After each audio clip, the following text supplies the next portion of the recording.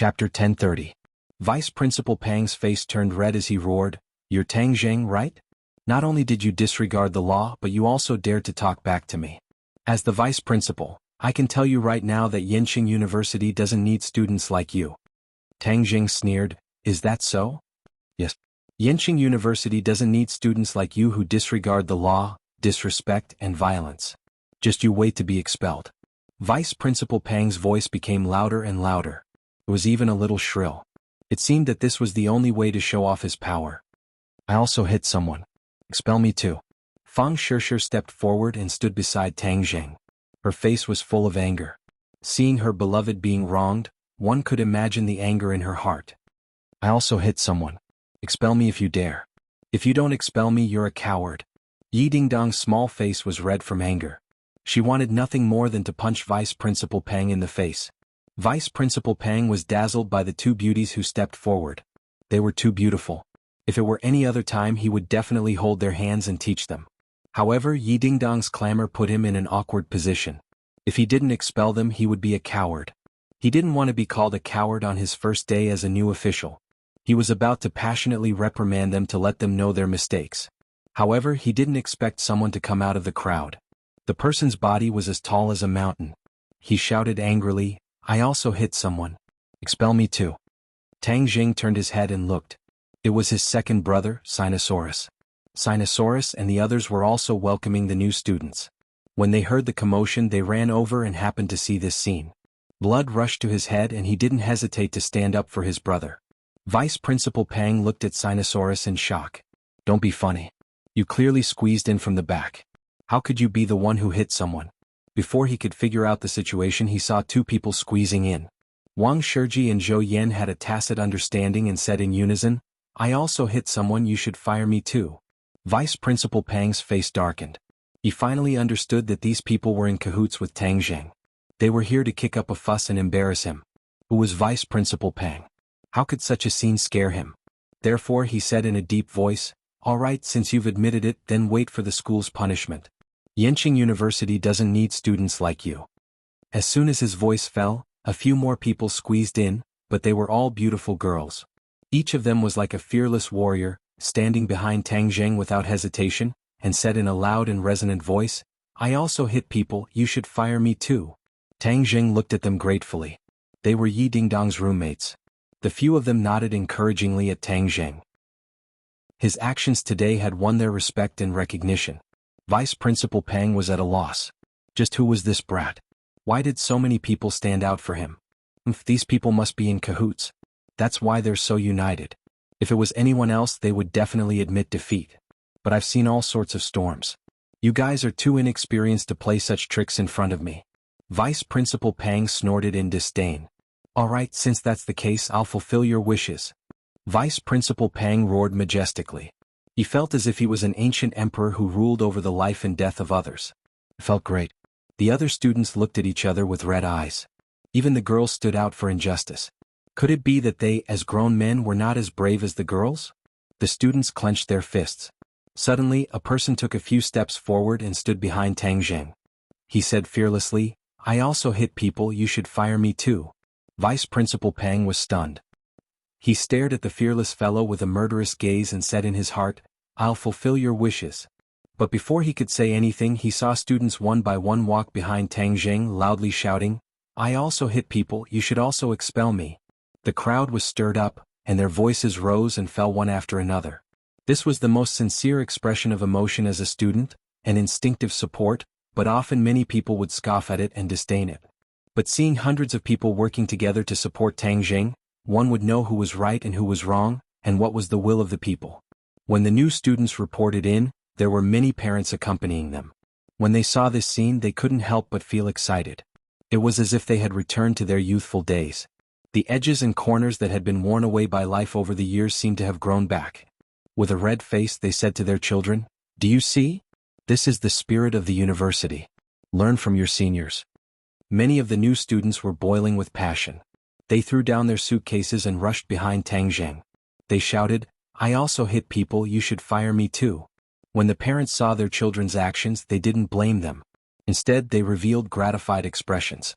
Most Wuxia people had such genes and blood in their bones. They just needed an opportunity to trigger it. There was no doubt that this accidental incident had become a trigger, arousing their long-hidden hot blood. Vice Principal Pang was dumbfounded. He looked at the scene in disbelief. He never expected the students to be so united. This kind of strength made his heart tremble. He felt a long-lost fear. However, he immediately suppressed this absurd thought. His face darkened, and he thought to himself, fanning the flames, these students can't be allowed to stay. The law doesn't punish the majority of the people. As long as I tell them the pros and cons, these people will naturally know to be afraid. But he couldn't see the people behind him. His voice couldn't be heard. Suddenly he had an idea. Suddenly he saw the Mercedes-Benz and quickly climbed up to the roof of the car. Looking down at the crowd, he waved his hand and shouted, "Quiet, everyone, be quiet. Listen to me. I know that most of you are good students. Don't be fooled by a bad student. This is irresponsible to yourself and to your parents. Everyone disperse, disperse. We were not bewitched by others. We have our own judgment and sense of right and wrong. We are doing this to be responsible for ourselves and our parents." Someone refuted loudly. "That's right. I make my own decisions. It's not up to you to tell me what to do. Get lost. Yenching University doesn't need a leader like you." "That's right. This kind of leader is the shame of Yenching University. He's helping outsiders to suppress his own students. Shameless." Vice Principal Pang panicked when he heard the complaints. Things seemed to be out of his control. "What right do you have to be so high and mighty? What right do you have to tell us what to do? You're nothing. You don't have the right." The students were even angrier when they saw him looking down at them. Suddenly, a loud and clear voice sounded. "Rise up, people who don't want to be slaves." The voice ignited everyone's emotions. It was as if they had returned to the Wuxia era. Everyone's eyes were red. They looked at Vice Principal Pang as if he was an invader. "Rise up, rise up, rise up. We're united, braving the enemy's gunfire. Advance, advance, advance, advance." The voice seemed to come from the chest and heart.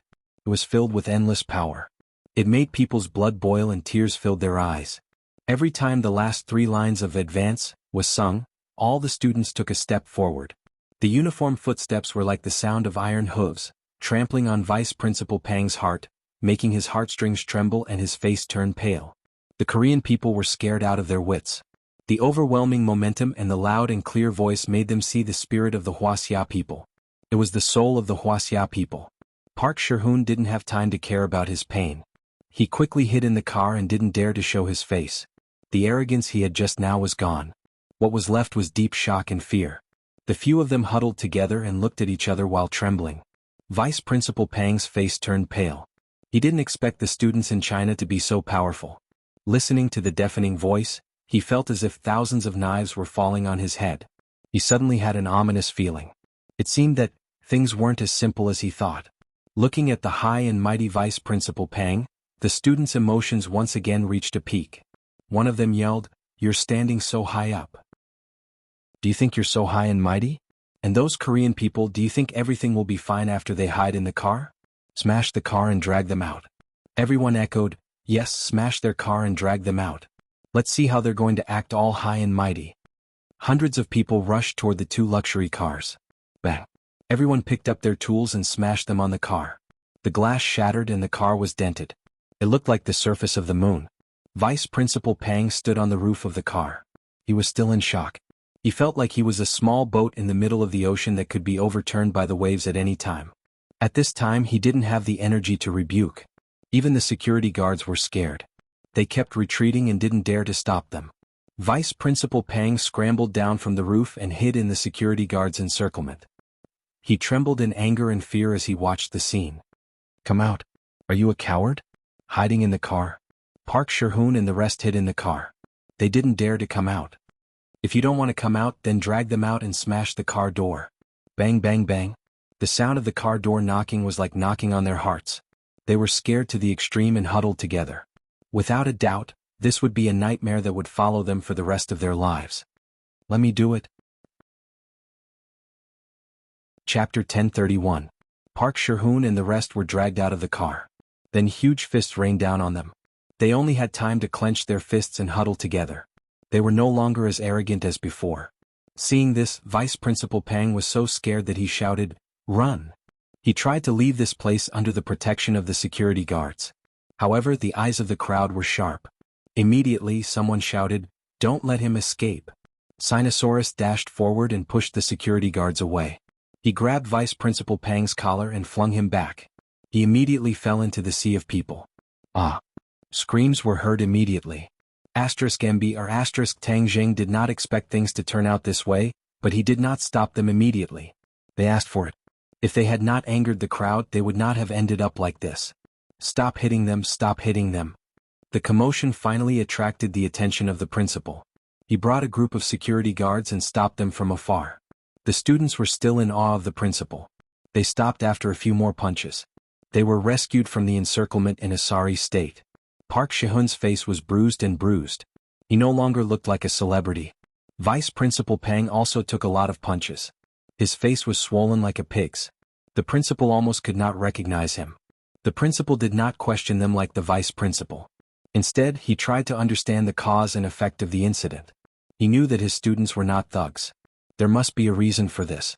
After knowing the cause and effect of the incident, the principal glared at Vice Principal Pang fiercely. Then he comforted the students gently. Finally, he left with a few of them, leaving behind the 2 wrecked cars. The students immediately cheered as if they had won a big battle. Recalling the scene just now, everyone's blood was still boiling. Everyone's gaze towards Tang Jing became more and more complicated. He was the catalyst for this matter, and if he was not the first to stand out, it would not have stirred up everyone's emotions and caused them to stand out one after another. Everyone gradually realized that unity was strength, and the reactionaries were paper tigers. As long as everyone was united, they could crush them in minutes. Vice Principal Pang walked away, relieved that he had survived. He sucked in a breath of cold air and said fiercely, "Principal, we must arrest that Tang Jing. He's the instigator. A black sheep like him can't be allowed to stay in the school. Otherwise he'll be a big disaster for our school. He's a ticking time bomb that can explode at any time." Vice Principal Pang talked non-stop, as if he was going to list Tang Jing's heinous crimes. He shouted himself hoarse, exaggerating as much as he could. "That's enough." The principal shouted, his face frosty. This incident had caused a huge uproar. Furthermore, it happened during the welcoming ceremony of the new students. With so many parents present, the impact was extremely bad. He had just suppressed the anger in his heart, but that didn't mean that he wasn't angry. This was the first time such a situation had happened in the 100 years since the founding of the school. It was a disgrace to the school. Looking at the pig-headed Vice Principal Pang, he couldn't help but feel regret. He should have resisted the pressure from the higher-ups and rejected this *T stirrer. He hadn't been in office for long, yet he had already caused such a thing. He really didn't know if he was an idiot or not. Seeing that the principal didn't say a word, Vice Principal Pang was angry and resentful. He continued, "Principal, we can't just let this go. I know that your words of comfort just now were just a temporary measure. Let's discuss the next step. We must teach these lawless students a lesson. Those leaders must be caught and punished by law. We must make an example out of them and teach them a good lesson." The principal finally stopped and looked at Vice Principal Pang with an unkind expression. "What do you want?" "Expel Tang Jing and punish the rest of the black sheep." "Expel? Ah." The principal laughed mockingly. Vice Principal Pang was confused by this laugh. He asked, "What do you think, Principal? I spent a lot of effort to get Tang Jing here and you want to expel him with just a few words? Are you out of your mind?" Then again, the principal was shrewd and naturally wouldn't be so blunt. Thus, he faintly said, "You don't have to worry about this matter. Furthermore, that Park Si-hoon is too lacking. He didn't even ask about it after bumping into someone. His arrogance will affect the reputation of our Yenqing University. Principal, I spent a lot of effort to get him here. He has a huge influence. Furthermore, this matter must be a misunderstanding. He's actually a gentle and humble person." Vice Principal Pang was shocked and immediately tried to defend himself. The principal briefly hesitated before he glanced at Vice Principal Pang. "Don't do it again. If he does something bad again, then our school will not welcome a black sheep like him." Ah! Vice Principal Pang was dumbfounded. Why was the principal so strict? Wasn't this just throwing his face? But after all, they were the principal and vice principal. Even if it was throwing his face, there was nothing he could say.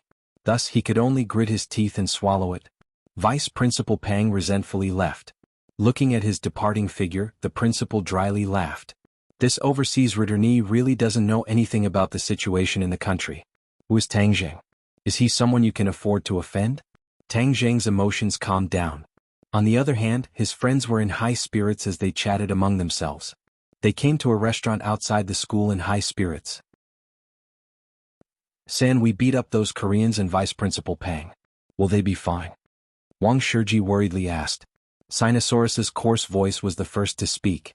Boss, you're worrying for nothing. Who's San? Those Koreans want to go against San? Dream on. Zhou Yin nodded his head in agreement. You guys don't have to worry. The law can't punish the masses. Furthermore, they were the ones in the wrong, so it's impossible for them to trigger us. Actually, today's battle was really satisfying.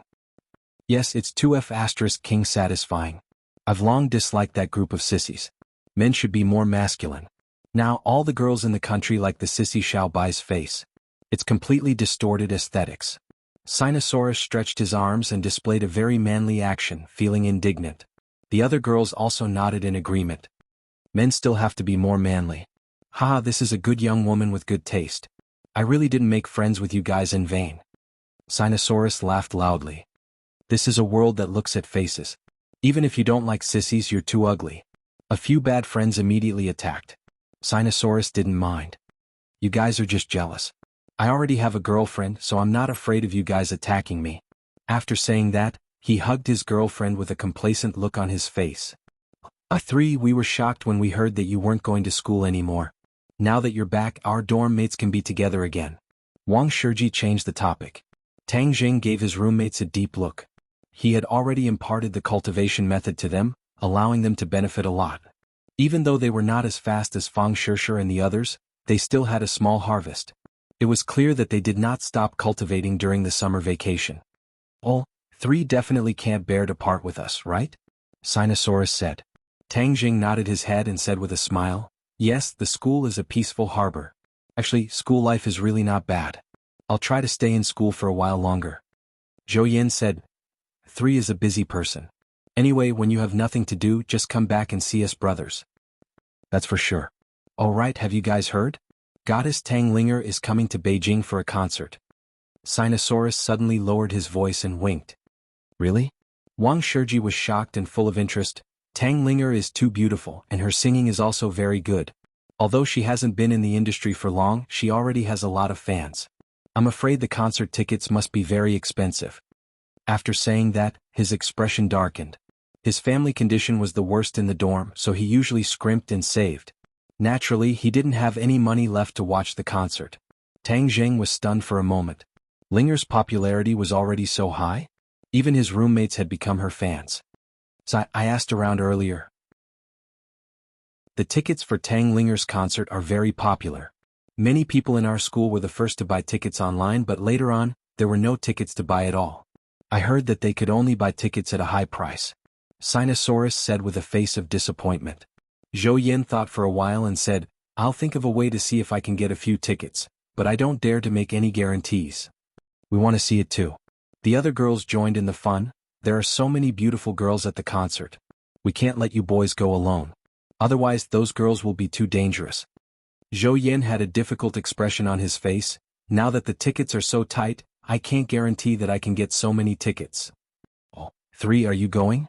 Sinosaurus asked. Speaking of which, you and Tang Linger are both surnamed Tang. 500 years ago you were even a family. Yi Dingdang and Fang Shishir looked at each other.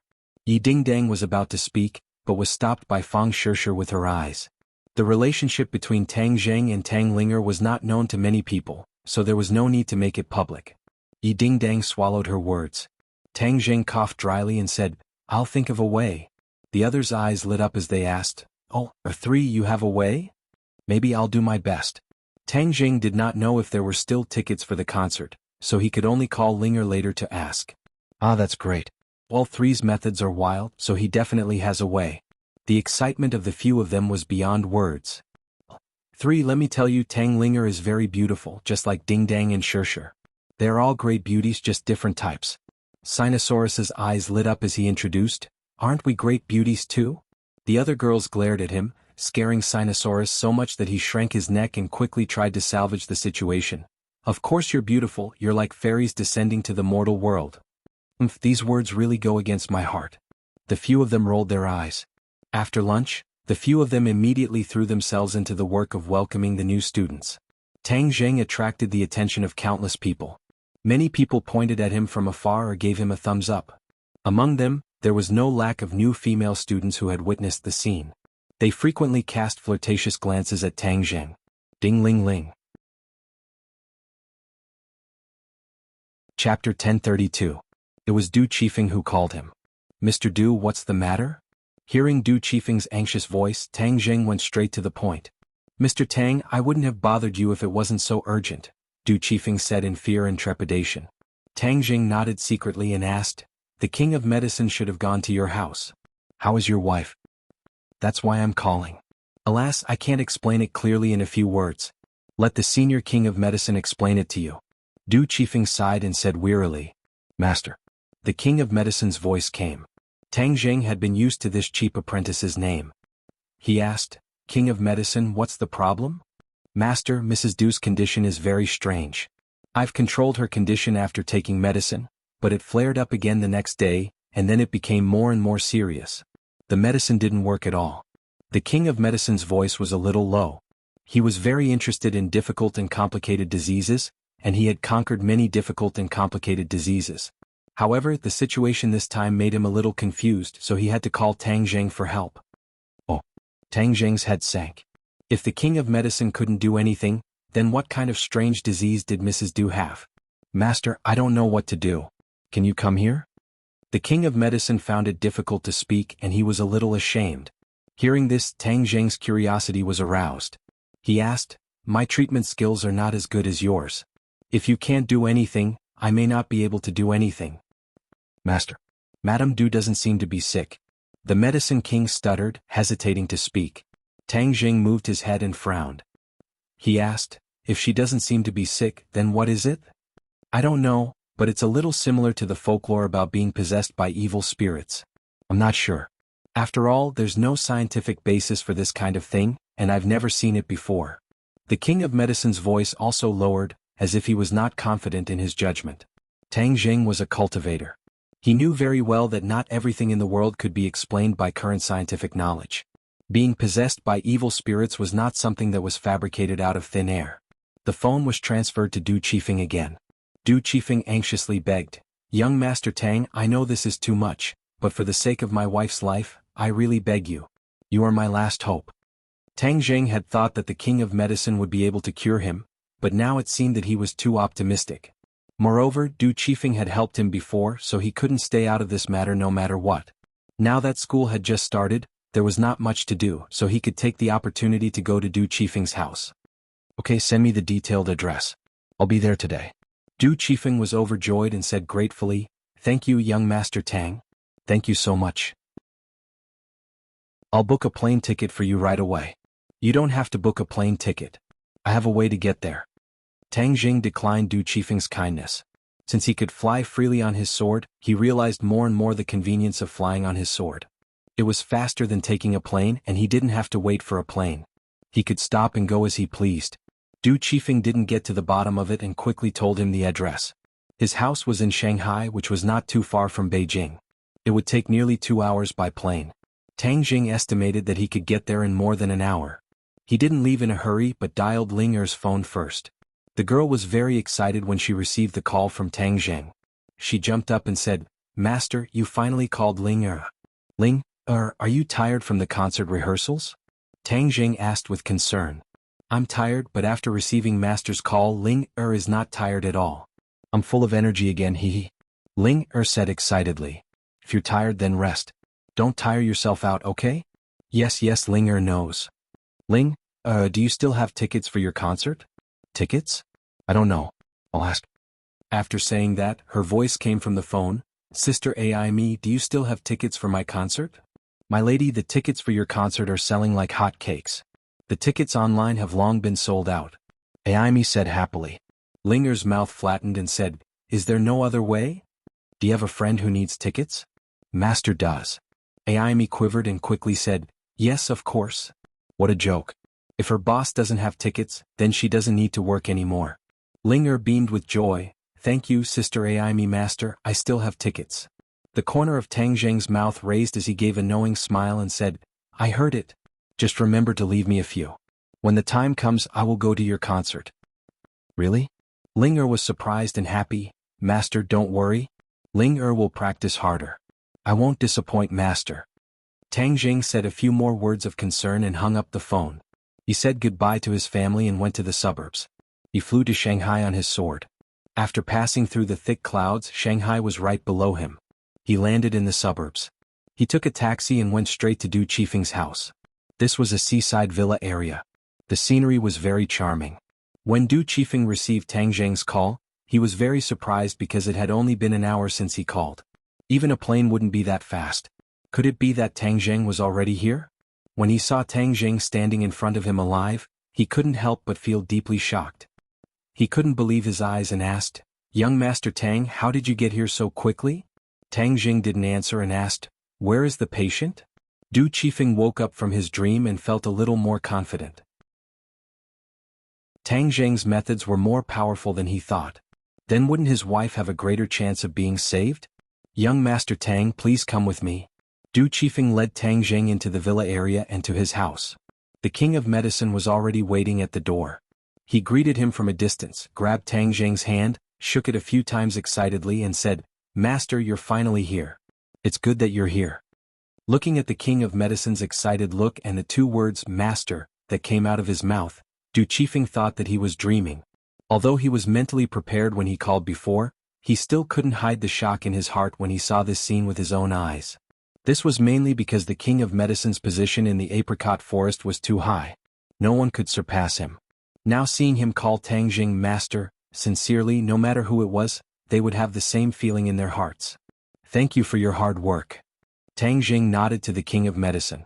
He personally contacted the king of medicine some time ago and told him about Du Qifeng. That was why he came to Shanghai. Otherwise, with Du Qifeng's reputation, he couldn't even see the king of medicine.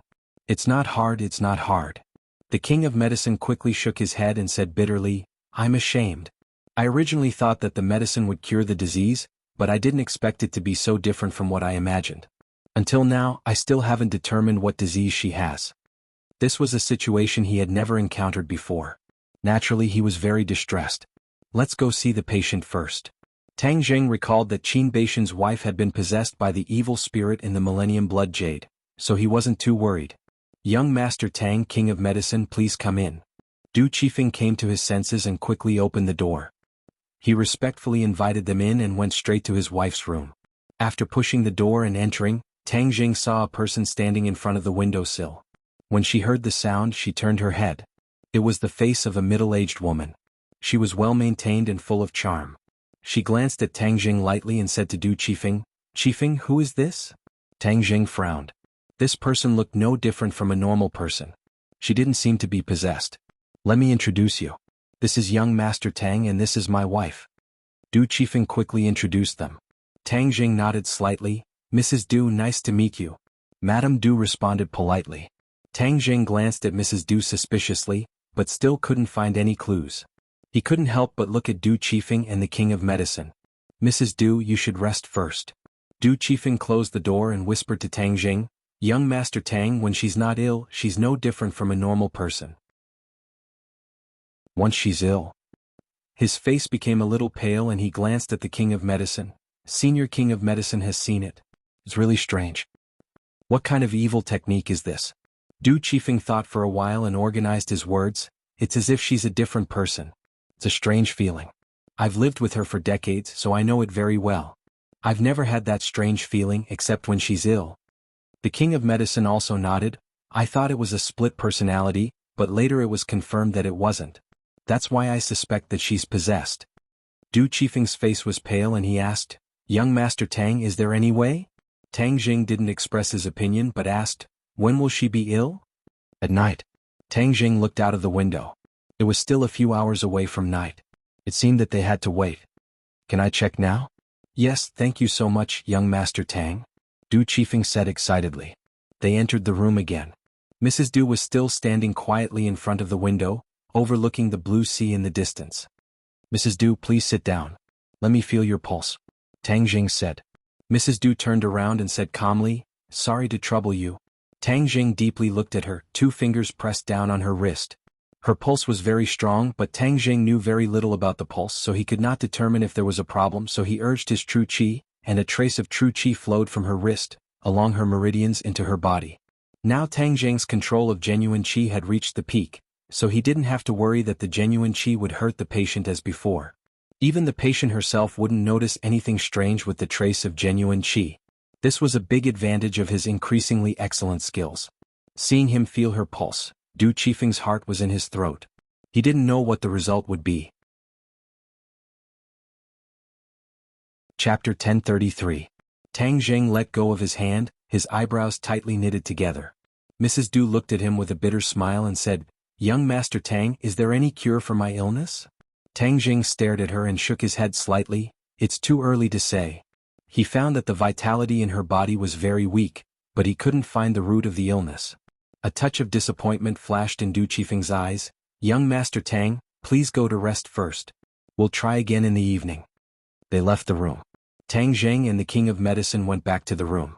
The King of Medicine asked curiously, "Master, did you find anything?" Tang Jing shook his head. The King of Medicine's face became strange.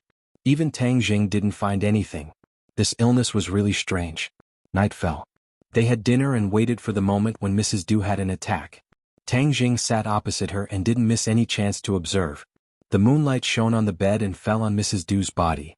Suddenly a strange scene happened. A touch of darkness flashed in Mrs. Du's eyes. Her breath suddenly changed and became very cold and horrible. Her face was ferocious. "Well, her illness seems to have changed." The King of Medicine exclaimed. "Why do you say that?" "She used to tremble all over when she had an attack as if she had epilepsy. But this time she seemed very calm.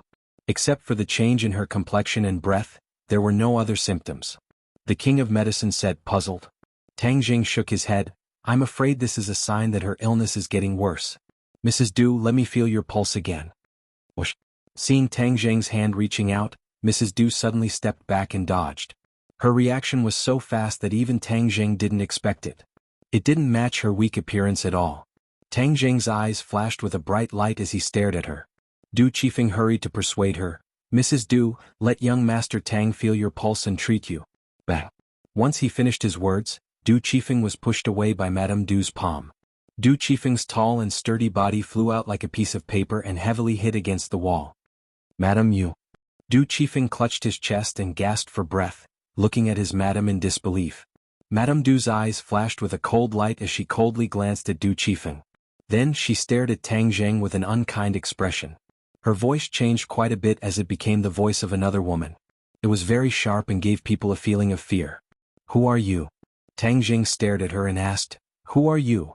"You don't have the right to ask for my name," Madame Du said arrogantly. Du Qifeng and the King of Medicine were dumbfounded when they heard the conversation between the two. It was as if they were two completely different people. "Madam, what's wrong with you?" Du Qifeng turned pale with fright. Ignoring the pain, he threw himself at Madame Du. Tang Jing hurriedly stopped him and advised, "Mr. Du, calm down. Let me deal with her." The King of Medicine was dumbfounded and said resentfully, "Possessed. She really is possessed. It is her good fortune that I am possessing her body. What do you ignorant people know?" Madame Du was proud of herself and her entire body was exuding evil energy. "Let me catch you first." Tang Jing reached out his big hand and rushed to her. Madame Du flew back, tiptoed on the wall, flipped in the air, and threw herself at Tang Jing. Bang bang bang. In a flash the two exchanged several moves. However, Tang Jing's fighting ability was much stronger.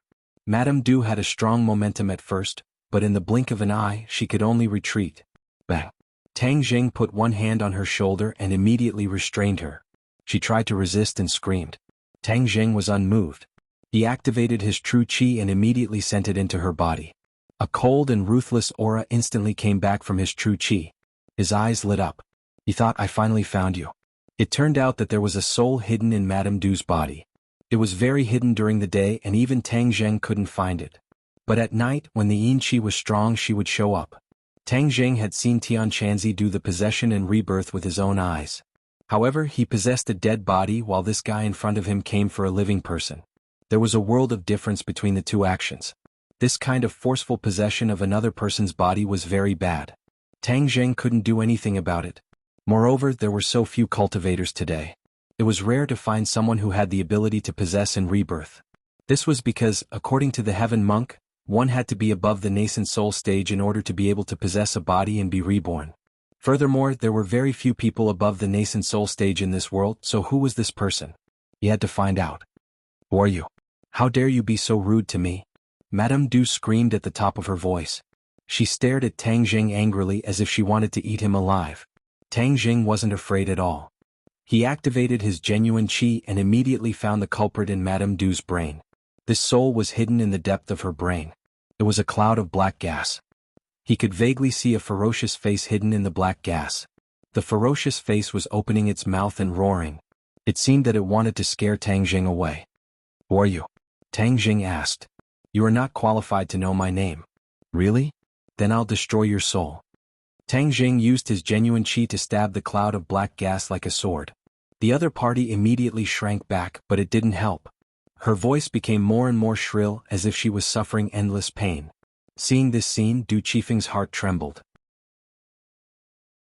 He wanted to persuade her, but was stopped by the King of Medicine in time. Director Du, if you want to save your wife, don't disturb my master. Du Qifeng was resentful. He was as anxious as an ant on a hot pan, spinning around in circles. I'll talk. Mrs. Du seemed to be unable to endure the torture and finally compromised. I escaped from the prehistoric heavenly tomb. Prehistoric heavenly tomb? Tang Zheng was shocked. What does this have to do with the prehistoric heavenly tomb? After the restrictions of the prehistoric heavenly tomb were completely broken, many of the creatures or magic treasure that were imprisoned in the prehistoric heavenly tomb took the opportunity to leave that damned place and regain their freedom. What? Tang Zheng was shocked. He was actually one of the people who knew about this matter. Back then, in order to regain his freedom, the 100 Transformation Star Lord had broken through the restrictions of the Buzhou Mountain, which was equivalent to breaking through all the restrictions of the prehistoric heavenly tomb. That was why the Thundercloud Beast was able to leave the prehistoric heavenly tomb as it pleased. However, the side effect was that without the restrictions, any living being could leave the prehistoric heavenly tomb. Back then he, Tian Chanzi and the others had personally seen tens of thousands of rays of light soaring into the sky. Tian Chanzi had once said that those rays of light were countless magic treasure S or Yin generals. In any case, they were living beings imprisoned in the prehistoric heavenly tomb. The people buried in the prehistoric heavenly tomb were all experts from the ancient era. Due to that restriction, the souls of these people did not enter the cycle of reincarnation, but were instead imprisoned in the prehistoric heavenly tomb. After tens of thousands of years, these souls interacted with the Yin Qi, and in the end, many of them became Yin generals. They lost their nature and became bloodthirsty people. Back then, Tang Zheng had met this kind of Yin general. Other than that, there were also magic treasures.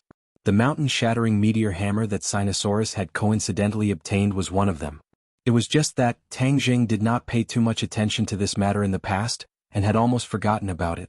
This was because, other than Sinosaurus, there was no other similar news. Now it seemed that he was too optimistic. In fact, many changes had already happened, but they were hidden under a calm appearance, confusing his eyes. Now it seemed that the one attached to Mrs. Du's body was a Yin general. The other party called himself, this seat. So it seemed that he had not completely lost his life. All of this was because of him. If he had not barged into the Buzhou Mountain, the 100 Transformation Star Lord would not have broken through the restrictions and released so many living beings. Mrs. Du would naturally not have become like this. As a result, he was duty-bound. It seems like the situation with Mrs. Du and second brother is not an exception. I need to find other people in similar situations. Some people are in danger, and some people might have obtained some benefits and gone into hiding. If not for Du Qifeng finding him by chance, the Mrs. Du would definitely have been reborn and become a cultivator in hiding. Of course, there were also some people who would obtain some magic treasures. If they were able to survive, they would naturally become cultivators. Currently, they had not heard of this situation. It seemed that they were all very smart. Before they completely understood the current situation of the society, they did not dare to act rashly. Perhaps they had already made a move, but Tang Zheng had not discovered it yet. Maybe one of the people who usually brushed past him was a spy. When he thought of this, his heart felt as if it was pressed down by a 10,000-kilogram boulder, incomparably heavy. This was really looking for a needle in a haystack. There was no definite target at all. It was even more difficult than dealing with a High Lord. Seeing his expression become extremely ugly, Du Qifeng finally could not hold it in and asked anxiously, "Young Master Tang, how is the situation?" "Don't worry, I can cure her." Tang Jing regained his senses and stared at Mrs. Du. "Since you came from the prehistoric heavenly tomb, then I will take you in and get rid of evil for the people." "How dare you?" Mrs. Du cried out sharply. Not to mention that you are an insignificant in general, even if you are a powerful character, I am not afraid in the slightest. You cannot threaten me in front of me," Tang Jing said coldly. Just as he was about to cast a spell to destroy the other party's soul, he suddenly had a thought and changed his mind. "This matter started because of me. There are so many living beings, if I were to destroy their souls one by one, wouldn't that be a great sin? The Ksitigarbha Sutra emphasizes compassion, so I should also have a compassionate heart. Why don't I learn from Dizang of Goguryeo and convert them, which can be considered a merit?" Without a doubt, in order to suppress the Asura, he recited the Ksitigarbha Sutra every day. The effect on himself could not be underestimated, and his state of mind had undergone quite a bit of change. He had experienced too many massacres and there was a lot of evil in his heart. After reciting the Ksitigarbha Sutra every day, the evil in his heart gradually decreased, and his state of mind became much calmer. Of course, this was an imperceptible change that even he himself did not notice. Mrs. Du seemed to be a little afraid and understood that she was not his match. Seeing that he was about to make a move, she hurriedly begged for mercy, "Please let me go, I will never do this again." Chapter 1034. In the past, when Tang Jing recited the Ksitigarbha Sutra, there was no strange phenomenon, nor would there be golden Sanskrit words flying out of his mouth. However, when Ksitigarbha Bodhisattva recited, there was this scene. But this time something like this happened which surprised him. He immediately understood that his recitation day after day finally worked.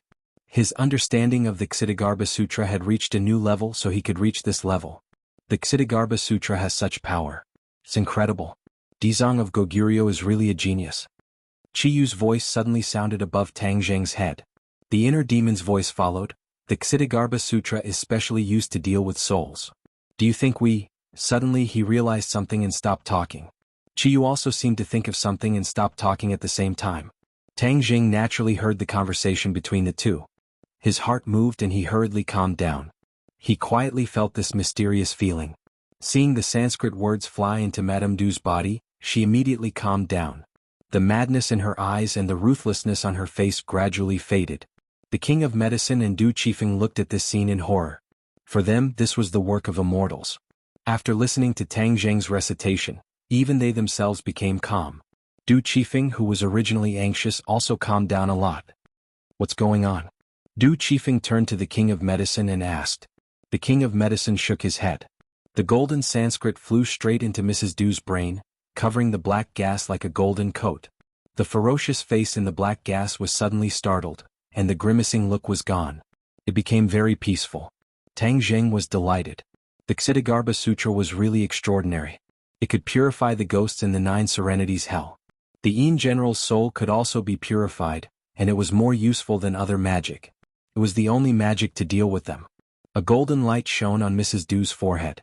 Then, the golden light gradually left her forehead and flew out. Mrs. Du felt weak all over and fell on the bed. They could vaguely see a mass of black gas within the golden light. The three of them stared at it without blinking. They saw the golden light flash and shrink rapidly. Finally, it turned into a fingernail-sized golden bead and fell to the ground. Tang Jing hurriedly caught it and looked at it. This golden bead was very round. The outer layer was gold and the inner layer was black. "What is this?" Tang Jing was shocked and did not understand the situation. Du Qifeng ran to the bedside to check on his wife. The King of Medicine hurried over and asked, "Master, what is this?" Tang Jing pondered for a while and said, "Madame Du had a strand of soul in her body. I converted her and then she became like this. As for what this is, I don't know." "Oh, what does this do?" "I don't know for the time being." "Put it away first." Tang Jing said that he could only ask the Dizang of Goguryeo for advice when he met him in the future. "Madam, you are awake. That's great." Du Qifeng hugged his wife and was overjoyed. He cheered like a naughty child. "Master, is Madame Du well?" The King of Medicine asked curiously. Tang Jing nodded. "She is not sick. It is because a Yin spirit entered her body. If it is delayed for a while, there will be no way to save her." The Yin general did not really succeed in the possession.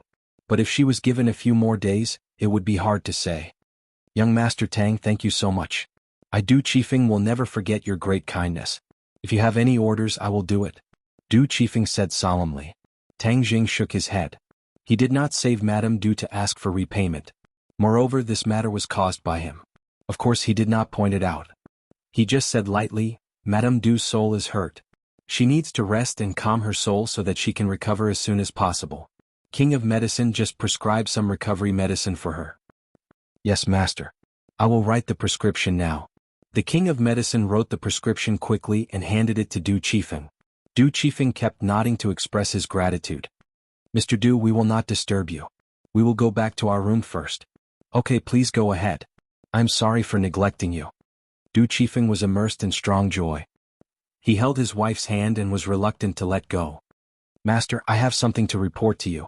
They left and the King of Medicine said. Tang Jing nodded and signaled the King of Medicine to go to his room. After they sat down, the King of Medicine said with emotion, This is really an eye-opener. Master's method is like the magic. I am far behind you. I don't know when I can have this kind of supernatural power. Tang Jing thought that since he called him master, he could not say nothing. He asked, King of Medicine, do you want to learn the art of cultivation? The Medicine King was stunned. He never thought that happiness would fall from the sky so quickly. After a while, he regained his senses and hurriedly nodded. Yes, this way I can have Master's celestial methods? Yes. In fact, this is not a magic power. As long as you practice hard, you will reach this level sooner or later. Master, don't worry. I will practice hard. When I was learning medicine, I was not very talented. But in the end, I stood out because of my persistence and persistence. Although I am old, this state of mind has never changed. The King of Medicine said solemnly. Tang Jing nodded his head in gratification. But what you are learning is the art of healing the world. The only thing I have right now is the God-killing scroll. Its killing intent is too heavy and the wondrous intent technique was created specifically for women. So, wait a few days and I will teach you a suitable cultivation technique. There were many cultivation methods in the Langya Pavilion. He could only go there to find them. The King of Medicine quickly waved his hand and said, Master, don't worry. I'm not a young boy. I'm not that impatient. Actually, I am here to report the results of my recent research. Oh, there are results? Of course, through the research of the life-continuing pill and other pill recipes, our pharmaceutical factory has developed a new medicine. This new medicine can slow down a person's aging and prolong a person's life. Moreover, it can prevent many serious diseases. The Medicine King excitedly said. To any medical practitioner, developing such a powerful new medicine was undoubtedly a great merit. In the past, the King of Medicine did not dare to imagine that a medicine could have such a powerful effect. But after seeing the life-continuing pill, he found that everything was possible.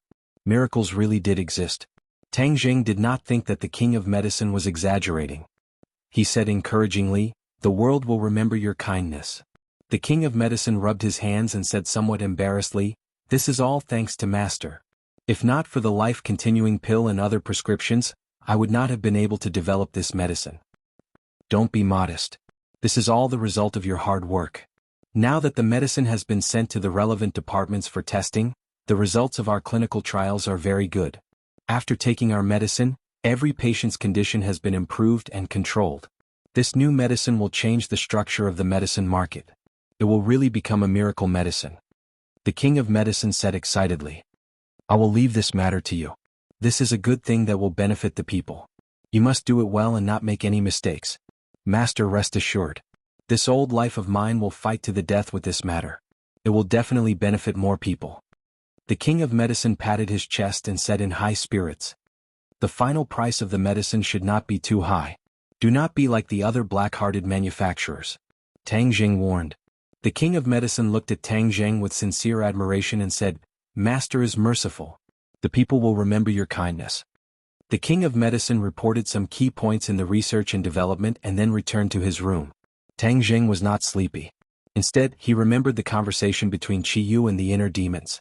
He said with a smile that was not a smile, Hey, the two of you, stop pretending to be mute. We haven't finished what we were talking about. Let's continue. What did we say? We didn't say anything. Qi Yu flatly denied. The inner demons also hurriedly echoed, Yes, we didn't say anything. You must be hallucinating. Tang Jing said jokingly, "Oh, this is so rare. You guys are finally on the same page." Qi Yu and the inner demons were a little resentful, but they maintained a tacit understanding. Tang Jing was not so easily fooled. He said bluntly, "If it weren't for your reminder, I would have almost forgotten. In the end, the two of you are also souls. The Ksitigarbha Sutra is a spell that specializes in dealing with souls. Naturally, it will be effective on the two of you." "How is that possible? How can we be the same as ordinary souls?" The two of them hurriedly denied, "Don't let your imagination run wild. It's better to cultivate properly. This is the right path." "That's right, the danger you are facing now is even greater. Not only is there the Azure Dragon Palace, there are also the things that escaped from the prehistoric heavenly tomb. These are the most important things." Tang Jing remained unmoved. "I will take care of all of these things one by one, but the two of you have always been living in my body. This is not a solution. I don't want to bury a time bomb in my body." "Oh, what are you doing?" The two of them were shocked. In the past, they thought that they were strong enough that even Tang Jing was not strong enough, so they did not have to worry too much about his methods. Now, it seemed that ever since he cultivated the Ksitigarbha Sutra, this situation had been quietly changing. It was just that they had never realized it before. This time, they had coincidentally realized this point and understood how terrible the situation they were facing was. They had become fish on the chopping block. They were filled with regret as they had really touched a sore spot. Why did they have to be so talkative? If not for them reminding him, Tang Jing probably would not have thought of this point. Now that he had lifted a rock and smashed his own foot, what should he do? The two of them were at their wits' end. Tang Jing laughed coldly. "Now that I no longer need to be threatened by you, I believe that you can also become like that golden pearl, don't you think so?" "No, please don't do this." The two of them anxiously shouted. They were truly panicking. Chapter 1035.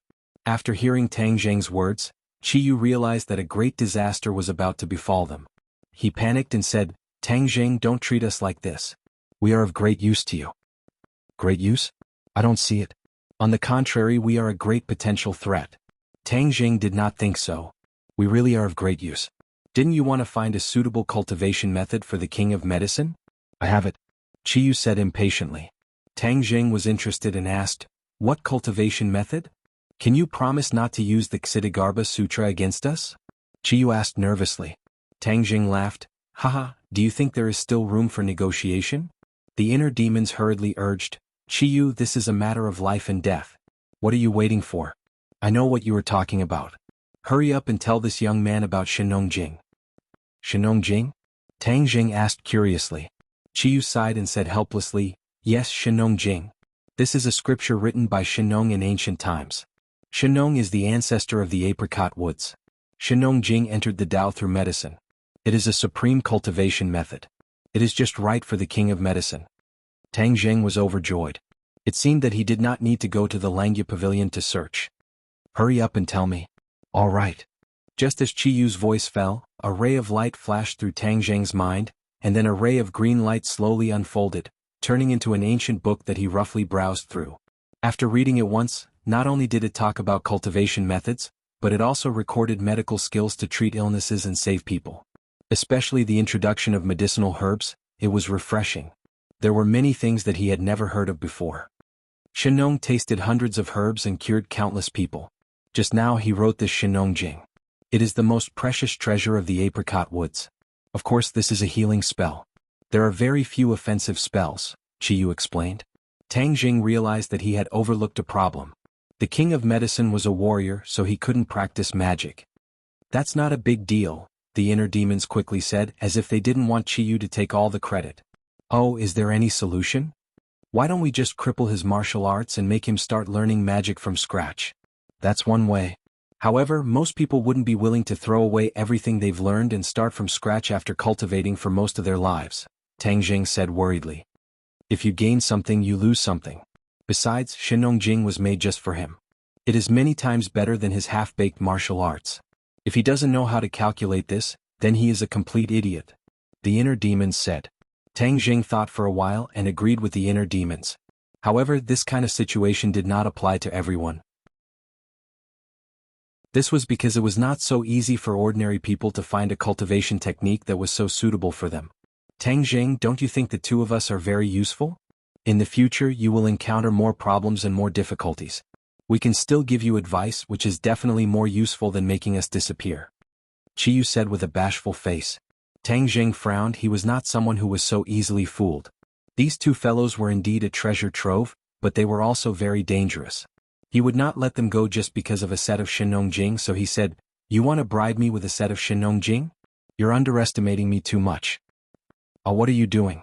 Are you going to stubbornly deal with us? What do you think?" "No way." The inner demons hurriedly stopped him. "Young man, didn't you want to deal with those things that escaped from the prehistoric heavenly tomb? We can help you." "Yes, we can help you. This is a huge project. You can't do it alone. We can lend you a hand." Qiyu hurriedly chimed in as if he was grasping at a life-saving straw. Tang Jing's head moved. This was a good idea. In fact, ever since he found out that the Ksitigarbha Sutra could balance Qiyu and the Heart Demon, he was not so worried about these two people. Because, with the Ksitigarbha Sutra they would not be able to make any big waves and they were a huge treasure trove.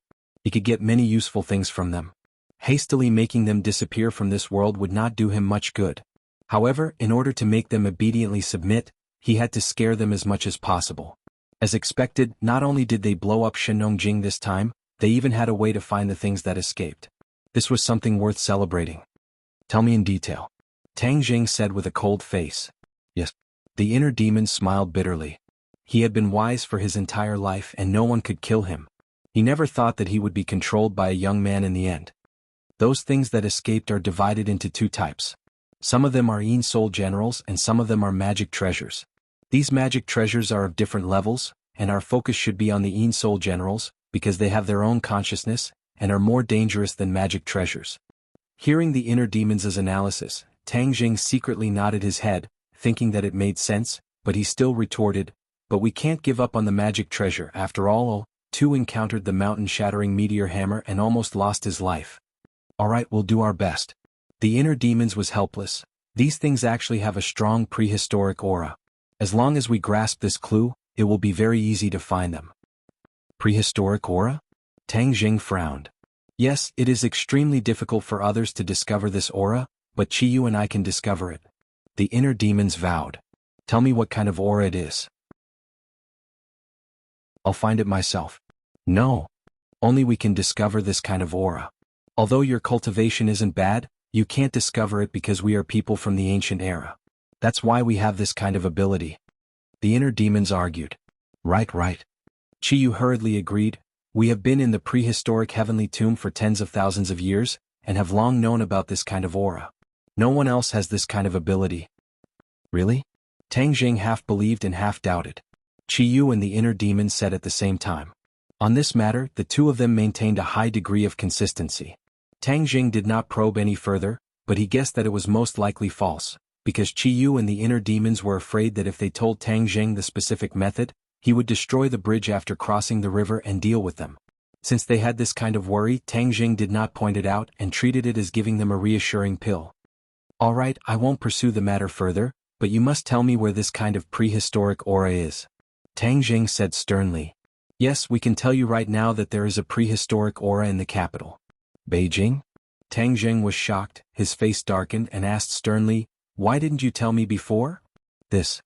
The two of them stammered, "We didn't think of this before and ignored it. We only thought of this after seeing Mrs. Du's situation." "Really?" Tang Jing absolutely did not believe that the two of them must have other ideas in mind. "Yes, definitely. The two of them hurriedly promised. Tang Jing smiled and did not pursue the matter further. "Then we will set off for the capital tomorrow, and we must find the prehistoric aura that you mentioned." "No problem." The next day, Tang Jing first went to check on Mrs. Du, and made sure that there was nothing serious.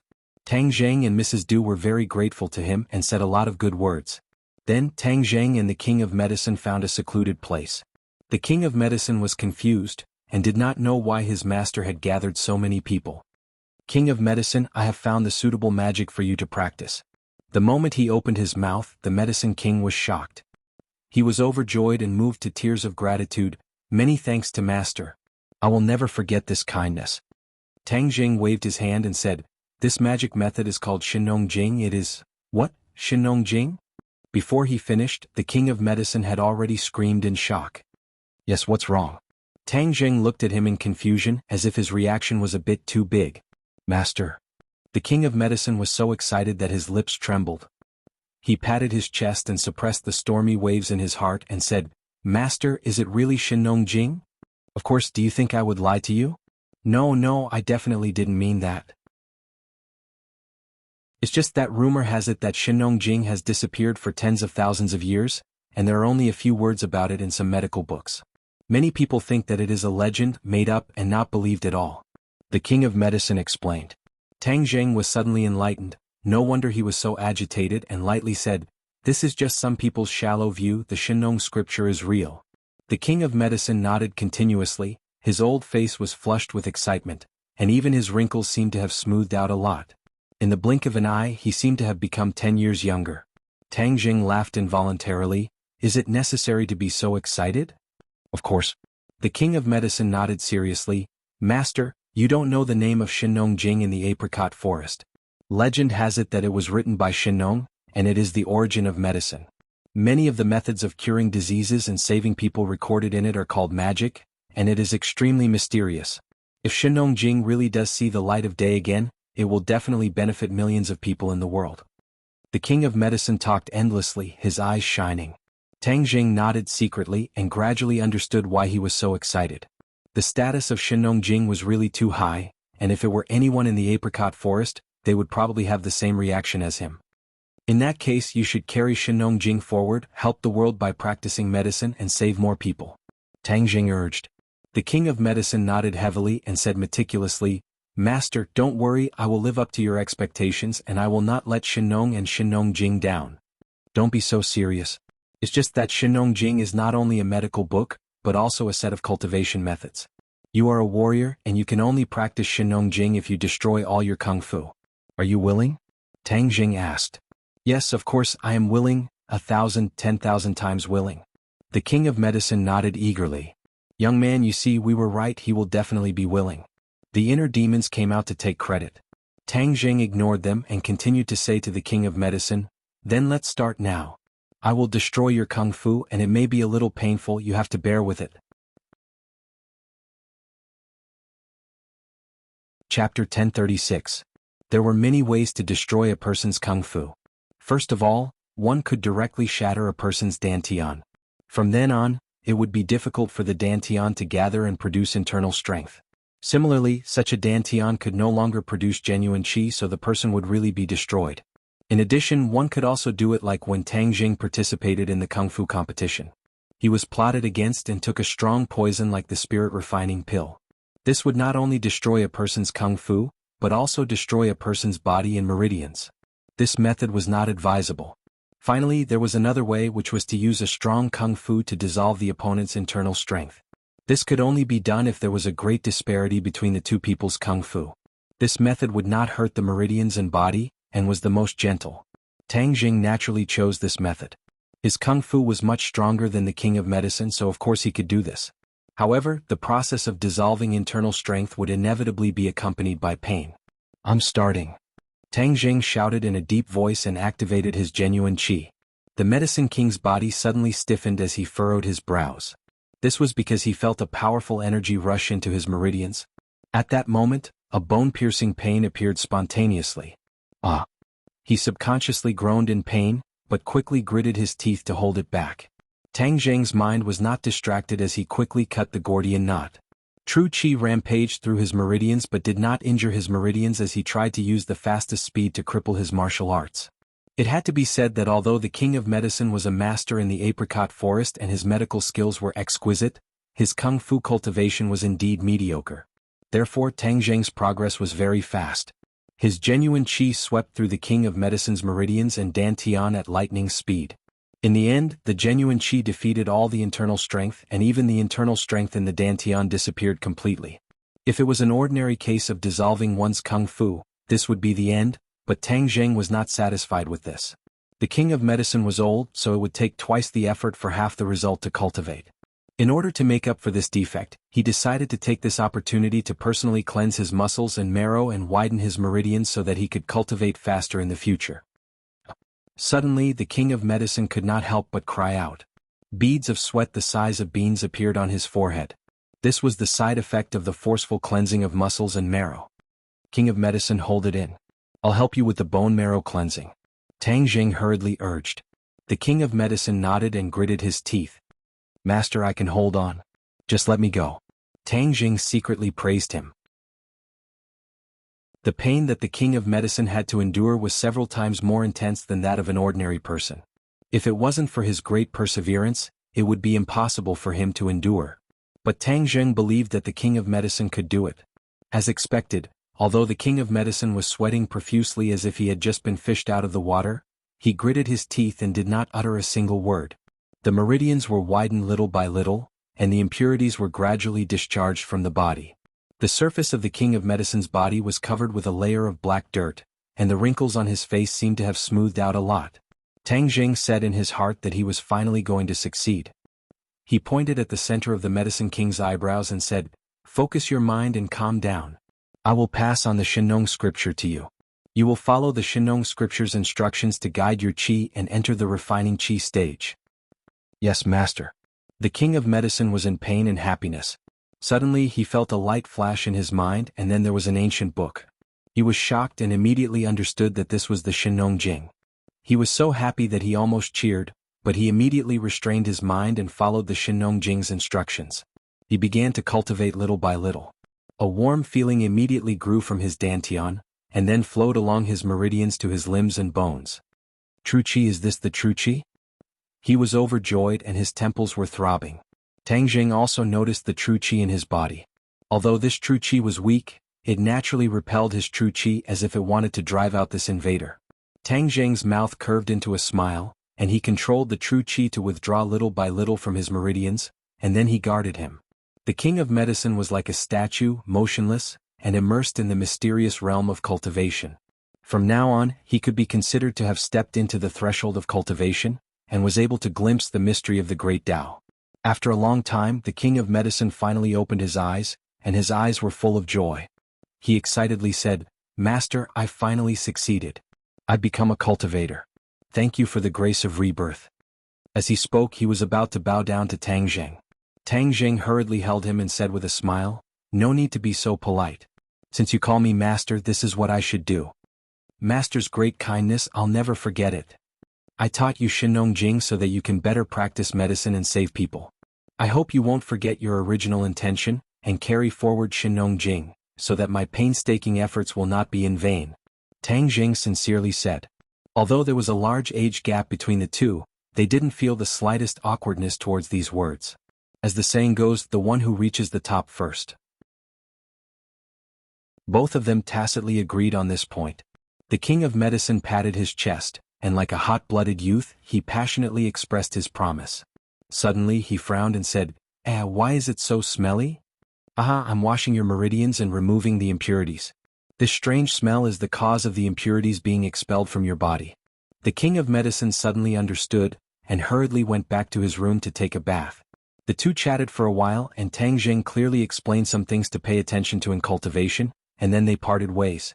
He went back to the capital, and the King of Medicine went back to the pharmaceutical factory. He flew back to the capital on his sword, and as soon as he landed he couldn't wait to ask, "Chiyu inner demons, you said that there's a primordial aura in the capital. Where is it? Quickly take me there." The two immediately appeared and said, "Don't be noisy, let us feel it first. The smog in the capital is so bad that even the primordial aura is covered up by this smog, and has become very weak. We have to find it slowly." Tang Jing speechlessly rolled his eyes and looked up at the sky. The sky was gloomy as if it was covered with a layer of gray cloth. Although the Tree of Life had been constantly improving the spiritual energy and air in this world, after all, it had only been a short time, and the air quality was really too poor, so the effect was not immediately visible. For the time being, Tang Jing didn't have any way to deal with the smog that filled the sky, and could only pray that the Tree of Life's effect would appear as soon as possible. However, he had a new idea about his villa area. He couldn't care less about other people's territory. After all, he didn't have that much ability, but if his own area was filled with turbid air all day long, it would be too embarrassing. Therefore he had to find a way to improve the air in his area, and turn it into a paradise in the capital. "Your idea is not bad, and it's not difficult to realize. A spirit gathering array can easily do it," Chiyu praised. Now, Chiyu and the inner demons took turns to praise him. They all wanted to make a good impression on him. Of course, don't you see who came up with this idea? Tang Jing said proudly, let's find the primordial aura first, then go back and set up a spirit gathering array. I got it. The inner demons suddenly shouted, I can feel the primordial aura. Inner demons, don't shout, you're not the only one who can feel it, I can feel it too. Qiyu snorted. Stop arguing, let's go. Following the inner demons and Qiyu's directions, Tang Jing walked through the streets and came to the entrance of a house. It's here, the primordial aura is coming from inside. The two said with certainty. Tang Jing looked up, a familiar door and a familiar plaque came into view. Yi Mansion. Why are we here? This was the Ye family's mansion in the capital. Tang Jing used to be a frequent guest, but after Yi Tianlei and Yi Xuanji broke off, he never came here again. The Yi mansion was still as tall as before and the courtyard was deep. There was no difference compared to before, unlike the Song and Chu families that were completely ruined. When the guards at the door saw Tang Jing, their expressions became strange. After all, who didn't know the former son-in-law of the Ye family? Seeing him standing at the door, they couldn't guess what he was thinking, so they didn't dare to act rashly. Are you sure it's here? Tang Jing looked at the house with a strange expression and asked the two. Qiyu and the inner demons seemed to have been greatly insulted and said sullenly, you can doubt other things, but how can you doubt our professionalism? The primordial aura is coming from inside. Tang Jing nodded with a sullen face. Could it be that someone in the Ye family had been taken over? This was something new and unheard of. Then let's go in and take a look. Tang Jing could even come and go freely in the inner palace, so how could he be blocked by these high walls? When he walked to the door, the guards quickly came up and stopped him with a complicated expression, and nervously said, Young Master Tang, please stop. Tang Jing didn't plan to make things difficult for them and calmly said, I won't make things difficult for you, just open the door. The guards had a difficult expression and said, Young Master Tang, we have a duty, forgive us for not being able to comply. Seeing Tang Jing's expression suddenly change as if he was about to flip out, a smart guard quickly said, Young Master Tang, please wait a moment, we will go and report. Tang Jing hesitated. Since the primordial aura was in the Yi mansion, it naturally couldn't escape, so he nodded his head. Not long after, the guards hurriedly ran back and respectfully bowed to Tang Jing and said, Young Master Tang, please, the patriarch is waiting for you in the main hall. Tang Jing walked in with large strides, and found that there wasn't much change in the Yi mansion. He secretly asked the two guards about the primordial aura's whereabouts, and the two acted as guides, guiding him forward. Young Master Tang, it's not that way, it's this way. Seeing Tang Jing turn the corner, the guards were shocked and quickly shouted, The patriarch is waiting in the main hall, it's this way. I'll go over here first. Tang Jing didn't want to delay any longer, and with a leap he turned into a blur, and rushed towards the direction of the primordial aura. Young Master Tang, you can't. The guards turned pale with fright and screamed. Suddenly, a figure descended from the sky and blocked in front of Tang Jing. Looking closely, it was actually Yi Xuanji, who looked a bit older than before, and his snow-white beard fluttered in the wind. Chapter 1037. Yi Xuanji's aura was incomparably sharp, even more so than before. Tang Jing's eyes narrowed into two slits as he looked at him calmly. Tang Jing, this is the Ye family, not just anyone can barge in. Yi Xuanji said in an unfriendly tone. Tang Jing was unmoved and said, Is that so? Could it be that there's some unspeakable secret? Yi Xuanji's temples throbbed as he asked, What do you mean by that? Tang Jing also stared straight at Yi Xuanji as if he wanted to find some clues from his reaction. But Yi Xuanji was after all an old fox, so how could he be seen through so easily? There were no flaws at all. Just now the guard came to report that you're here. Since you're a guest, I naturally wouldn't neglect you. But if you're here to cause trouble, even though my Ye family is weak, we're not that easy to bully. Yi Xuanji said firmly. Tang Jing turned around and asked Qiyu and the inner demons if the great desolate aura was nearby. After getting an affirmative answer, Tang Jing made up his mind. Even though it wasn't good to barge in, this matter was still very important and he couldn't be careless. Moreover, the Ye family was his opponent. If he was too polite, it would seem hypocritical. His eyes flashed as he walked straight towards the direction of the great desolate aura. 9 unspecified currency. Yi Xuanji slid and blocked his way. Their eyes met and sparks were already flying. If that's the case, then I won't be polite. After Tang Jing finished speaking, he pushed his palms towards Yi Xuanji's chest. Yi Xuanji roared and quickly blocked with his palms. Bang! 4 palms collided and Yi Xuanji was pushed back a few steps. But Tang Jing didn't move at all, as if he was Mount Tai. Yi Xuanji's expression changed as he exclaimed, "How did your cultivation become so high?" Even though he had expected Tang Zheng's cultivation to be unfathomable, he had never thought that his cultivation would be so high. It was not just a little bit higher than the last time they fought. Moreover, his intuition told him that Tang Zheng didn't use his full strength, otherwise he would have suffered even more. How did Tang Zheng do it? In just a few months' time? Could it be that cultivators are so much stronger than warriors? In the time it takes for a spark to fly off a piece of flint, many thoughts flashed through his mind, and his emotions fluctuated unsteadily. "You're not my match, you can't stop me," Tang Zheng said lightly. He has the right to say this not because he's arrogant. Ye's expression as the Ye family. "How can I watch you barge into the Ye family without doing anything? How can my Ye family stand in front of the world? How can I let the Ye family? How can I the Ye family? How can I watch you the Ye family? Phew, how can I? My family is right. How can I right? How can I the can I? How can I? Whoosh." After he finished speaking, a sword flashed and a sword appeared in his hand. The cold sword flashed towards Tang Zheng's throat. Tang Zheng's eyes flashed coldly as he stared at the approaching sword and thought, "Why do I feel like I've seen this before?" Suddenly, his eyes lit up as he realized, wind-chasing sword art. No, this is definitely not the real wind-chasing sword art. It's a fake. His guess was not wrong. Ever since Yi Xuanji had seen Yi Dingdong's mysterious wind-chasing sword technique, he had been unable to get it out of his mind.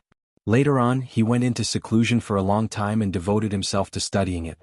Finally, he created this wind-chasing sword technique, but compared to the real wind-chasing sword technique, it was worlds apart. Tang Zheng smirked and said, "Trying to imitate but making a fool out of yourself. A fake like you dares to act arrogantly in front of me? I'll let you see what the real wind-chasing sword art is." Tang Zheng casually plucked a branch from the side. With a flick of his wrist, the leaves fell and turned into a bare branch. Yi Xuanji's face slightly changed, but his sword attack did not weaken. Instead, it became sharper and filled with killing intent. "To deal with you, this is enough," Tang Zheng calmly said. To Yi Xuanji, this was no different from a huge insult. His face turned green as he angrily said, "You're courting death." Whoosh. The long sword arrived in front of Tang Zheng. Tang Zheng lightly waved the branch and pointed it out. The strength and speed were just right. When it touched the long sword, the branch bent into a full moon shape but did not break. Instead, the long sword received a huge rebound force. The long sword violently trembled. Yi Xuanji could not control it and his hand involuntarily loosened.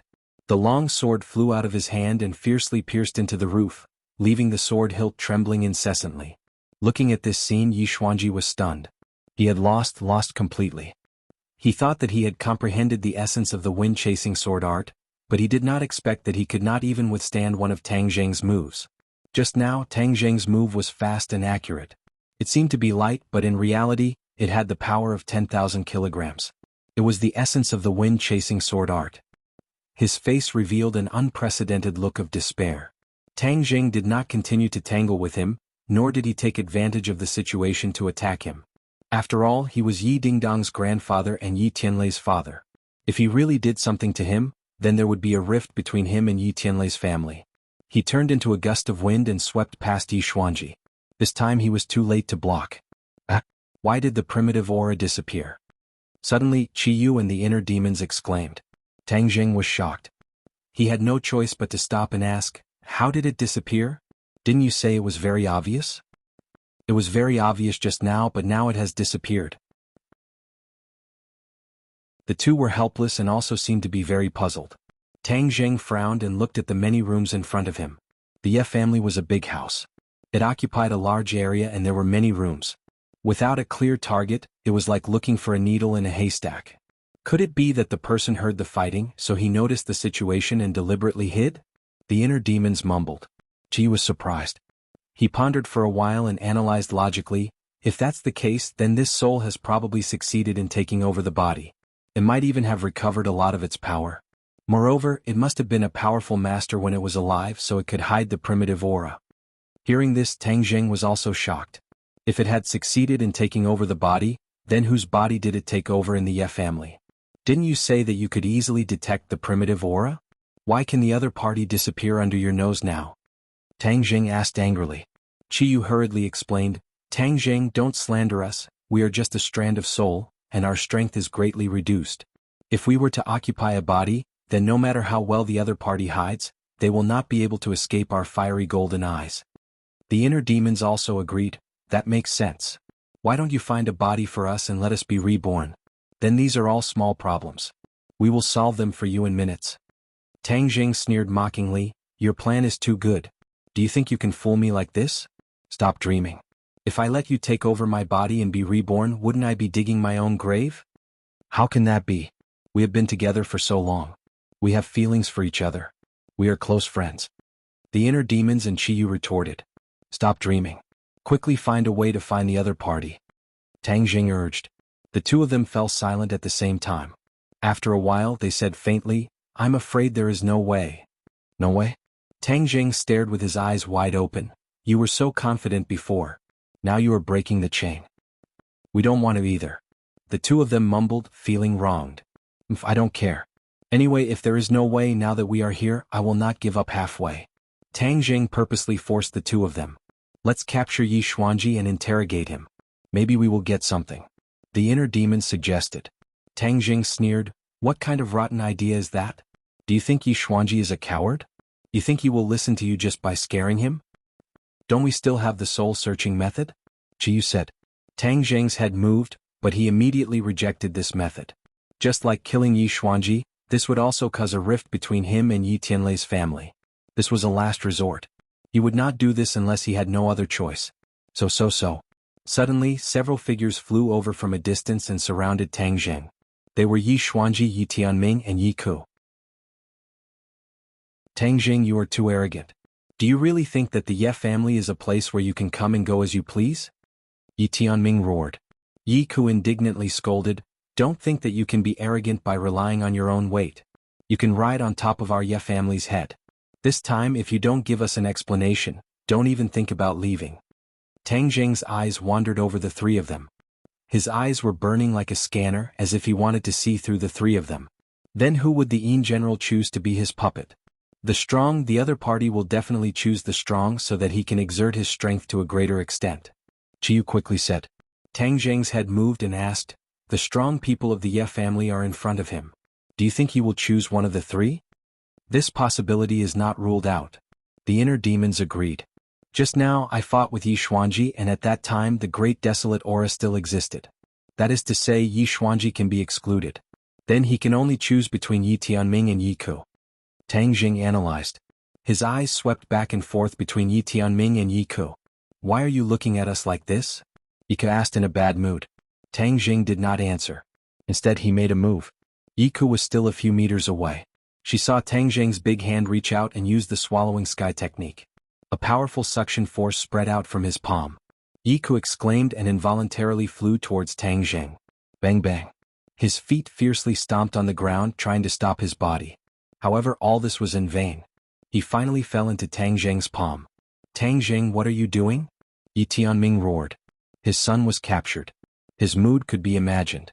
With a roar, the long sword in his hand trembled. Swish, swish, swish, the sword bloomed in the sky. The man and the sword came together and stabbed towards Tang Jing's heart. Chapter 1038. The branch in Tang Jing's hand had not been thrown away. He shook the branch and faced the two people. Since they wanted to fight, then he would accompany them to the end.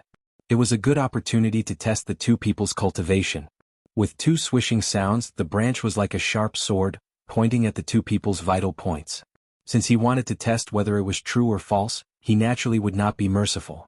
He had to force the two people into a desperate situation. The branch accurately pierced the two people's bodies. However, the two people did not fall, nor did blood burst out. The two people's faces showed a sinister and strange smile, which made people's hair stand on end. What's going on? Tang Jing was shocked. He was very clear on the power of his attack. With the cultivation of these two people, it was impossible for them to block it. Even if they were strong, it was impossible for them to do so. Could it be that these two people had already been taken over and reborn? Tang Jing, your methods are useless. You should obediently accept your death. You have committed all kinds of crimes against our Ye family in the past. Today you will pay for them all. Yi Ku shouted ferociously. Tang Jing frowned. Yi Ku was very different from what he usually saw. There was always a strange feeling that he could not explain. He immediately looked at Yi Tianming. The smile on the other side's mouth seemed to be particularly strange. Young man, Ku, don't you feel that something is wrong? The inner demon suddenly asked. What's wrong? Tang Jing was confused. Chiyu said, you are really too stupid. You usually boast that you are smart. Why are you so stupid today? Can't you see such a simple flaw? Tang Jing was more confused. Where was the flaw? Why did he not see it after looking for a long time? What flaw? Yi Tianming is already dead.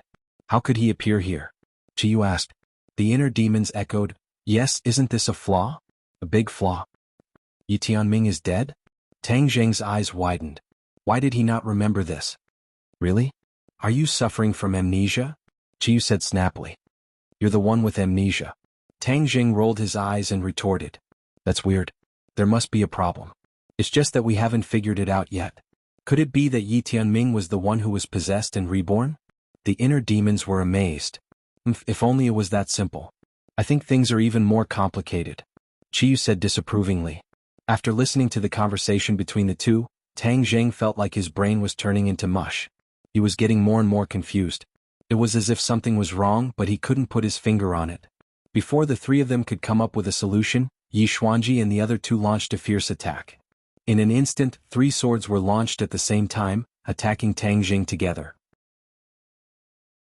Tang Jing threw away the branch and changed to the War Soul sword. He quickly slashed his sword. The air shook and the sword light directly penetrated Yi Xuanji's body. Yi Xuanji was safe and sound. Instead he revealed a proud smile.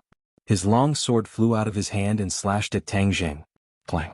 The War Soul sword forced the sword back. However, the long sword didn't fly away. Instead, it made a circle in the air and turned back. Imperial Sword Technique. Tang Jing was too familiar with this scene and couldn't help but exclaim. Yi Xuanji was a martial artist.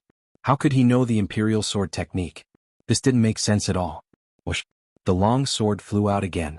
This time it was faster and more accurate. It was completely an attack of the wind-chasing sword technique. It wasn't the unorthodox attack that Yi Xuanji used before. Instead, it was the essence of the wind-chasing sword technique. With the combination of the Imperial Sword Technique, the power of this attack increased sharply. Even Tang Jing felt a huge pressure. Tang Jing quickly raised his sword to block. He felt as if he had suffered a heavy blow. His arm went numb and the War Soul sword almost flew out of his hand. No, no. The inner demons and Chiyu shouted at the same time. This isn't real. We finally know why the great desolate aura disappeared. It's because we've already fallen into a trap. Fallen into a trap? Tang Jing's expression was strange. He didn't know what to do. Yes, all of this is fake. There's no difference between a fake and a real one. It actually deceived all of our eyes. The inner demons let out a long sigh. I finally know who the great desolate aura is. Only he can do this and deceive all of us. Chiyu said indignantly, Heng, I also know who you're talking about. I didn't think that this person wouldn't stop even after he died. He came out to stir up trouble and even hit my head.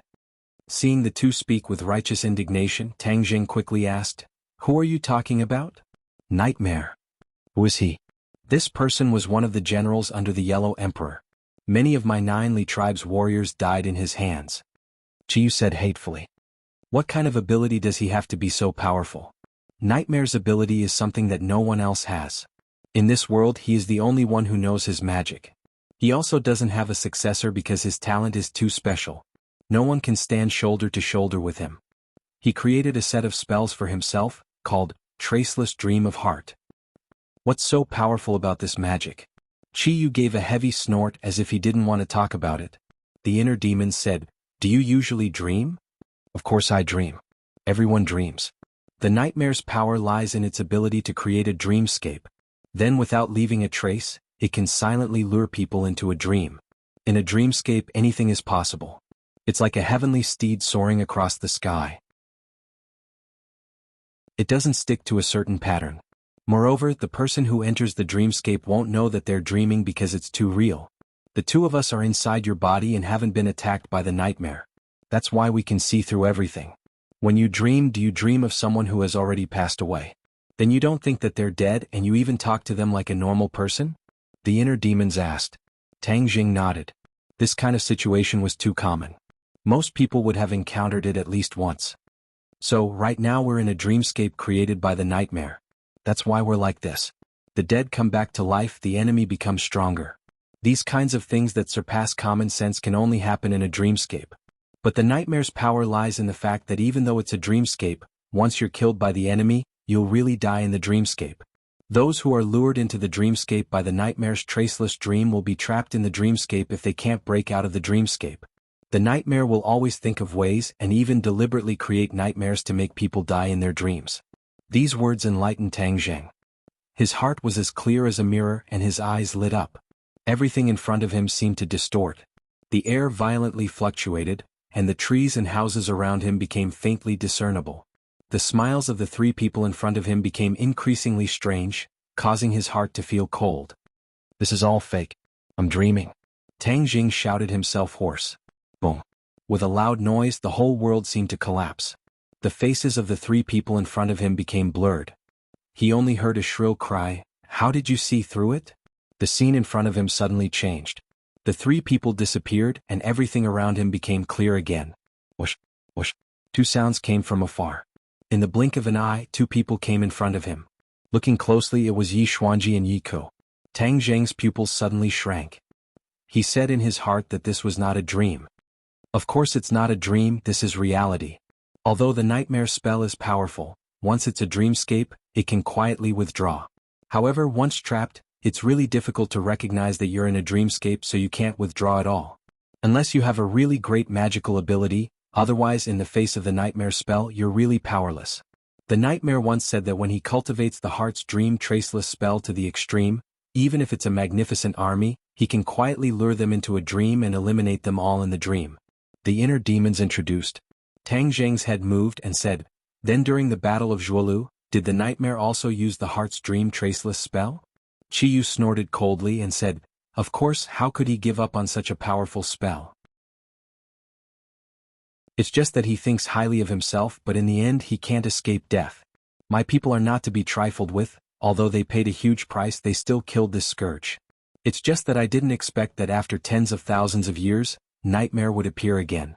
Tang Jing patted his forehead, feeling bitter in his heart.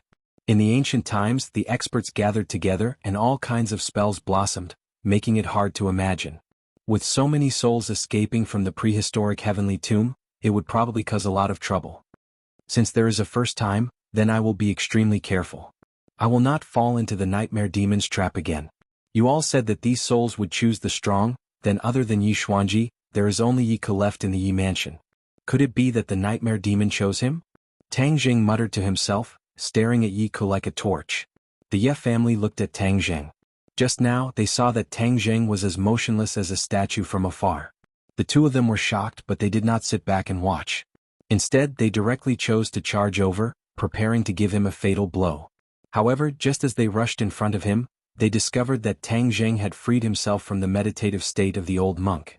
As a result, the two of them immediately stopped in their tracks and did not dare to act rashly. They looked at him suspiciously, not knowing what kind of medicine he was selling in his gourd. "Tang Jing, do you really think that my Ye family has no one left? Today, even if I, Yi Xuanji, risk my life, I will not let you succeed," Yi Xuanji said while gnashing his teeth. Just now, he was completely shocked by Tang Jing's strength. When Tang Jing left, he was both scared and ashamed. He was the dignified patriarch of a generation. If he was scared like this, then he would not be able to show his face in the Yi clan in the future. He would be pointed at behind his back and scolded to death. As the head of the family, of course he could not ignore it. Therefore, even though he knew that he was no match for it, he still had to chase after it. Only this time there was Yi Ke. Chapter 1039. Tang Jing did not pay attention to Yi Xuanji's clamor, he just stared at Yi Ke intently as if he wanted to see through her. Does he have a great aura? No. What about the great aura? It appeared again in the small courtyard behind. Tang Jing suddenly turned his head to look. Doesn't this mean that the nightmare did not choose Yi Ke, but chose another person? He stared at the wall behind him as if he wanted to let his eyes penetrate it to see who could get the favor of the nightmare. "Tang Jing, what are you looking around for?" Yi Xuanji scolded. Tang Jing coldly snorted, his toes touched the ground, and he was about to fly into the small courtyard. "Stop for me." Yi Xuanji roared, his heels slammed on the ground and the ground immediately cracked. He was like a cannonball flying out. The sword in his hand shone brightly, and he and the sword seemed to be integrated into one. Seeing this scene, Tang Jing understood that the other party was going all out, and quickly raised the War Soul Sword. The War Soul Sword whistled and one sword flew into the sky. Ding Dang shouted and the two swords clashed. One sword and one person fell from the sky, drawing a bloody trace in the sky, and heavily fell to the ground, blood spurting out. At this moment Yi Xuanji seemed to have aged more than 10 years. Originally there were a few black hairs, but now all of them have turned white. This blow, Tang Jing broke all of his defenses, even his mind, and the damage he suffered was immeasurable. Tang Jing did not hide anything. It was the other party's repeated threats that made him really angry. Moreover, the Ye family actually had such a powerful existence as the nightmare. Tang Jing had to be careful. Grandpa. Yi Ku was originally preparing to attack Tang Jing, but when she saw this scene she subconsciously stopped and helped Yi Xuanji up. Tang Jing, I will fight with you. Yi Ku shouted, her face was crazy. Yi Xuanji grabbed his sleeves tightly and shook his head. Don't, you are not his match. Tang Jing coldly looked at the two of them and said, I originally didn't want to be your enemy, but since someone in your mansion has been possessed, I have no choice but to interfere. Moreover, this is for your own good because the people you are familiar with are already in danger. Possession? Yi Xuanji took a deep breath and suppressed the blood in his heart as he asked. That's right. An extremely powerful soul has attacked one of your people. If you don't treat him in time, he'll be in grave danger. Hey, nonsense, you want to use this reason to deceive us. Do you really think that we are 3-year-old children? Yi Ku disapproved and sarcastically said. Tang Jing ignored him and said, Yi Xuanji, it's up to you whether you believe me or not. I'm telling the truth. Yi Xuanji had a complicated expression on his face. After pondering for a while he said, What evidence do you have? The evidence is at the back of the yard. We'll know once we go in and take a look. Tang Jing pointed to the back. Behind this courtyard? Who are you trying to fool? No one lives in this courtyard for a long time. How can there be people? Hey Tang Jing, don't you know how to make up a better lie when you're lying? Yi Ku snorted. No one, how can it be? Tang Jing didn't believe it. It was clear that the great desolate aura was coming from inside. His heart moved and he asked, could it be that an outsider broke in and deliberately hid inside? Aha, ridiculous, where do you think my Ye family is? What kind of cats and dogs can come and go as they please? Yi Ku pointed at the mulberry tree and scolded the locust tree. Tang Jing frowned. Yi Ku, keep your mouth clean, otherwise you will suffer.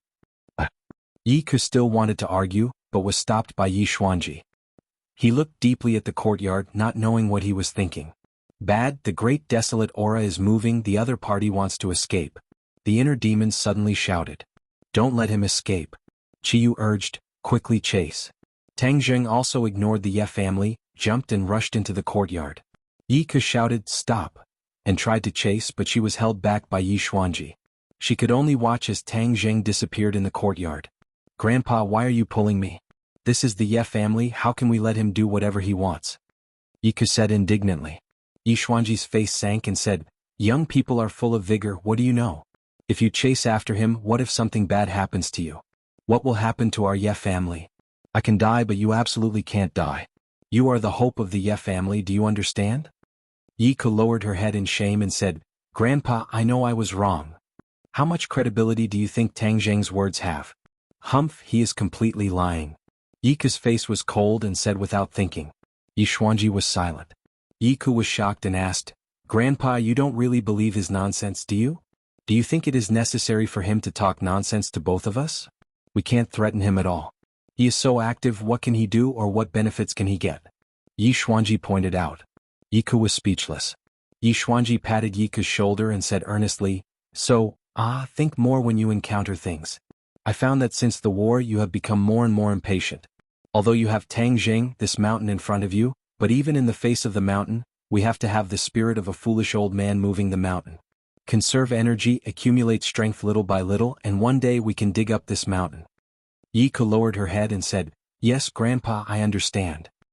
He turned his eyes and asked, Since you think that what Tang Jing said is true, then what is the matter with the soul he said? Of course we have to figure it out. Let's go in. Yi Xuanji stood up with difficulty as the injury he received just now was not enough to take his life. The two hurriedly rushed into the courtyard, only to find that Tang Jing's figure had jumped up from another wall and completely disappeared. He didn't find what he wanted? Yi Xuanji said, let's catch up.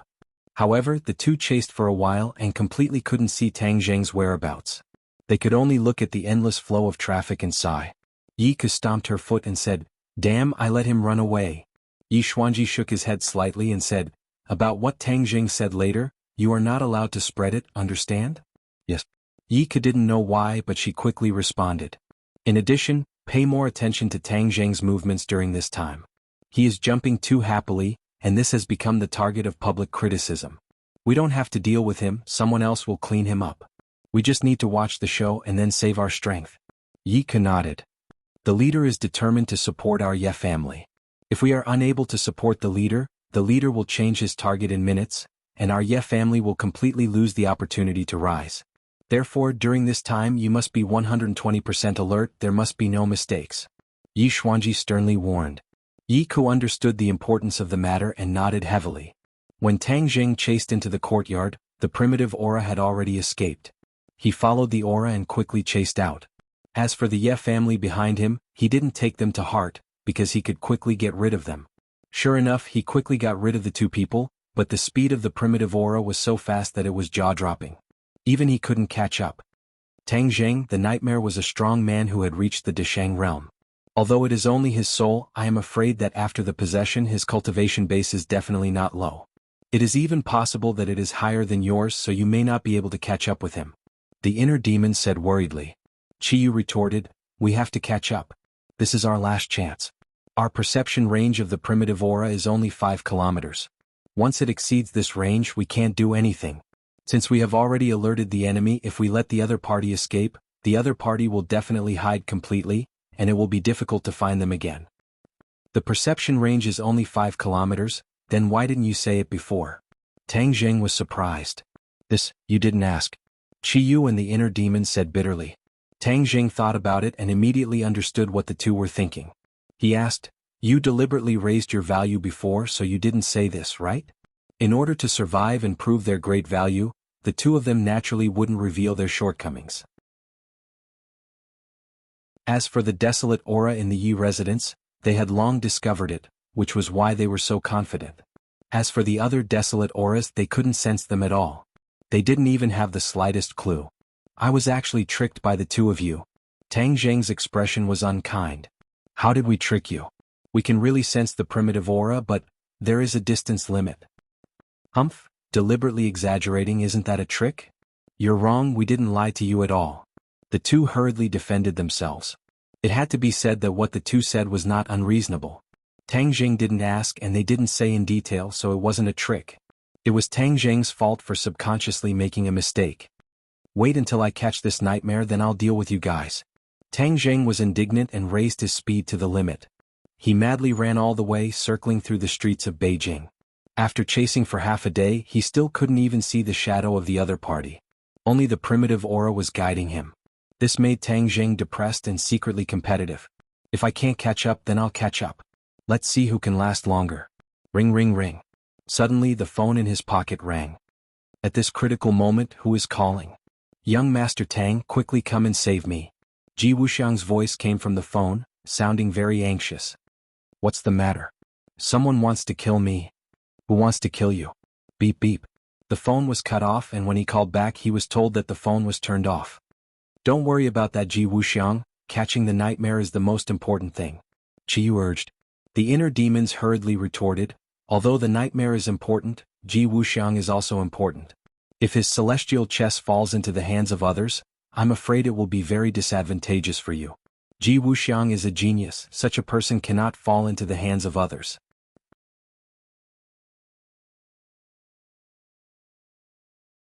Chapter 1040. What's so hard to choose? Stop hesitating and continue chasing the Nightmare Lord. Otherwise it will be too late for regrets. Qiyu kept urging. The inner demons retorted, Qiyu, don't be an alarmist. He has a grudge with you, that's why you want to kill him.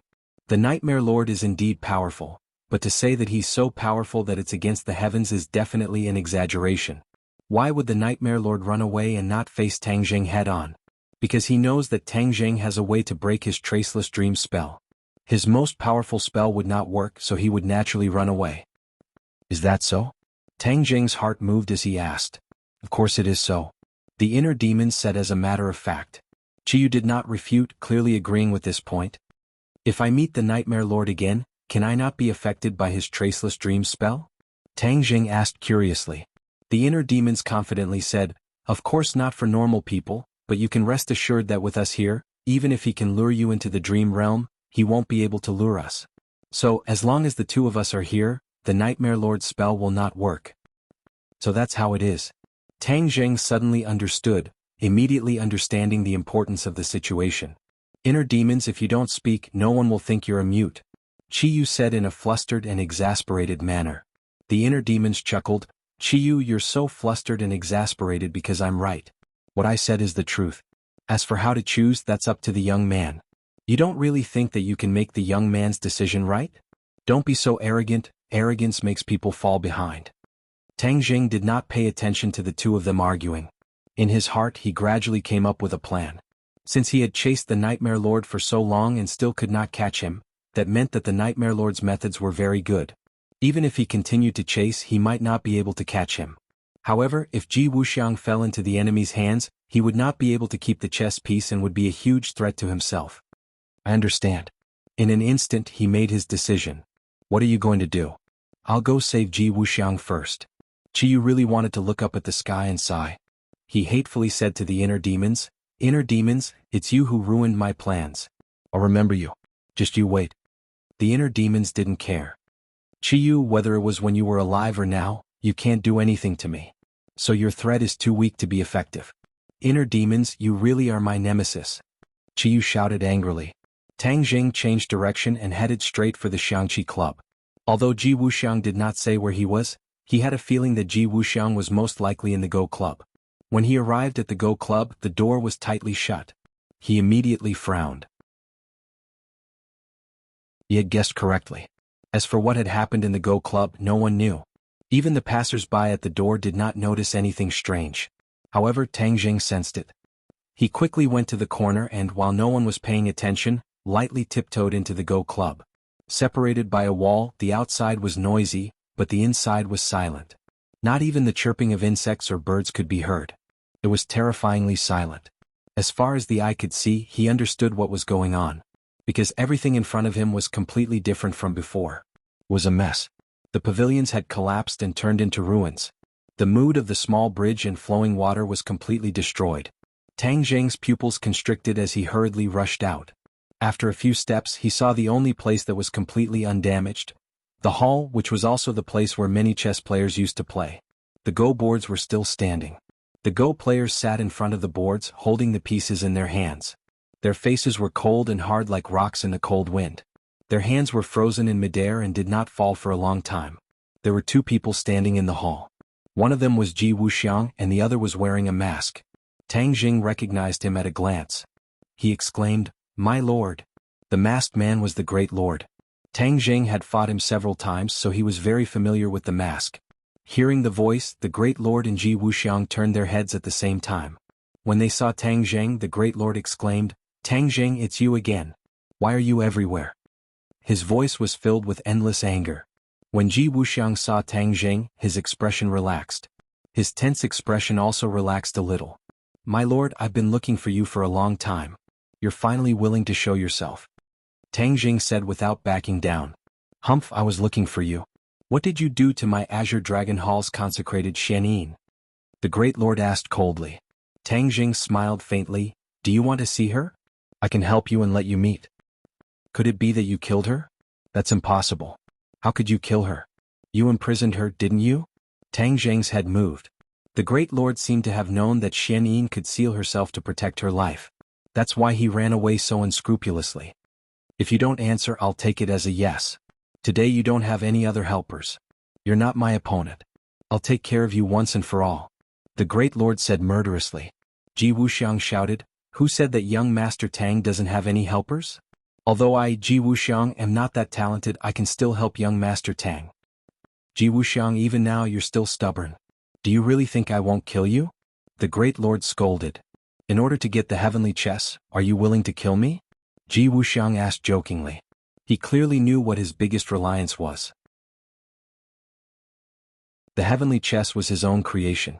If others wanted to get the heavenly chess, they would have to dig it out bit by bit from his head. They wouldn't kill him immediately.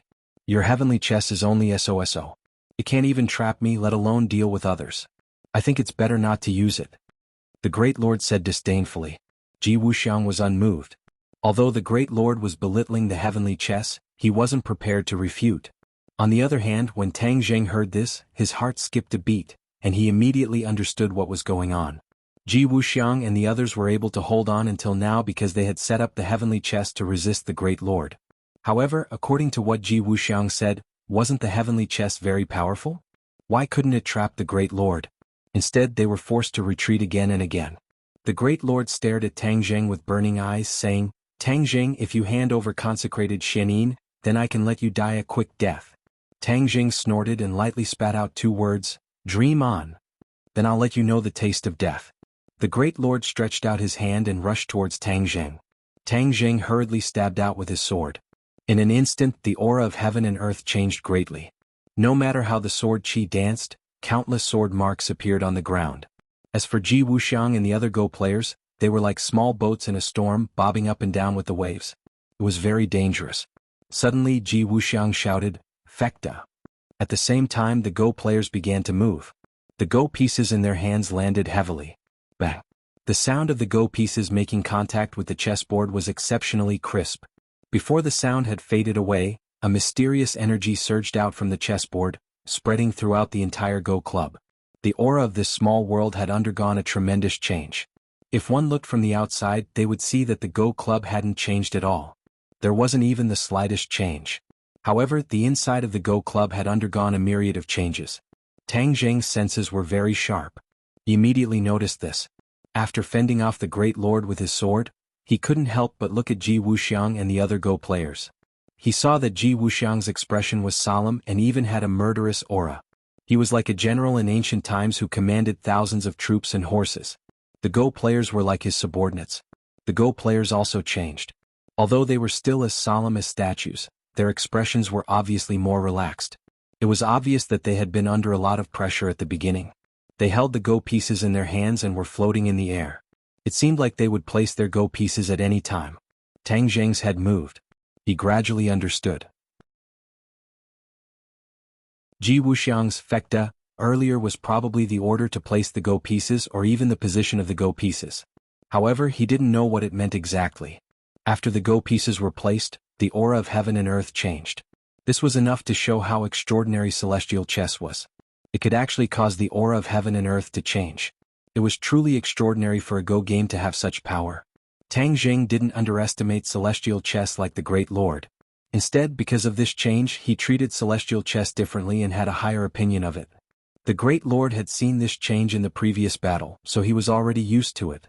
The aura of heaven and earth changed more and more violently. Suddenly Tang Zheng felt a chill. He felt something and looked at the Great Lord. The Great Lord's expression changed. He shouted, "You're doing it again." Bam. With a muffled sound, it was as if a tyrannical force had struck the High Lord's body. He quickly retreated, leaving a long mark on the ground. The floor was like the earth that had been plowed, turning up one after another. What a tyrannical force. I can't guard against it. Tang Zheng turned pale with fright. This change was beyond his expectations. He asked himself honestly. If he was in the Great Lord's position, he definitely wouldn't be able to block this attack. Most importantly, this attack was invisible. There was no trace of it at all. By the time he noticed it, it was already too late to guard against it. Is this the power of celestial chess? Tang Zheng muttered to himself. Celestial chess's attack was invisible, but its power was so great. It was indeed too terrifying. It made one's hair stand on end. The Great Lord wiped the blood from the corner of his mouth. His eyes shone with a terrifying light from behind the mask. He shouted himself hoarse, "I'm going to break your celestial chess today." As soon as he finished speaking, he rushed out. This time he wasn't targeting Tang Zheng. Instead, he directly attacked Ji Wuxiang. Obviously, in his heart, celestial chess was a bigger threat than Tang Zheng. Celestial Jade. Ji Wuxiang opened his mouth again. This time he didn't seem to be as relaxed as before. These two words burst out from his throat with great difficulty. Those chess players moved again. This time their movements were very slow. It was as if they were resisting an invisible force. Tang Zheng saw everything clearly. He couldn't help but be amazed. This was a huge difference from before. As an outsider, he didn't know the reason behind it. Bam.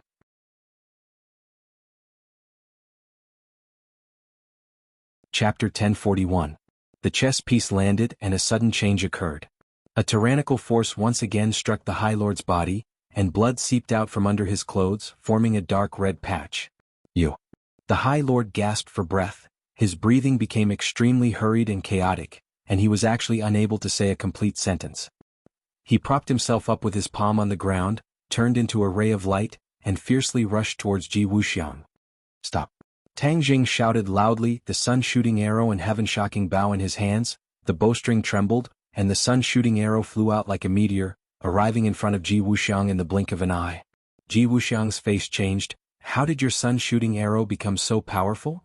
Tang Jing sneered. With a thought, the speed of the sun-shooting arrow increased. The High Lord flipped in the air, the sun-shooting arrow brushing past his scalp. However, before he could rejoice, he saw the sun-shooting arrow turn back in midair. His expression changed greatly as he looked at the sun-shooting arrow and Tang Jing in disbelief. This was even more powerful than he had expected. Seeing the sun-shooting arrow flying over again and Wuxia opening his mouth as if he was about to speak again, his expression turned cold. He looked at Tang Jing hatefully, then looked at Wuxia unwillingly, turned around and left. Like a whirlwind, he soared into the sky and flew over the courtyard wall. Delta boom. The sun-shooting arrow missed and shot into the corner of the wall. After a loud sound, a huge hole appeared at the foot of the wall and gravel flew everywhere. Tang Jing stomped his foot in hatred and said indignantly, "The High Lord is too shameless." Once he noticed that something was wrong, he actually ran away. Is he addicted to being a deserter? Last time he ran away, this time he ran away again. Tang Jing was very clear that the High Lord was not completely afraid of the power of the sun-shooting arrow. Although the sun-shooting arrow was a sacred weapon with Tang Jing's strength, it was not enough to truly threaten the High Lord. What he was afraid of was clearly Wuxia and Tang Jing working together. With the sky chess and Tang Jing attacking together, the power would naturally increase greatly, and even the High Lord would not dare to underestimate them. The other chess players were drenched in sweat, as if they had just been fished out of the water. Their stiff faces finally revealed a trace of relaxation. It was obvious that the battle just now was a huge test for them. Young Master Tang, thank you for your timely arrival. Otherwise, we wouldn't have been able to see tomorrow's sunrise. Wuxia heaved a long sigh and expressed his gratitude. Tang Jing shook his head slightly. President Ji is too serious. Your sky chess is very powerful. Even if I did not come, it might not have been defeated. Wuxia smiled bitterly. Young Master Tang, you only saw the surface but not the inside. Although it looked like we could still hold on without your help, we definitely would not have been able to hold on for long. Tang Jing frowned and asked, why didn't you say that the sky chess is very powerful? The High Lord wanted to use the sky chess to deal with Tang Jing and the others, including Empyrean Fairy and Tian Chanzi. It was clear that the sky chess was very powerful. How could it not be defeated by the High Lord? This did not make sense. Wuxia said resentfully, you only know one part of the story but you don't know the whole story. It's true that the heavenly chess is powerful, but we didn't unleash the true power of the heavenly chess just now. What we unleashed was only the tip of the iceberg. To unleash the true power of the heavenly chess, we need very complicated and strict conditions. Oh, I'd like to hear more. What did President Ji mean by Fekta and Merak just now? Tang Jing asked curiously, staring at Wuxia with a burning gaze. Wuxia did not hesitate and said openly, this is the sky chess's moves. Fekta and Merak represent each move. There are 7 moves in the sky chess, namely Dubhi, Merak, Fekta, Migrez, Aliyaf, Mizar, and Alkaid. Every move had all kinds of internal connections and changes. Only those who practiced the game every day could master its mysteries and exert the corresponding power. I am the core of the sky chess. All the chess players listen to my orders to place their pieces and move so that they can use its great power. The power of the sky chess can be big or small, it can be limited to a courtyard or it can be expanded to a city. Tang Jing nodded, suddenly enlightened. No wonder, I didn't notice anything strange outside the Go Club just now. So many passers-by did not notice anything. However, once you enter the Go Club, it's a completely different scene, a completely different world. President Ji is truly a genius. Although I only saw the tip of the iceberg of the sky chess today, it has already left a deep impression on me. I believe the High Lord feels the same way. Young Master Tang, you flatter me. The sky chess is indeed powerful, but it's only a half-finished product now. The High Lord will definitely have designs on the sky chess. Although I stopped him once, I might not be able to stop him a second time. Don't be afraid of thieves stealing, but be afraid of thieves remembering, Ji Wuxiang said helplessly. Then why don't you seize the time to set up the sky chess? When the time comes, even if the High Lord comes to attack, he might not be able to get anything out of it. Tang Jing disagreed. Ji Wuxiang fell silent, his expression fluctuating as he hesitated to speak. Tang Jing looked at him with furrowed brows, saying, President Ji, if you have something to say, just say it. There's no need to beat around the bush. Ji Wuxiang stared at Tang Jing without blinking for a long time before saying, Since young Master Tang is so straightforward, then I won't be shy anymore. I hope young Master Tang can lend me a hand and let the sky chess be truly completed. When the time comes, no matter how powerful the High Lord is, he won't be able to threaten us anymore. Tang Jing did not expect Ji Wuxiang to raise such a suggestion. For a moment he did not know how to answer. He had always been wary of Ji Wuxiang, and Ji Wuxiang's words clearly did not treat him as an outsider. If he helped Ji Wuxiang, then he would definitely have more opportunities to understand the sky chess. In fact, Tang Jing was also quite interested in the sky chess. Ji Wuxiang made it sound so powerful, but Tang Jing did not understand the principles behind it. If he had a grudge with Ji Wuxiang in the future, then wouldn't Ji Wuxiang also use the sky chess to deal with him? If he knew some of the key points and mysteries of the sky chess, then perhaps he could counter Ji Wuxiang. The most important thing was that he had Qi Yu and the inner demons in his body. These two were undoubtedly knowledgeable and insightful. Even if he could not find any clues, these two would definitely learn a lot and tell him. At that time, it would be equivalent to him knowing. The inner demons urged, Young man, agree to his request. This sky chess is very interesting. I would like to see what exactly is going on. Qi Yu coldly humphed and said with dissatisfaction, Just deliberately mystifying. The inner demons retorted, Qi Yu, don't go against your conscience just because you came to save him today. This sky chess is something neither you nor I have ever seen before. Don't you want to pry into its mysteries? Qi Yu was silent. The inner demons had spoken his mind. Ah, young man, you see he has nothing to say. This means that he has no way to refute me. My opinion is to agree to his request and then figure out the mysteries of the sky chess. Perhaps you will be able to use the sky chess in the future. Wouldn't that be a good thing? There is no harm in learning more. This saying has been passed down since ancient times. Naturally, there is a reason for it. So be it. I would like to see what is so great about this sky chess. I don't want to see if it is just a trick to fool people in the end, Qi Yu said indignantly. Tang Jing was silent for a long time. He had already made his decision.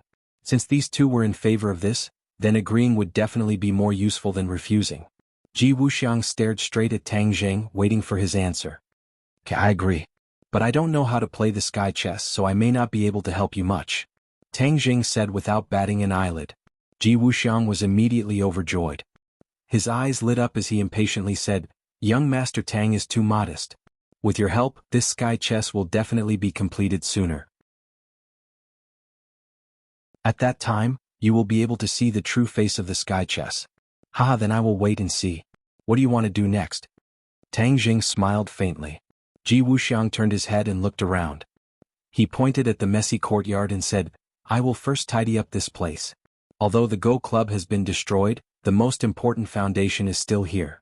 So in a few days we will be able to start setting up the sky chess. During this time, do you need my help? No need. How could I trouble young Master Tang with such a small matter? Tang Jing nodded and glanced at the other Go players. They had once again turned into puppets, sitting quietly in front of the Go board and playing without any distractions. At this time, Tang Jing no longer dared to underestimate these seemingly weak Go players. When they worked together, the power that burst forth was intimidating. Then I will take my leave first. If there is anything else, we will contact each other again. Tang Jing cupped his hands and took his leave. Ji Wuxiang walked him to the door. When he opened the door of the Go Club, the clamor outside immediately traveled in. Just now, the inside of the Go Club was incomparably quiet, as if it was another world. Now that the door was opened, the two worlds seemed to merge into one. It was truly incomparably wonderful. Tang Jing could not help but look forward to the coming cooperation even more. After leaving the Go Club, Tang Jing asked Qi Yu and the inner demons if the great desolate aura was still there. Qi Yu said snappily, Do you think the other party is an idiot? Since he has gotten rid of you, he will definitely think of a way to hide. Why would he still show his face? Tang Jing had also expected this result, but he could not guess who in the Ye family had been possessed? How could that be possible? There were so many people in the Ye family, that would be too difficult. Moreover, if he went to the Ye family again it would be useless. He had already caused a ruckus in the Ye family. If he went again it might cause some sort of disturbance, and instead, it would cause Yi Tianlei's family to be in a dilemma. There are so many things that escaped from the prehistoric heavenly tomb, and we have only found a few of them. Could it be that you really have no other choice but to sit at home and wait? Tang Jing asked unhappily. Qi Yu and the inner demons naturally sensed his displeasure and hurriedly comforted him. That might not be the case. If you go to the famous mountains or walk around the various cities, maybe we can find more of the great desolate aura. Tang Jing rolled his eyes speechlessly. This is like looking for a needle in a haystack, do you know that? Where do I have that much time? Qi Yu's heart skipped a beat and he suggested, didn't you already take the Li Palace under your command? Li Palace's eyes and ears are all over the world and they are well informed. Let them gather abnormal information from all over the world, such as who suddenly became powerful, or what strange event that science cannot explain. This is a sign, and if we follow the map and identify the targets one by one, we will naturally be able to achieve twice the result with half the effort.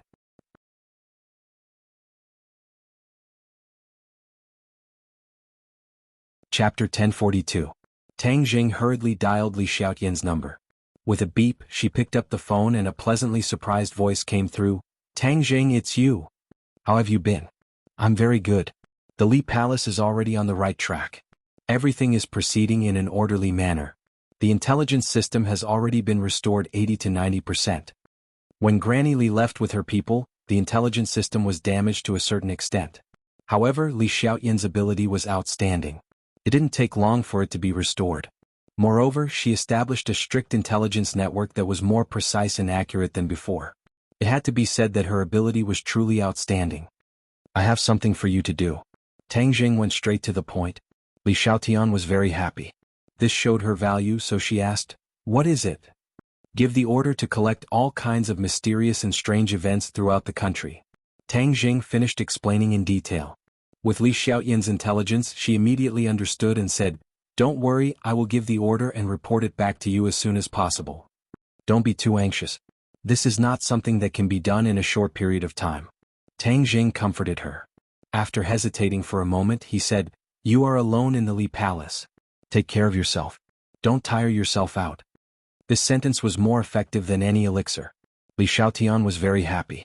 She kept shaking her head and said, I'm not tired. I'm willing to do anything for you. Cough cough. Tang Jing dryly coughed and said a few perfunctory words before quickly hanging up the phone. He could guess a bit of Li Xiaotian's thoughts, but he didn't want to think too much about it. Tang Jing returned to his house and saw two familiar figures in the courtyard. He hurriedly went up and greeted them cordially. Uncle Yi, Aunt Feng, why are you here? Yi Tianlei's face was dignified. He looked deeply at Tang Jing and didn't say a word. Feng Xinyang's expression was normal. She looked at Tang Jing with a smile and said, little handsome brother, where did you go this time? I went out of town yesterday and just came back. It's been hard on you running around everywhere. I heard you went back to school? Yes, this is Grandpa's wish. You really are a filial and good child. Feng Xinyang looked at him with a smile. The look in her eyes was more doting than when she looked at her own son. Tang Jing had long been accustomed to Feng Xinyang's style of doing things. He understood that they wouldn't visit him without a reason, so he went straight to the point and asked, is there something wrong? Feng Xinyang laughed heartily and patted Yi Tianlei's shoulder, saying, isn't it your Uncle Yi who insisted on dragging me here? In fact, that matter has nothing to do with him. He's just a dog catching a mouse and meddling in other people's business. People don't even appreciate his kindness. Tang Jing looked suspiciously at Yi Tianlei and said, Uncle Yi, if there's something then just say it. You're being too polite with me. That's treating me like an outsider. Yi Tianlei let out a long sigh and said, all right then, I'll just say it. Today I heard news that you went to the Yi residence to cause a ruckus. Is that true? Tang Jing nodded, yes. Can I ask the reason? Yi Tianlei's brows were tangled. Tang Jing looked at him thoughtfully and instantly understood the purpose of his trip. Yi Tianlei was actually a truly good person. Even though he had broken off relations with the Yi residents, he still missed the Yi residents deep in his heart. He couldn't be as resolute as Feng Xinyang and Yi Dingdang. Therefore, he had always been silently paying attention to the Yi residence's movements. Today, Tang Jing caused such a big ruckus that it naturally couldn't escape his eyes. That's why he came to ask Tang Jing. This wasn't a punitive expedition, but to clarify the reason and see if he could mediate. Tang Jing smiled and said, "Since Uncle Yi asked, then I will naturally tell you everything I know and will not hold back. Back then, there was a prehistoric heavenly tomb in the 10,000 huge mountains. Because the restrictions were broken, many creatures and magic treasures escaped. In the past, I never paid attention to it, but now I find out that these things that escaped are quite dangerous, and are good at seizing bodies and rebirth. In other words, they occupy other people's bodies, and with a shake of their bodies they become living people again. These guys all came from the ancient era and are very powerful. Once they are allowed to truly recover and grow stronger, they will be a huge threat to this world." Yi Tianlei and Feng Xinyang were both shocked. They never thought that there would be so many hidden matters and immediately asked, "Then what does this have to do with the Yi residents? These things that escaped will emit a desolate aura. I finally found the whereabouts of this desolate aura in the Yi residence, so I barged into the Yi residence to investigate." Tang Jing explained. Yi Tianlei suddenly realized and said thoughtfully, "You mean that someone in the Yi residence has been possessed?" "Yes." "Who is it?" Tang Jing shook his head regretfully. "The other party is very cunning, and because of Yi Xuanji and Yi Ke's obstruction, I was unable to find out who was possessed, and the other party has already escaped without a trace, so it will be even more difficult to track them down." Feng Xinyang frowned. "Then this guy is really cunning to be able to escape your pursuit. Are you eager to know the result? Of course, could it be that Aunt Feng has a way?" Feng Xinyang pointed at Yi Tianlei and said, "Although he doesn't have much ability, investigating a person in the Yi residence shouldn't be a big problem. According to what you said, after this person has been possessed, his behavior will be very abnormal. Even if the other party hides well, there will still be clues, especially with the people who normally interact with each other. Don't you think so?" Tang Jing's head lit up and he looked at Feng Xinyang in pleasant surprise and said, "Aunt Feng is wise."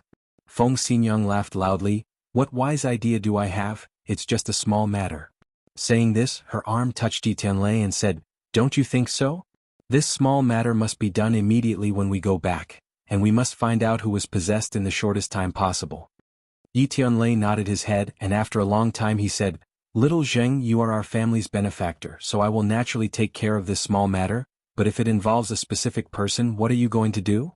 Tang Jing raised his eyebrows and asked, "Does Uncle Yi have any misgivings?" "Little Zheng, I am after all someone from the Ye family, so if it involves a specific person, I hope that you will be able to deal with it at your discretion," Yi Tianlei said hesitantly. Feng Xinyang heard this and directly jumped up. "Yi Tianlei, what's wrong with you? How did the Ye family treat us? Did you not see it? Now you are saying good things for them. Are you a pig, so stupid?" Feng Xinyang was greatly angered, and was flustered and exasperated. Seeing this, Tang Jing hurriedly comforted her. "Aunt Feng, don't be impatient. Uncle Yi is a righteous person, so of course I understand what he is thinking. Only, Uncle Yi, although I am of the younger generation, there are some things that I must say. Although your intentions are good, the other party may not accept your kindness." Yi Tianlei's face became embarrassed. Tang Jing did not stop there and instead continued to say, "This matter is of great importance, so no matter who is involved, I will not back down.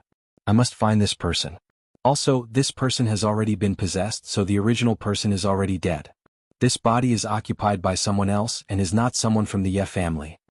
Little handsome brother, don't listen to his nonsense. He is soft-hearted and will never change," Feng Xinyang said without good feelings. Tang Jing smiled and said, "Uncle Yi is a kind person, so he has this kind of thinking. This is better than many vicious and merciless people." Feng Xinyang's lips slightly raised and she smiled, her face brimming with happiness. "Little handsome brother, do you know why I chose him that year?" "What?" Tang Jing gossiped and asked. Feng Xinyang glanced at Yi Tianlei. "It's because of his stupidity that he moves people's hearts more than other smart people." Tang Jing laughed loudly. "That's right, so Uncle Ye's starting point is good. Uncle Yi, I will leave this matter to you. Find out who has been acting strangely, then we will know who the enemy is. When the time comes, it will be easy to deal with. There is no need to implicate the entire Ye family, what do you say?" Yi Tianlei looked pensive. "What you say makes sense. The way of the world is becoming more and more complicated. I can't see through it at all. Uncle Yi is too modest. If Uncle Yi and Aunt Feng are in the mood for leisure, once this matter is over, I will invite you to an island for a vacation. The scenery there is beautiful and there is no smog like the capital. It can be used to relax. Tang Jing suggested. Feng Xinyang happily agreed. Little handsome brother, you are the one with the heart, unlike this guy. I have been with him for most of my life, but he doesn't know how to take me on a vacation. I have heard Ding Dang mention your island before. I have wanted to go for a long time. Good, then it's a deal. Little handsome brother, let's go over there. I have something to say to you. Feng Xinyang pulled Tang Jing to the side. What can't you say in front of me? Yi Tianlei speechlessly rolled his eyes. Feng Xinyang glanced at him and said, this is a private conversation between me and little handsome brother. You don't need to know. Go to the side. After saying this, she pulled Tang Jing to a secluded area. Tang Jing curiously looked at her and asked, Aunt Feng, what is it that has to be so grand? Feng Xinyang looked at Tang Jing. The more she looked, the more satisfied she was. When he was still a high school student, she had already set her mind on him. Now it seems that her vision was truly unique. If it wasn't for her constant perseverance and encouragement, perhaps that silly daughter of hers would have already had no fate with him. As for the unclear relationship between Tang Jing and other women, she was very clear about it. However, what kind of person was she? How could she let her daughter withdraw because of such a small matter? On the contrary, she would encourage her daughter to compete even more. Only a truly outstanding man would be able to attract the attention of so many women. Feng Xinyang's daughter had never been afraid of challenges and competition. Bravely moving forward was the style she should have. However, ever since the last time she let Yi Dingdang return home and had a long talk with her, Feng Xinyang also realized that her daughter was facing a crisis. The most important thing was that the women by Tang Jing's side were too outstanding. Not to mention Wu and Li Xiaotian, these two were originally experts of Li Palace and martial organization. She had to admit that they were stronger than Yi Dingdang.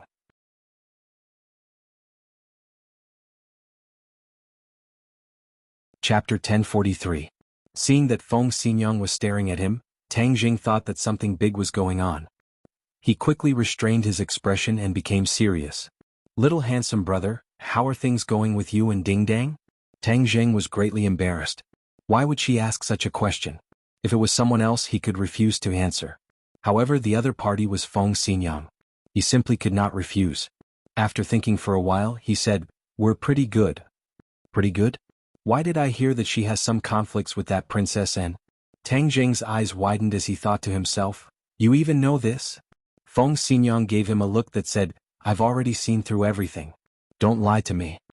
She continued, Dingdang is an impatient girl. She doesn't know how to beat around the bush. If she does anything wrong, you have to bear with her.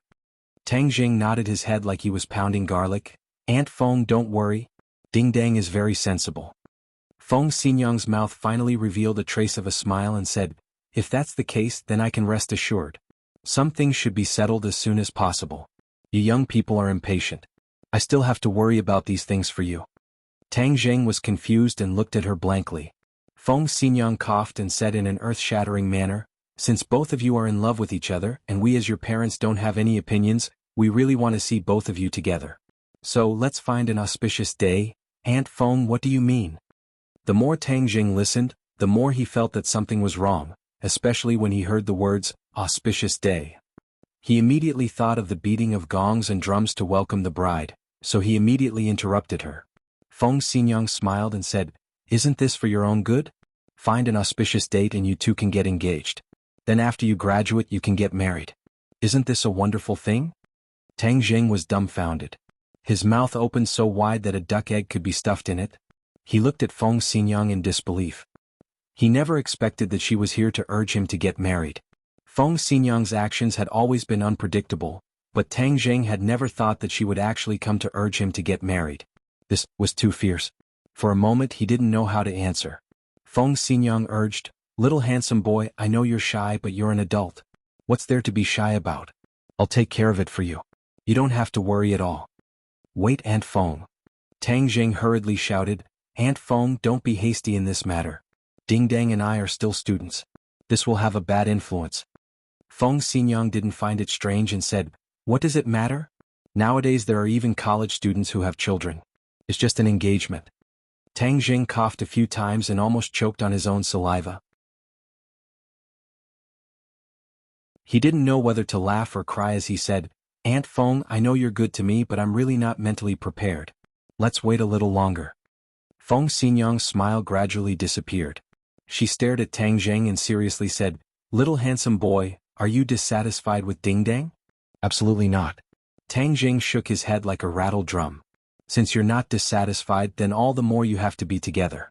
You have to be together in a legitimate manner," Feng Xinyang said. "And Feng, this matter is really too urgent." Seeing Tang Zheng continue to evade, Feng Xinyang knew that if she continued to push things would become worse. She resentfully said, "Fine, but when you graduate I'll look for you again.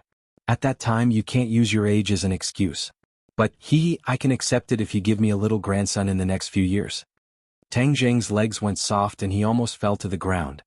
He didn't know whether to laugh or cry as he looked at her. "Is Yi Ding Dang your biological daughter? How could you cheat your own daughter like this?" However, when it came to giving birth, he became vigilant. He didn't use any safety measures and the women didn't fall for it. This was a great fortune. He couldn't be so willful in the future. Tang Zheng found an excuse to escape. He was afraid that she would say something shocking. Feng Xinyang looked at his receding figure and helplessly shook her head. She had to think of another way to deal with this matter slowly. Suddenly, he had an idea and looked at the villa beside him. "That's right, how could I be so stupid? Taking care of the little handsome brother is not easy, but I can first take care of the old Gramps. When the time comes that the old Gramps will acknowledge Ding Dong's identity and position, then wouldn't everything be set in stone?" Her eyes lit up. She pulled Yi Tianlei and rushed to the villa beside her. Tang Zheng let out a long sigh of relief. Feng Xinyang's vigor was beyond his imagination. Looking at his frightened face, Marshall walked over and asked, "What happened to you?" Tang Zheng squeezed out a smile and said, "It's nothing." Nana jumped from the second floor like a little swallow and directly flew into his arms. She said intimately, "Big brother, quickly take me to play. I have to go to school in a few days. At that time, I won't have time to play with Big brother." Nana was about to go to primary school and had already contacted the school. Therefore this was her last time to play. Tang Jing moved his head and said, "All right, let's go outside and play. Big brother is going to set up a formation. You can watch from the side, okay?" "What is a formation?" Nana tilted her head and asked curiously. Nana is still young. She will know when she grows up. "Oh," Nanan replied, a little disappointed. Marshall asked curiously, "What kind of formation are you going to set up?" Tang Jing pointed to the large area outside and said, "These buildings are all inhabited by our people. For safety reasons I'm going to set up a formation. In addition, the smog in the capital is so serious. I also plan to add a spirit gathering array to improve the air here." Marshall nodded happily, "That's a good idea. I'll take a look with you and broaden my horizons." Tang Jing originally only planned to set up a spirit gathering array to improve the air, but after thinking about it he felt that it was far from enough. This place had been attacked time and time again. If there was a defensive formation, once the formation was activated, it would be able to protect everyone, as if an external enemy had invaded. Although he did not know many formations, he could not beat the inner demons and Chiyu. These two people had countless formations in their minds, so any one of them would be enough. The few of them arrived outside the villa and walked around a few villas. Then he had an idea in his heart. "Chiyu, if the great heavenly cycle primordial array is not as powerful as you say, I will look for you to settle the score," Tang Jing said. Chiyu seemed to have been greatly insulted as he indignantly said, "Tang Jing, it's fine if you don't know anything, but you actually dare to look down on my great heavenly cycle primordial array. Do you know that my camp was set up with this array? No enemy can quietly break through the array." Tang Jing smiled and did not refute, waiting to see how it would turn out. The inner demons did not refute this time. Instead they helped Chiyu and said, "I'll say something fair. This great heavenly cycle primordial array is indeed a first-class formation." Chiyu did not exaggerate. "Inner demons, you're finally willing to speak the truth for once," Chiyu said. The inner demons retorted, "When have I ever not spoken the truth?" Nana looked carefully. Tang Jing took out a piece of jade and flicked it with his finger. Whoosh! The jade stone flew out and entered a bush, disappearing without a trace. "Big brother, is this how you set up a formation?" Tang Jing smiled and nodded his head. "The formation is a very complicated system, and in order to have the corresponding function, one must have the support of energy.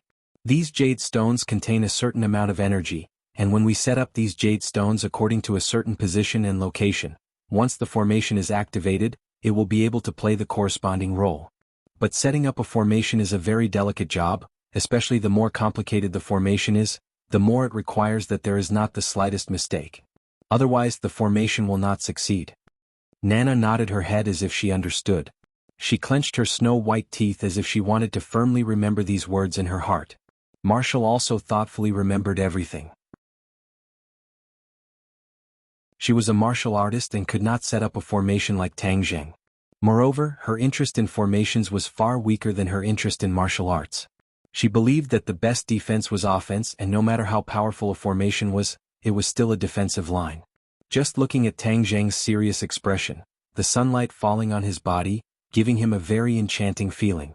"Big brother, can I try?" Suddenly Nana asked restlessly. Tang Zheng muttered to himself for a moment, then placed a jade stone in her hand and said, "Nana, put the jade stone in that place." Looking at the direction Tang Zheng pointed at, Nana held her breath and silently circulated her energy. Imitating Tang Zheng, she flicked her finger. Whoosh! The jade stone turned into a ray of white light and flew into the target area. "Wow, I also succeeded. Big brother, do you think I did well?" Nana excitedly jumped up.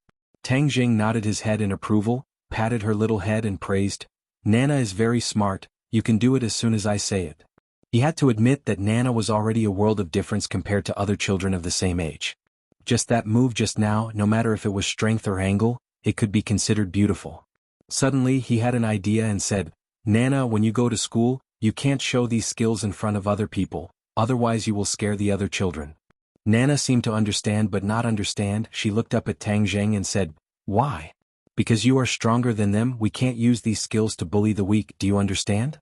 Nana thought for a moment and said, "Is it like the heroes on TV, we have to help the weak so we can't bully the weak?" Tang Zheng laughed. "Nana is very smart, you even learned the phrase, help the weak and help the strong. And we are not afraid of danger or the strong, but we can't use the strong to bully the weak." Nana nodded her head. "Nana understands, I will definitely remember Big Brother's words."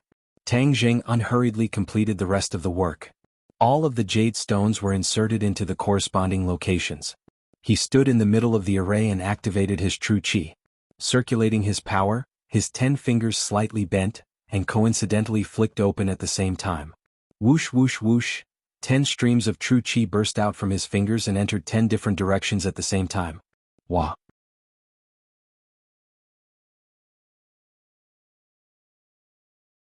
Chapter 1044. Vice Principal Pang's face turned red as he roared, "You're Tang Zheng, right? Not only did you disregard the law but you also dared to talk back to me. As the vice principal, I can tell you right now that Yenqing University doesn't need students like you." Tang Zheng sneered, "Is that so?" "Yes. Yenqing University doesn't need students like you who disregard the law and respect their elders. You can just wait to be expelled." Vice Principal Pang's voice was getting louder and louder. It was even a little shrill. It seemed that this was the only way to show off his authority. "I also hit someone. You can expel me too." Fang Shishir stepped forward and stood beside Tang Zheng. Her face was full of anger. Seeing her beloved being wronged, one could imagine the anger in her heart. "I also hit someone.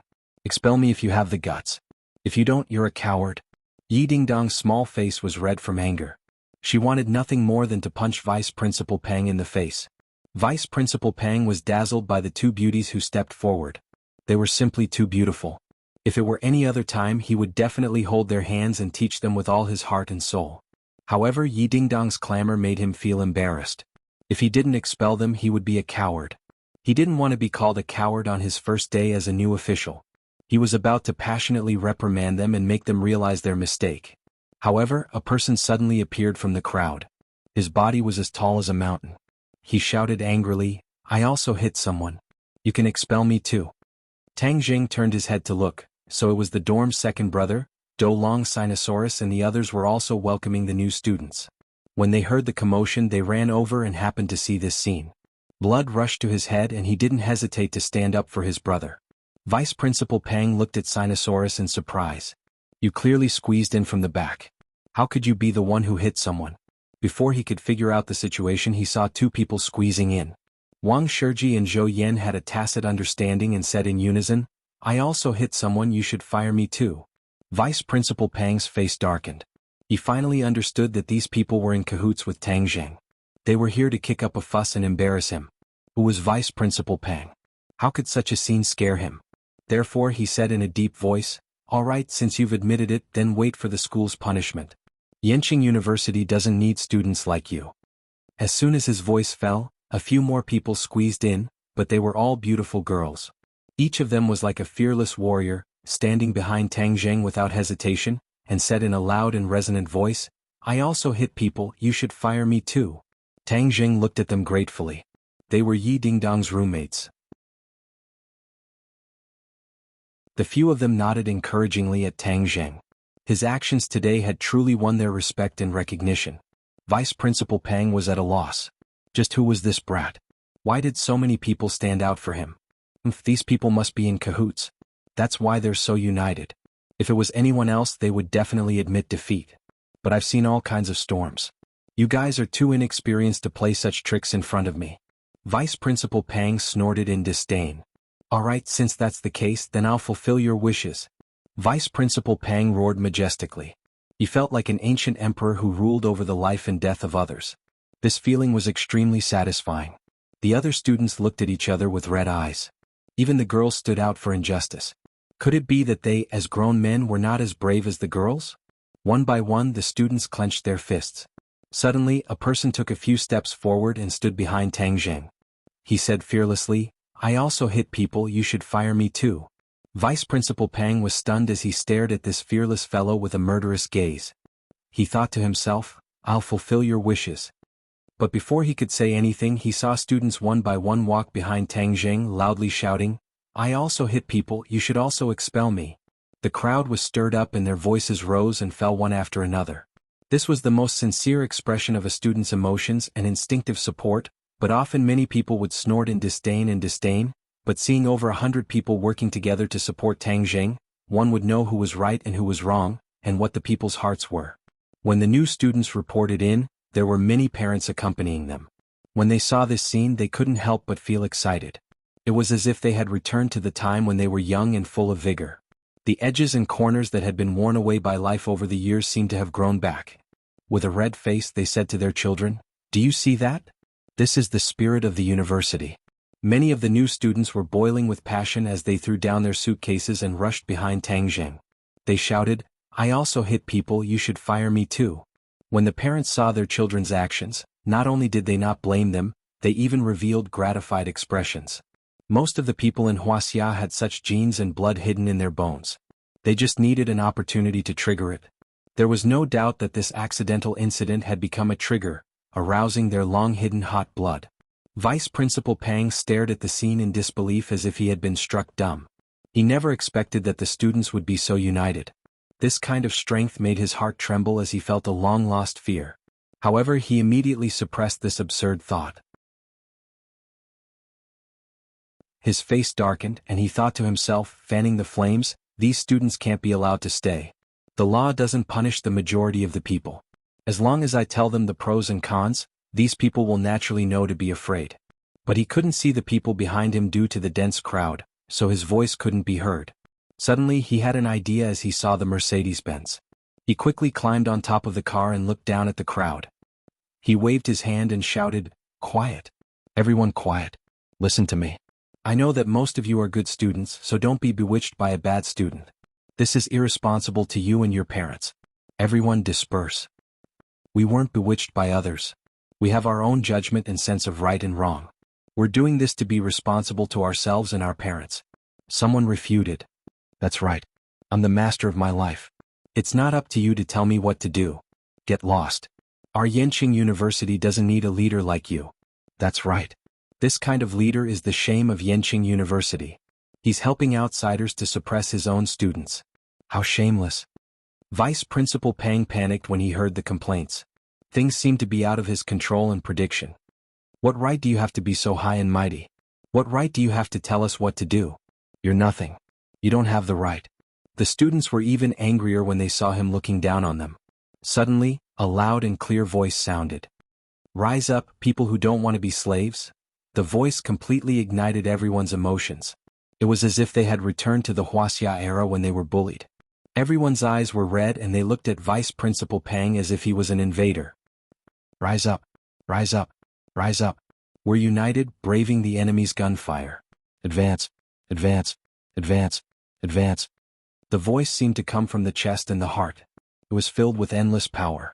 It made people's blood boil and tears brim in their eyes. When the last 3 lines of advance were sung, all the students took a step forward in unison. The uniform footsteps were like the sound of iron hooves stomping on Vice Principal Pang's heart. It made his heartstrings tremble and his face turn pale. The few Koreans were completely scared silly. This earth-shattering aura and grand and resonant singing made them see the spirit of the Chinese people, the Chinese soul that made people tremble at the mere mention of the name. Park Shi-hoon couldn't care less about his pain. He rolled and crawled into the car and didn't dare to show his face. The arrogance from before was gone. What was left was deep shock and fear. The few of them curled up together and looked at each other, trembling. Vice Principal Pang's face turned pale. He didn't expect the students in China to be so powerful. Listening to the deafening voice, he felt as if thousands of knives were falling on his head. He suddenly had an ominous feeling. It seemed that things weren't as simple as he thought. Looking at the high and mighty Vice Principal Pang, the students' emotions reached a peak. One of them shouted, "Do you think you're superior just because you're standing so high? And those Koreans, do you think everything will be fine after they hide in the car? Smash the car and drag them out." Everyone echoed, "Yes, smash their car and drag them out. Let's see how they can still be so high and mighty." About 100 people rushed toward the 2 luxury cars. Bang! Everyone picked up the tools they had and smashed them on the car. The glass shattered and the car was dented. In a short while it looked like the surface of the moon. Vice Principal Pang stood on the roof of the car. He was still in shock. He felt like he was a small boat in the middle of the ocean. He could be overturned by the waves at any time and be smashed to pieces. At this time he didn't have the energy to rebuke. Even the security guards were scared. They kept retreating and didn't dare to stop them. Vice Principal Pang scrambled down from the roof of the car and hid among the security guards. He trembled as he looked at the scene. He was angry and scared. "Come out. Are you a coward? Hiding in the car?" Park Shi-hoon and the rest hid in the car. They didn't dare to come out. "If they don't come out, drag them out and smash the car door." Bang, bang, bang. The sound of knocking on the car door was like knocking on their hearts. They were terrified to the extreme. They curled up in a ball. Without a doubt, this would be a nightmare that would accompany them for the rest of their lives. "I'll do it."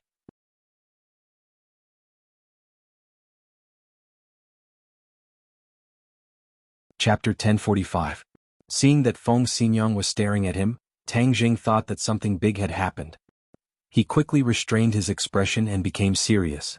"Little handsome brother, how are things going between you and Ding Dang?" Tang Jing was greatly embarrassed. Why would she ask such a question? If it was someone else he could refuse to answer. However, the other party was Feng Xinyang. He simply could not refuse. After thinking for a while, he said, "We're pretty good." "Pretty good? Why did I hear that she has some conflicts with that princess and—" Tang Jing's eyes widened as he said in his heart, "You even know this?" Feng Xinyang gave him a look that said, "I've already seen through everything. Don't lie to me." She continued, "Ding Dang is an impatient girl. She doesn't know how to beat around the bush. If she does anything wrong you have to bear with her." Tang Jing nodded his head like he was pounding garlic. "Aunt Feng, don't worry. Ding Dang is very sensible." Feng Xinyang's mouth finally revealed a trace of a smile and said, "If that's the case, then I can rest assured. Some things should be settled as soon as possible. You young people are impatient. I still have to worry about these things for you." Tang Jing was confused. He looked at her blankly. Feng Xinyang coughed and said in an earth-shattering manner, "Since you two are in love with each other, we as your parents have no objections. We are very willing to see you two truly come together. So, find an auspicious date." "Aunt Feng, what do you mean?" The more Tang Jing listened, the more he felt that something was wrong. Especially when he heard the words auspicious date, he immediately associated it with the beating of gongs and drums to welcome the bride.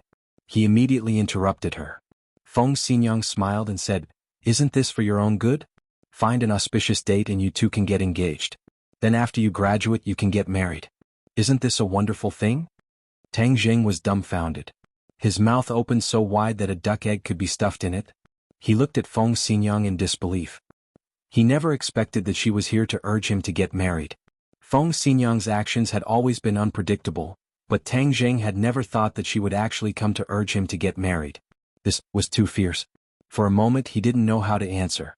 Feng Xinyang urged, "Little handsome boy, I know you're shy but you're an adult. What's there to be shy about? I'll take care of it for you. You don't have to worry at all." "Wait, Aunt Feng." Tang Jing hurriedly shouted, "Aunt Feng, don't be hasty in this matter. Ding Dang and I are still students. This will have a bad influence." Feng Xinyang didn't find it strange and said, "What does this matter? Nowadays there are even university students who have children. It's just an engagement." Tang Jing coughed a few times and almost choked on his own saliva. He didn't know whether to laugh or cry as he said, "Aunt Feng, I know you're good to me but I really wasn't mentally prepared. Let's wait a little longer." Feng Xinyang's smile gradually disappeared. She stared at Tang Jing and seriously said, "Little handsome boy, are you dissatisfied with Ding Dang?" "Absolutely not." Tang Jing shook his head like a rattle drum. "Since you are not dissatisfied, then all the more reason we should be together. We should be together in a proper manner." Feng Xinyang made the final decision. "Aunt Feng, this matter is too urgent." Seeing Tang Jing continue to evade, Feng Xinyang knew that if she continued to push things would get worse. She resentfully said, "Fine, but after you graduate I'll look for you again. At that time you can't use your age as an excuse. But, hey, if you guys give me a little grandson in the next few years, then I can accept it." Tang Jing's legs went soft and he almost fell to the ground. He didn't know whether to laugh or cry as he looked at her. "Is Yi Ding Dang your biological daughter? How could you cheat your daughter like this?" However, when it came to giving birth he became vigilant. He didn't use any safety measures and none of the women were pregnant. This was a great fortune. He couldn't be so willful in the future. Tang Jing found an excuse and fled. He was afraid that she would say something shocking. Feng Xinyang looked at his receding figure and helplessly shook her head. She had to think of another way to deal with this matter slowly. Suddenly, he had an idea and looked at the villa beside him. "That's right, how could I be so stupid? Taking care of the little handsome brother is not easy, but I can first take care of the old Gramps. When the time comes that the old Gramps will acknowledge Ding Dong's identity and position, then wouldn't everything be set in stone?" Her eyes lit up as she pulled Yi Tianlei and rushed to the villa. Tang Jing let out a long sigh of relief. Feng Xinyang's fierceness was beyond his imagination. Looking at his frightened expression, Marshall walked over and asked, "What happened to you?" Tang Jing squeezed out a smile and said that he was fine. Nana jumped from the second floor like a little swallow and threw herself into his arms. She affectionately said, "Brother, quickly take me out to play. In a few days I will have to go to school. At that time I won't have time to play with brother." Nana was about to go to primary school. She had already contacted the school so this was her last time to play. Tang Jing moved his head and said, "All right, let's go outside to play. Brother wants to set up a formation. You can watch from the side, okay?" "What is a formation?" Nana tilted her head and asked. Nana is still young. When she grows up she will naturally know. Nana made an "oh" sound and was a little disappointed. Marshall curiously asked, "What kind of formation are you going to set up?" Tang Jing pointed to the large area outside and said, "These buildings are inhabited by our people. For safety reasons I'm going to set up a formation. In addition, the smog in the capital is so serious. I plan to add a spirit-gathering formation to improve the air here." Marshall happily nodded. "This method is not bad. I will also take a look with you and broaden my horizons." Tang Jing originally only planned to set up a spirit-gathering formation to improve the air, but after thinking about it he felt that it was far from enough. This place had been attacked time and time again. If there was a defensive formation, once the formation was activated, it would be able to protect everyone, as if an external enemy had invaded. Although he did not know many formations, he could not beat the inner demons and Chiyu. These two people had countless formations in their minds, so any one of them would be enough. The few of them arrived outside the villa and walked around a few villas. Then he had an idea in his heart. "Chiyu, if the great heavenly cycle primordial formation is not as powerful as you say, I will find you to settle the score," Tang Jing said. Chiyu seemed to have been greatly insulted as he indignantly said, "Tang Jing, it's fine if you don't know anything, but you actually dare to look down on my great heavenly cycle primordial formation. Do you know that my camp was set up with this formation? No enemy can quietly break through the formation." Tang Jing smiled and did not refute, waiting to see how it would turn out. The inner demons did not refute this time. Instead they helped Chiyu and said, "I will say something fair. This great heavenly cycle primordial formation is indeed a first-class formation." Chiyu was not exaggerating. Inner demons, you are finally willing to speak the truth for once. Jianghu said. The inner demons retorted, when have I not spoken the truth? Nana looked carefully. Tang Jing took out a piece of jade and flicked it with his finger. Whoosh! The jade flew out and sank into a bush, disappearing without a trace. Big brother, is this how you set up a formation? Tang Jing smiled and nodded his head. The formation is a very complicated system, and to have the corresponding function, one must have the support of energy. These jade stones contain a certain amount of energy, and when we place these jade stones according to a certain position and location, once the formation is activated, it will be able to play the corresponding role. But setting up a formation is a very delicate job, especially the more complicated the formation is, the more it requires that there is not the slightest mistake. Otherwise the formation will not succeed. Nana nodded her head as if she understood. She clenched her snow-white teeth as if she wanted to firmly remember these words in her heart. Marshall also thoughtfully remembered everything. She was a martial artist and could not set up a formation like Tang Jing. Moreover, her interest in formations was far weaker than her interest in martial arts. She believed that the best defense was offense, and no matter how strong a formation was, it was still a defensive line. Just looking at Tang Jing's serious expression, the sunlight falling on his body, glowing and giving off a very enchanting feeling. Big brother, can I give it a try? Suddenly Nana eagerly asked. Tang Jing pondered for a moment, then handed a jade stone to her hand and said, Nana, put the jade stone in that place. Looking at the direction Tang Jing pointed at, Nana held her breath and silently circulated her energy. Imitating Tang Jing, she flicked her finger. Whoosh! The jade stone turned into a ray of white light and flew into the target area. Wow, I also succeeded. Big brother, do you think I did well? Nana excitedly jumped up. Tang Jing nodded his head in approval, patted her little head and praised, Nana is very smart, you can do it as soon as I say it. He had to admit that Nana and other children of the same age were already worlds apart. Just that move of hers, whether it was strength or angle, could be considered beautiful. Suddenly he had an idea and said, Nana, when you go to school, you can't show these skills in front of other people, otherwise you will scare the other children. Nana seemed to understand, but not fully. She looked up at Tang Jing and said, Why? Because you are stronger than them, we can't use these skills to bully the weak, do you understand? Nana thought for a moment and said, Is it like the heroes on TV, we have to help the weak so we can't bully the weak? Tang Jing laughed. Nana is very smart, you even learned the words help the weak. And we are not afraid of danger or the strong, but we can't bully the weak. Nana nodded her head. Nana understands, I will definitely remember Big Brother's words. Tang Jing unhurriedly completed the rest of the work. All of the jade stones were inserted into the corresponding locations. He stood in the middle of the array and urged his chi, circulated his martial arts, and his 10 fingers slightly bent as if by prior agreement, he flicked them open. Whoosh whoosh whoosh, 10 streams of true chi burst out from his fingers and entered 10 different directions at the same time. Wah!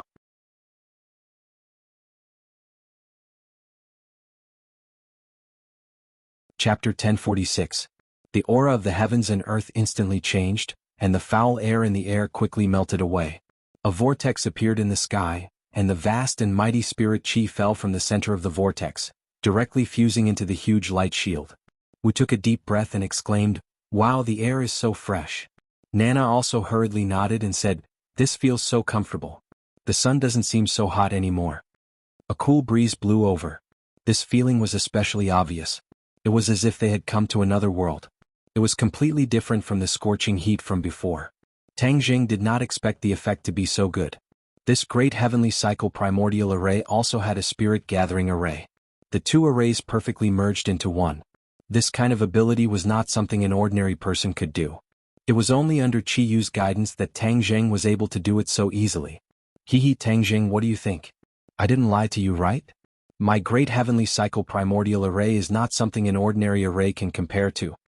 Qiyu proudly said. This is only on the surface. As for how strong its defensive power is, it still needs to be tested. Although Tang Jing already believed Qiyu's words, he could not help but strike a blow. Towards Qiyu he could not wantonly praise him. Otherwise, his tail would rise to the sky. Qiyu heavily snorted a few times, but there was nothing he could do about it. When the others saw this scene, they all walked out of the house and suspiciously looked up.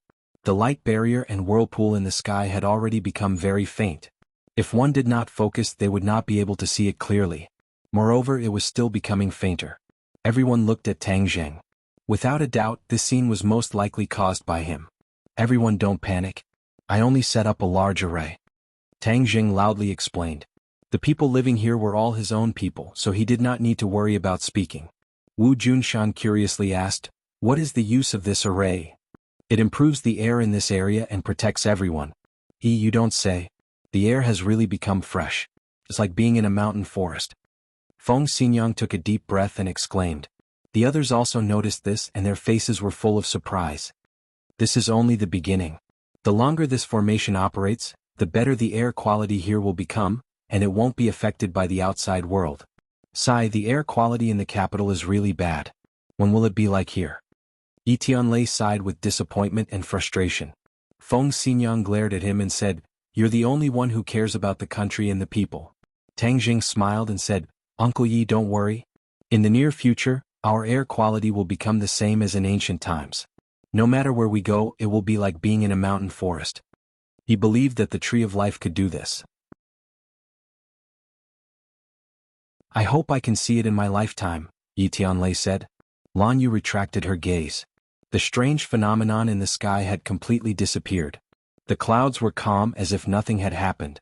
She asked, "You said that this formation can protect everyone, so it has a defensive ability. How strong is its defensive ability?" "Everyone can give it a try," Tang Jing suggested. He also wanted to know how strong this primordial heavenly cycle array was. "Alright then, let's give it a try." Everyone walked out of the array. Some people walked quickly, and when they reached the edge of the array, they were bounced back with a bang. The others looked at this scene in surprise. They knew that this was the effect of the array. This array doesn't only have a defensive ability against the outside world. Once the array is activated, even the people inside will leave. Tang Jing explained. Then isn't this very inconvenient? We'll be cut off from the world. Although it was only a step outside and they could see everything clearly, they couldn't leave at all. This array was a bit useless. Tang Jing had already thought of this point, so he already had a countermeasure. He said, "These are some jade stones that I made. In the future, everyone who enters and exits the array must wear jade stones. The array will automatically recognize them. Without jade stones, there is no way for people to enter or exit. These jade stones are a type of identification tool." Tang Jing spread out his hands. His palms were filled with sparkling jade stones. "I've also carved some small defensive formations into these jade stones. They can withstand a certain amount of attacks. They're equivalent to protective talismans." "That's great, then we'll accept it." Feng Xinyang took a piece of jade stone and played with it non-stop, as if she wanted to find some clues, but with her eyes she couldn't find anything. She carefully wore it on her body and walked out of the array with large strides. She walked out of the formation safe and sound. She looked back and said happily, "It really worked." The others also took out the jade stones and wore them on their bodies. Sure enough, they could enter and leave freely. In this way, this area was equivalent to Tang Zheng's small kingdom. Outsiders had no way to enter or leave. Fortunately, this area was sparsely populated, and a few houses had already been bought by Tang Zheng. Otherwise, it wouldn't be easy for him to do this. Right now, the people who lived here were all closely related to him. Other than his family, there were also the warriors of the Witch clan. They were all on his side. "You can try to attack the array from outside and see what effect it has," Tang Jing reminded. Feng Xinyang couldn't wait any longer. She slapped the air with her palm. Although there was nothing, she felt a strong rebounding force. Pung, she was bounced back and flew far away. She staggered and landed on the ground. Feng Xinyang was very clear about her own strength. This palm strike was enough to split open a boulder, but she did not expect that it would still be bounced back. All of the force was used on her own palm. If not for her profound strength, she would have been injured by her own palm. When the others saw this scene, they understood the power of the array and stopped underestimating it. Lan Yu stood outside the array and held her breath. She channeled her power and pointed out a finger. A terrifying power burst out from her fingertip and directly tore through the air, fiercely striking the array. Boom! The array shook violently. A ray of light flashed and then quieted down. Lan Yu's attack still did not break the array. Her eyes could not help but reveal a strange look. The power of this attack was much stronger than Feng Xinyang's attack. She did not continue probing but nodded in satisfaction. This array is indeed powerful. With the array's defense, at least the enemy will not be able to sneak attack us. This was the most important point. Facing a top-notch expert, this array would definitely not be able to block it. However, it could stall for time and even cause a huge commotion. This was enough for the others to rush over and provide support. Tang Jing agreed, that makes sense. Just how strong of an attack can this array of yours withstand? Wu Junshan asked curiously. Tang Jing was not in a hurry to answer because he did not know the answer himself. He could only ask Qiyu. Qiyu seemed to be a little angry because of Tang Jing's distrust and deliberately did not say, "You can figure this out yourself." Tang Jing helplessly shrugged and said, "We can only slowly figure this out. When the time comes and we meet the enemy, we will know." The others looked at each other, but this was not a big deal, so they did not bother with it. Everyone was not tired of moving around inside and outside the array. It was very refreshing. In the evening, when Yi Dingdang, Fang Shishir, Lu Qingmei and An returned, they were also very interested and excitedly moved around for a while before finally stopping. Yi Dingdang was dragged back by Feng Xinyang. It seemed that the mother and daughter were preparing to talk through the night again. At the same time, inside the palace, the lights were brightly lit. The bureau chief looked at the sect leader in front of him with a grave expression and fiercely slammed the teacup on the table. With a bang, he said with dissatisfaction, "Didn't you say that you were very powerful? How come you couldn't even kill one Ji Wuxiang and were saved by Tang Zheng in the end?" It was the bureau chief's order to get rid of Ji Wuxiang because Ji Wuxiang was the opponent's white glove. Getting rid of him would be a great help to the opponent. However, he did not expect that even the sect leader could not succeed. This made him very shocked and very angry. The sect leader's eyes were as calm as an ancient well. He said lightly, "It was my mistake this time. The opponent had Tang Zheng's help. That's why they managed to escape." "It's Tang Zheng again." The bureau chief finally could not take it anymore and threw the teacup on the ground. With a bang, the teacup shattered and tea splashed everywhere. Number 1 stood at the door and trembled in fear. Recently, the bureau chief seemed to be angrier and angrier. However, there was nothing he could do. He could only be more careful, afraid of angering the bureau chief. The sect leader was not afraid at all and continued, "Tang Zheng is the biggest hidden danger. If this person is not eliminated, neither you nor I will be able to rest in peace." The bureau chief snorted and said, "It's not up to you to decide how to deal with him. I have my own plans. Since we've already alerted the enemy, it won't be easy to deal with Ji Wuxiang. Therefore, I will not act rashly during this period of time." Another thing worth noting is that Tang Zheng went to the Yi residence today and caused a ruckus there. This was definitely not done on a whim. He always does things with a purpose. Therefore, this matter needs to be thoroughly investigated. The sect leader reminded. The bureau chief rolled his eyes and stared at the sect leader, saying, "The Yi residence already has a grudge with Tang Zheng. What's wrong with Tang Zheng causing a ruckus in the Yi residence? It's better to investigate some things clearly. Otherwise, if we miss something important, it will be too late to regret it in the future." The sect leader said disapprovingly. The bureau chief muttered to himself. Although he was very angry with the sect leader, he had to admit that the sect leader was very capable. Naturally, his foresight was not bad. Since he brought up this matter, it was definitely not without reason. "Okay, I'll ask Yi Xuanji now." The bureau chief dialed Yi Xuanji's number in front of the sect leader. "Old Yi, I heard that Tang Zheng went to cause a ruckus in the Yi residence today? This person is really becoming more and more arrogant. It's too outrageous." The bureau chief asked. "The bureau chief personally called me to show concern. I Yi Xuanji am really grateful. Tang Zheng just likes to find trouble. I've already chased him away." Yi Xuanji said shamelessly. He was not embarrassed to lie at all. How was Tang Zheng chased away by him? He was purely trying to save face. The bureau chief did not care about these details and said, "Then what did he want?"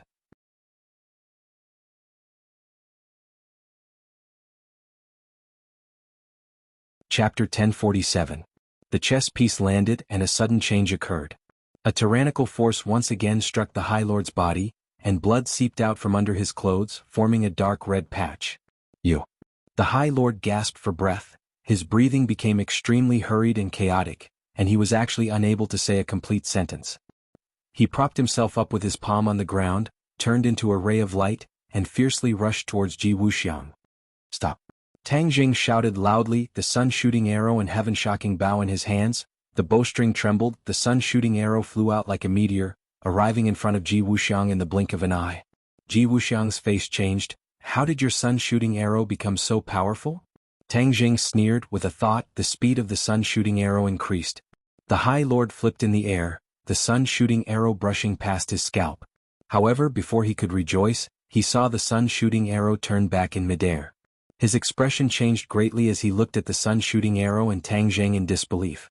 This was even more powerful than he had expected. Seeing the sun-shooting arrow flying over again, and Ji Wuxiang opening his mouth as if he was about to speak again, his expression turned cold. He looked at Tang Jing hatefully, then looked at Ji Wuxiang unwillingly, turned around and left like a whirlwind. He flew up and over the courtyard wall. Boom! The sun-shooting arrow missed and shot into the corner of the wall. After a loud sound, a huge hole appeared at the foot of the wall, and gravel flew into the air. Tang Jing stomped his foot in hatred and said indignantly, "The High Lord is too shameless. Once he finds out that something is wrong, he actually runs away. Is he addicted to being a deserter? You ran away last time and now you're running away again." Tang Jing was very clear that the High Lord was not completely afraid of the power of the shooting sun arrow. Although the shooting sun arrow was a saint tool with Tang Jing's strength, it was not enough to truly threaten the High Lord. The High Lord was clearly afraid of Ji Wuxiang and Tang Jing joining forces. With the celestial chess and Tang Jing attacking together, the power of the shooting sun arrow would naturally increase greatly. Even the High Lord would not dare to underestimate it. The other players were sweating profusely, as if they had just been fished out of the water. Their stiff faces finally showed a hint of relaxation. It was obvious that the battle just now was a great test for them. "Young Master Tang, thank you for your timely arrival. Otherwise, we wouldn't have been able to see tomorrow's sunrise." Ji Wuxiang heaved a long sigh and expressed his gratitude. Tang Jing shook his head slightly. "President Ji's words are too serious. Your celestial chess is very powerful. Even if I didn't come, I'm afraid that we might not have failed." Ji Wuxiang smiled bitterly. "Young Master Tang, you've only seen the surface, but you haven't seen the inside. Although we seem to be able to hold on, we definitely wouldn't have been able to hold on for long without your help." Tang Jing frowned and asked, "Why didn't you say that the celestial chess is very powerful?" The High Lord wanted to use the celestial chess to deal with Tang Jing and the others, including the Empyrean Fairy and Tian Chanzi. From this, it could be seen that the celestial chess was very powerful, so how could the High Lord not be able to deal with it? This did not make sense. Ji Wuxiang said resentfully, "You only know part of the story but not the whole story. It's true that the celestial chess is very powerful, but we didn't even use the celestial chess true power. What we did just now was only the tip of the iceberg. To truly use the celestial chess true power, it would require a lot of complicated and harsh conditions." "Oh, I'd like to hear the details. What did Director Ji mean by Fekta and Merak just now?" Tang Jing asked curiously as he stared at Ji Wuxiang with burning eyes. Ji Wuxiang did not hesitate and said openly, "This is the celestial chess moves. Fekta and Merak represent each move. The celestial chess has a total of 7 moves, which are Dubhi, Merak, Fekta, Migrez, Aliyaf, Mizar, and Alkaid. Each move has its own internal connections and changes. Only those who practice the celestial chess on a daily basis can master its mysteries and use its corresponding power. I am the core of the celestial chess, so all the celestial chess players have to listen to my orders to place their pieces and move so that they can use its great power. The power of the celestial chess can be big or small. It can be limited to a courtyard, but it can also be expanded to a city." Tang Jing nodded and suddenly realized, "No wonder. Just now, I didn't notice anything strange outside the Celestial Chess Club. So many people walked by and didn't notice anything strange. However, once you enter the Celestial Chess Club, it's a completely different scene. It's truly a different world. Director Ji is truly a genius. Although I've only seen the tip of the iceberg of the celestial chess today, it's already left a deep impression on me. I believe the High Lord feels the same way." "Young Master Tang, you flatter me. The celestial chess is indeed powerful, but it's only a half-finished product now. The High Lord will definitely have designs on the celestial chess. Although I stopped him once, I might not be able to stop him a second time. I'm not afraid of thieves stealing, but I'm afraid of thieves thinking about it," Ji Wuxiang said helplessly. "Then why don't you seize the time to set up the celestial chess? At that time, even if the High Lord comes to attack, he might not be able to get anything out of it." Tang Jing disagreed. Ji Wuxiang fell silent. His expression kept changing as he hesitated to speak. Tang Jing looked at him with furrowed brows and said, "Director Ji, if you have something to say, just say it. There's no need to beat around the bush." Ji Wuxiang stared at Tang Jing without blinking. After a long time he said, "Since young Master Tang is so straightforward, then I won't beat around the bush. I hope young Master Tang can lend me a hand so that the celestial chess can truly be completed. At that time, no matter how powerful the High Lord is, he won't be able to threaten us anymore. Tang Jing didn't expect Ji Wuxiang to raise such a suggestion. For a moment he didn't know how to answer. He had always been wary of Ji Wuxiang, and Ji Wuxiang's words obviously didn't treat him as an outsider. If he helped Ji Wuxiang, then he would definitely have more opportunities to understand the celestial chess. In fact, Tang Jing was also quite interested in the celestial chess. Ji Wuxiang made it sound so powerful, but Tang Jing didn't understand the principles behind it. If he had a grudge with Ji Wuxiang in the future, then wouldn't Ji Wuxiang also use the celestial chess to deal with him?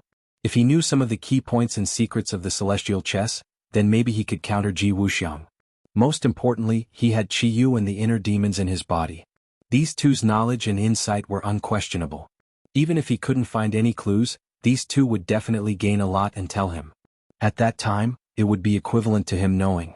The inner demons urged. Young man agreed to his request. This celestial chess is very interesting. I want to see what's going on. Qi Yu snorted coldly and said with dissatisfaction, just deliberately mystifying. The inner demons retorted, Qi Yu, don't go against your conscience just because you came to save him today.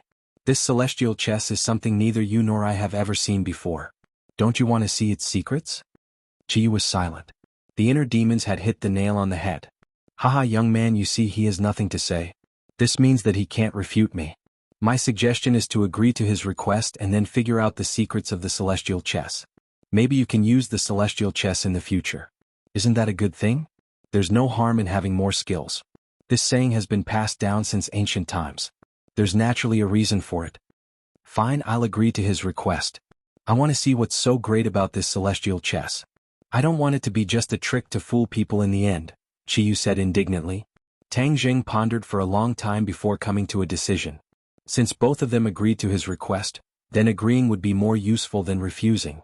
Ji Wuxiang stared straight at Tang Jing, waiting for his answer. Okay, I'll agree to your request. However, I don't know how to play celestial chess. I may not be able to help you much. Tang Jing said without batting an eyelid. Ji Wuxiang was immediately overjoyed. His eyes lit up as he impatiently said, young Master Tang is too modest. With your help, this celestial chess will definitely be completed soon. At that time, you'll be able to see the true face of the celestial chess. Ah, then I'll wait and see. What do you want to do next? Tang Jing smiled faintly. Ji Wuxiang turned his head and looked around. He pointed at the messy courtyard and said, I need to tidy up this place first. Although the chess club has been destroyed, the most important foundation is still here. Therefore, in a few days we can begin to set up the celestial chess. Do you need my help in the meantime? No need. How could I trouble young Master Tang with such a small matter? Tang Jing nodded and glanced at the other chess players. They had all turned back into puppets, sitting quietly in front of the chessboard and playing without any distractions. At this time, Tang Jing no longer dared to underestimate these seemingly weak chess players. When they worked together, the power they could unleash was frightening. Then I'll take my leave first. If there's anything else, we'll contact each other again. Tang Jing cupped his hands and took his leave. Ji Wuxiang walked him to the door. When he opened the door to the chess club, the clamor outside immediately traveled in. Just now, the inside of the door was incomparably quiet, as if it was another world. Now that the door was opened, the two worlds seemed to merge into one. It was truly incomparably miraculous. Tang Jing couldn't help but look forward to the upcoming cooperation even more. After leaving the chess club, Tang Jing asked Qi Yu and the inner demons if the great desolate aura was still there. Qi Yu said snappily, do you think the other party is an idiot? Since he has gotten rid of you, he will definitely think of a way to hide. Why would he show his face? Tang Jing had also expected this result, but he could not guess who in the Ye family had been possessed. How was that possible? There were so many people in the Ye family, that would be too difficult. Moreover, if he went to the Ye family again, it would be useless. He had already caused a huge ruckus in the Ye family. If he went again, it might cause some sort of disturbance. On the contrary, it would cause Yi Tianlei's family to be in a dilemma. There are so many things that escaped from the prehistoric heavenly tomb, and we have only found a few of them.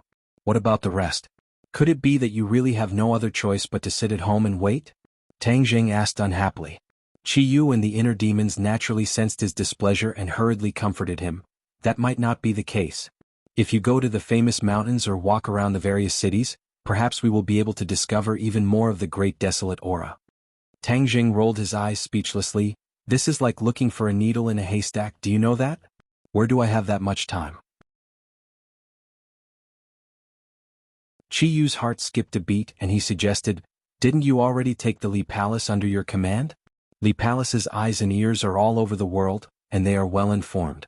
Let them gather abnormal information from all over the world, such as who suddenly became powerful, or what strange event that science cannot explain. This is a sign, and if we follow the map and identify the targets one by one, we will naturally be able to achieve twice the result with half the effort.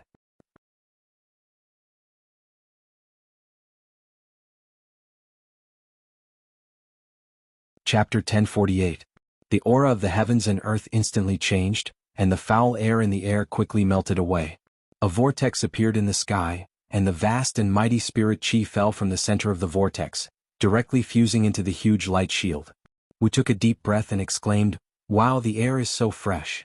Nana also hurriedly nodded and said, this feels so comfortable. The sun doesn't seem so hot anymore. A cool breeze blew over. This feeling was especially obvious. It was as if they had come to another world. It was completely different from the scorching heat from before. Tang Jing did not expect the effect to be so good. This great heavenly cycle primordial array also had a spirit gathering array. The two arrays perfectly merged into one. This kind of ability was not something an ordinary person could do. It was only under Qi Yu's guidance that Tang Jing was able to do it so easily. Hee Tang Jing, what do you think?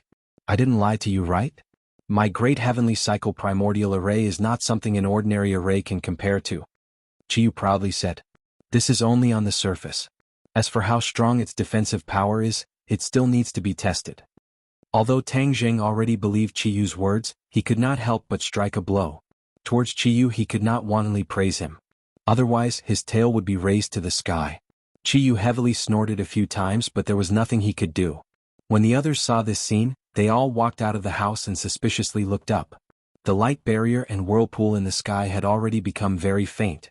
If one did not focus, they would not be able to see it clearly. Moreover, it was still becoming fainter. Everyone looked at Tang Jing.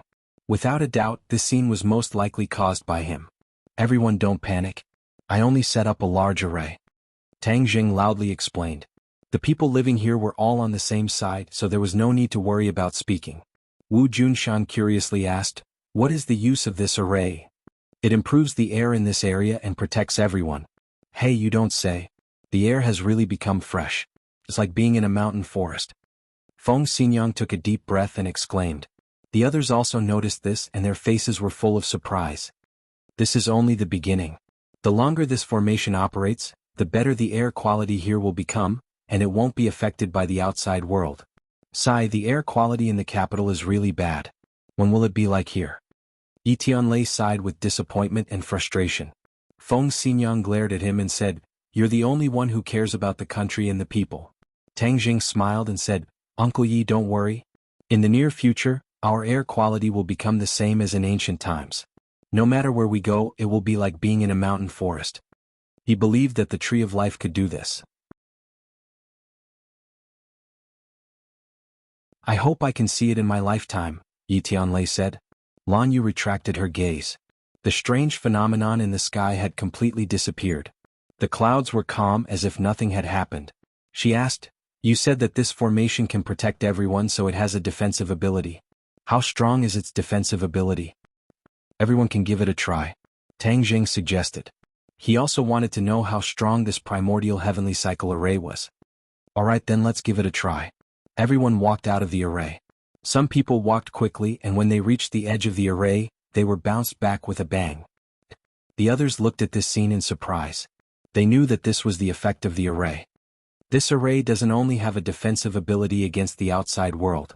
Once the array is activated, even the people inside will leave. Tang Jing explained. Then isn't this very inconvenient? We'll be cut off from the outside world.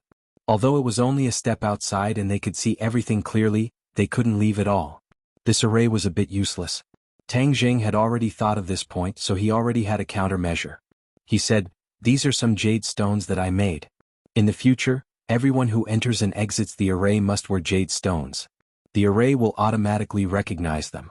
Without jade stones there is no way for people to enter or exit. These jade stones are a type of identification tool. Tang Jing spread out his hands. His palms were filled with sparkling jade stones. I've also engraved some small defensive arrays on this jade stone. It can withstand a certain amount of attacks. It's equivalent to a protective talisman. Great, then it would be impolite for us to refuse. Feng Xinyang took a piece of jade and played with it non-stop, as if she wanted to find some clues, but with her eyes she couldn't find anything. She carefully wore it on her body and strode out of the array. She walked out of the formation unscathed. She looked back and said happily, "It really worked." The others also took the jade stones and wore them on their bodies. Sure enough, they could enter and leave freely. In this way, this area was equivalent to Tangzheng's small kingdom. Outsiders couldn't enter or leave at all. Fortunately, this area was sparsely populated and a few houses had already been bought by Tangzheng. Otherwise, it wouldn't be easy for him to do this. Right now, the people who lived here were all closely related to him. Other than his family, there were also the warriors of the Witch clan. They were all on his side. You can try to attack the array from outside and see what effect it has. Tang Jing reminded. Feng Xinyang could not wait any longer and slapped the air with her palm. Although there was nothing, she felt a huge recoil. Peng, she was bounced back and flew far away, staggering as she landed on the ground. Feng Xinyang was very clear about her own strength. This palm strike was enough to split open a boulder, but she didn't expect that it would still be bounced back. All of the force was used on her own palm. If not for her profound strength, she would have been injured by her own palm. When the others saw this scene, they understood the power of the array and stopped underestimating it. Lan Yu stood outside the array and held her breath with rapt attention. She circulated her power and pointed out a finger. A terrifying power burst forth from her fingertip, directly tearing through the air and fiercely striking the array. Boom! The array shook violently. A ray of light flashed and then quieted down. Lan Yu's attack still did not break the array. Her eyes couldn't help but reveal a strange look. The power of this attack was much stronger than Feng Xinyang's attack. She didn't continue probing but nodded in satisfaction. This array is indeed powerful. With the array's defense, at least the enemy won't be able to sneak attack us. This was the most important point. Facing a top-notch expert, this array would definitely not be able to block it. However, it could stall for time and even cause a huge commotion. This was enough for the others to rush over and provide support. Tang Jing agreed, "That makes sense. How powerful can this formation of yours withstand?"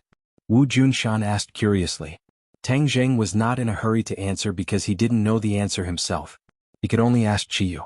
Qiyu seemed to be a little angry because of Tang Jing's distrust and deliberately didn't say, "You can figure this out yourself." Tang Jing helplessly shrugged and said, "We can only slowly figure this out. When we meet the enemy we'll know." The others looked at each other, but this wasn't a big deal, so they didn't bother with it. Everyone happily shuttled back and forth inside the array. It was very refreshing. In the evening, when Yi Dingdang, Fang Shishir, Lu Qingmei and N returned, they were also very interested. They excitedly played around for a while before finally stopping. Yi Dingdang was dragged back by Feng Xinyang. It seemed that the mother and daughter were preparing to talk through the night again. At the same time, inside the inner palace, the lights were brightly lit. The bureau chief looked at the sect leader in front of him coldly and fiercely slammed his teacup on the table. With a bang, he said with dissatisfaction, "Didn't you say that you were very powerful? How come you couldn't even kill one Ji Wuxiang? In the end, you were even saved by Tang Jing?" It was the bureau chief's order to get rid of Ji Wuxiang because Ji Wuxiang was the opponent's white glove. Getting rid of him would be a great help to the opponent. However, he didn't expect that even the sect leader couldn't succeed. This made him very shocked and very angry. The sect leader's eyes were as calm as an ancient well. He said lightly, "It was my mistake this time. The opponent had Tang Jing's help. That's why he managed to escape. It's Tang Jing again." The bureau chief finally couldn't take it anymore and threw the teacup in his hand to the ground. With a bang, the teacup shattered and tea splashed everywhere. Number 1 stood at the door and trembled in fear. Recently, the bureau chief seemed to be angrier and angrier. However, he couldn't do anything about it. He could only be more careful, afraid of angering the bureau chief. However, the sect leader wasn't afraid at all and continued, "Tang Jing is the biggest hidden danger. If this person isn't eliminated, you and I won't be able to rest in peace." The bureau chief snorted and said, "It's not up to you to decide how to deal with him. I have my own plans." Since we've already alerted the enemy, it won't be easy to deal with Ji Wuxiang. That's why I won't act rashly during this period of time. Another thing worth noting is that Tang Jing went to the Yi residence today and caused a ruckus there. This definitely wasn't done on a whim. He always does things with a purpose. That's why this matter needs to be investigated thoroughly. The sect leader reminded. The bureau chief rolled his eyes and stared at the sect leader, saying, "The Yi residence has always had a grudge with Tang Jing. What's wrong with Tang Jing causing a ruckus in the Yi residence? Some things are better investigated thoroughly. Otherwise, if we miss out on something important, it'll be too late to regret it in the future." The sect leader said disapprovingly. The bureau chief muttered to himself. Although he was very angry with the sect leader, he couldn't help but admit that the sect leader was very capable. His judgment was naturally not bad. Since he brought up this matter, it definitely wasn't without reason. "Okay, I'll ask Yi Xuanji right now." The bureau chief dialed Yi Xuanji's number in front of the sect leader. "Old Yi, I heard that Tang Jing went to cause a ruckus in the Yi residence today? This person is really becoming more and more arrogant. It's too outrageous." The bureau chief asked. "The bureau chief personally called me to show concern. I Yi Xuanji am really grateful. Tang Jing just likes to find trouble. I've already chased him away." Yi Xuanji said shamelessly. He didn't seem embarrassed at all to lie. Tang Jing wasn't chased away by him. It was purely because he wanted to save face. However, the bureau chief didn't care about these details and said, "Then what did he want?"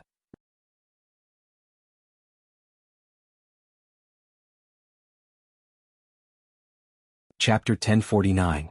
The Lord also heard Yi Xuanji's words and shook his head slightly. It was obvious that he didn't believe Yi Xuanji's words. The bureau chief understood and of course had the same idea. He coldly laughed and said, "Old Yi, you're too dishonest. Who can hide what happened in the capital from?" This seemingly simple sentence gave Yi Xuanji a lot of pressure. The Ye family was no longer what it used to be. He had to give the government face and also rely on them. If he didn't tell the truth, then many things would become worse. Yi Xuanji hesitated but quickly reacted. He smiled as if nothing happened and said, "The bureau chief's words are reasonable.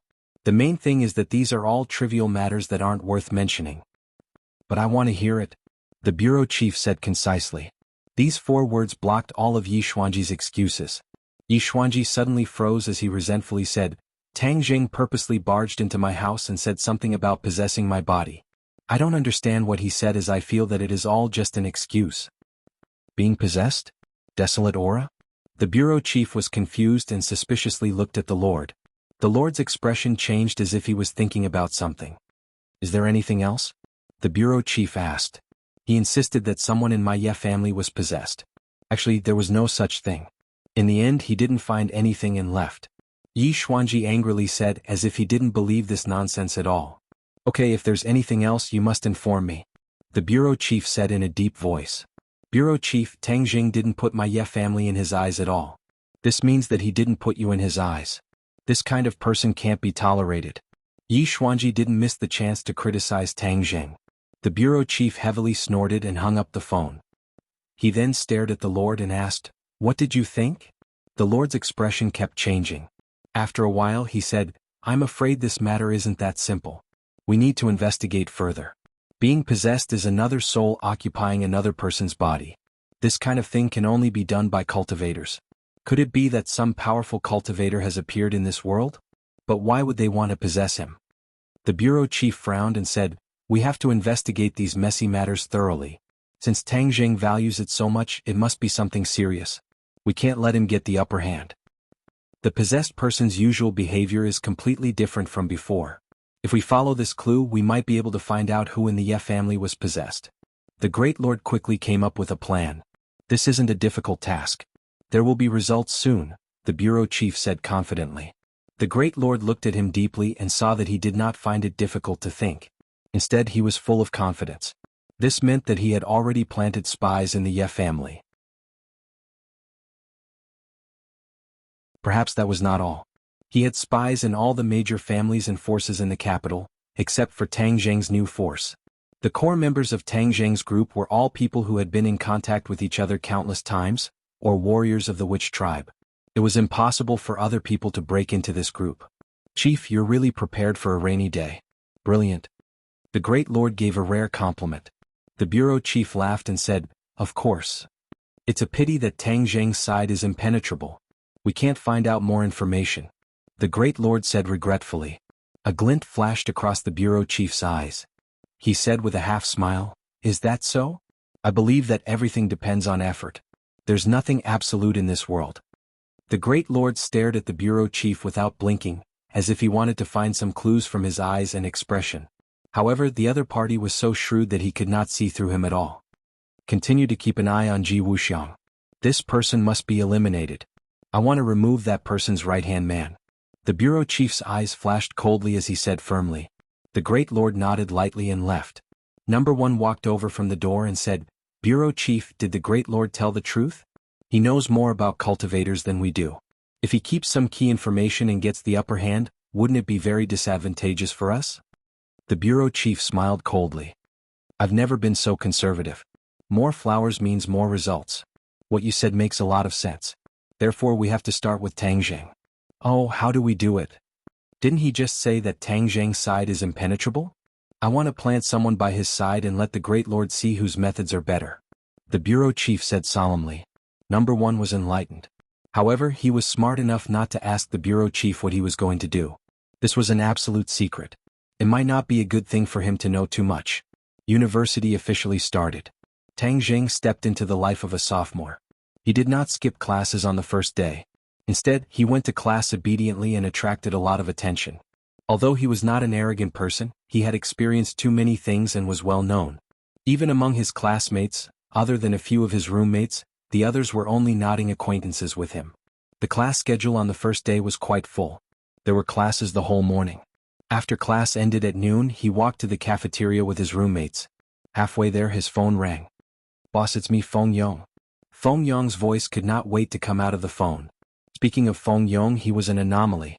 Tang Zheng had once taught him martial arts, and he could be considered to be hard-working in his cultivation. He had some small achievements, but in front of a true expert, that little bit of martial arts was not worth mentioning.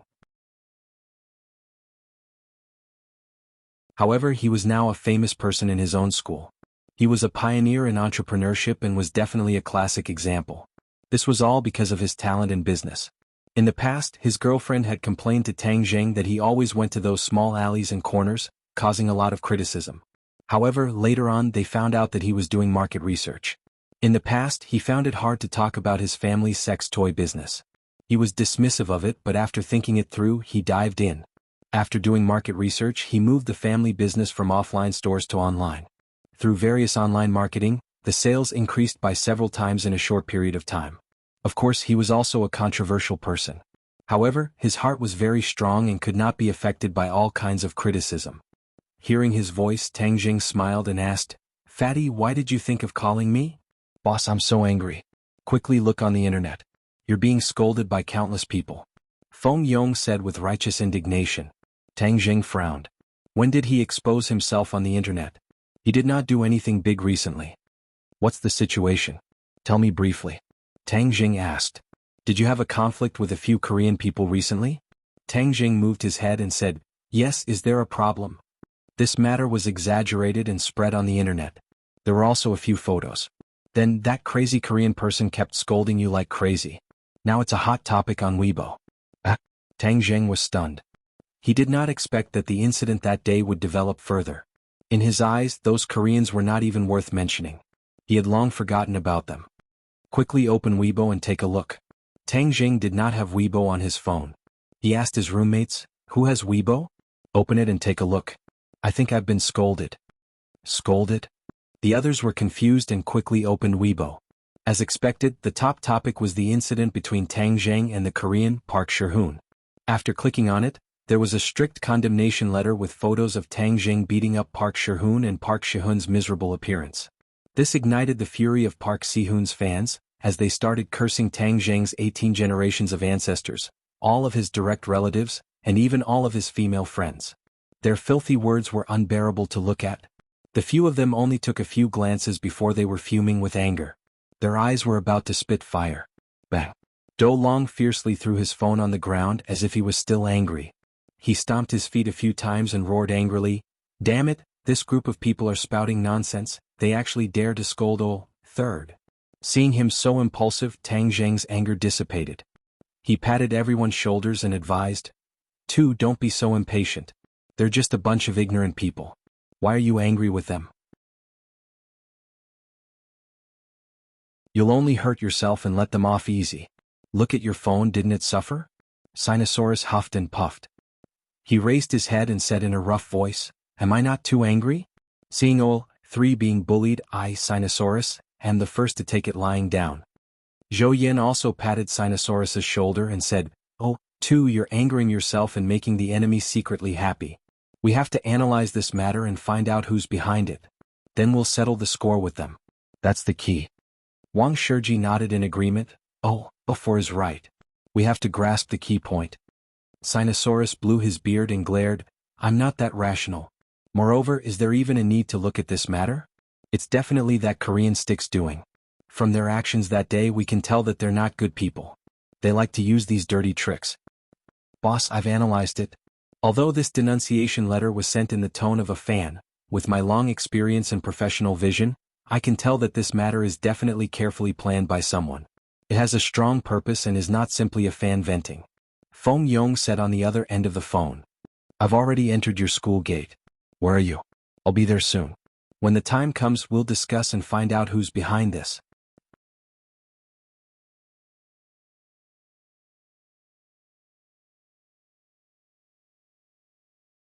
Chapter 1050. Feng Yong gasped for breath as he ran over. It seemed that he had gained a lot of weight. When he ran he was like a small moving mountain. He did not bother to wipe the sweat off his forehead as he said with righteous indignation, "Boss, this matter must not be left as it is. He actually dared to slander my boss. Is he not putting me in his eyes? I've already hired a water army to fight them to the end.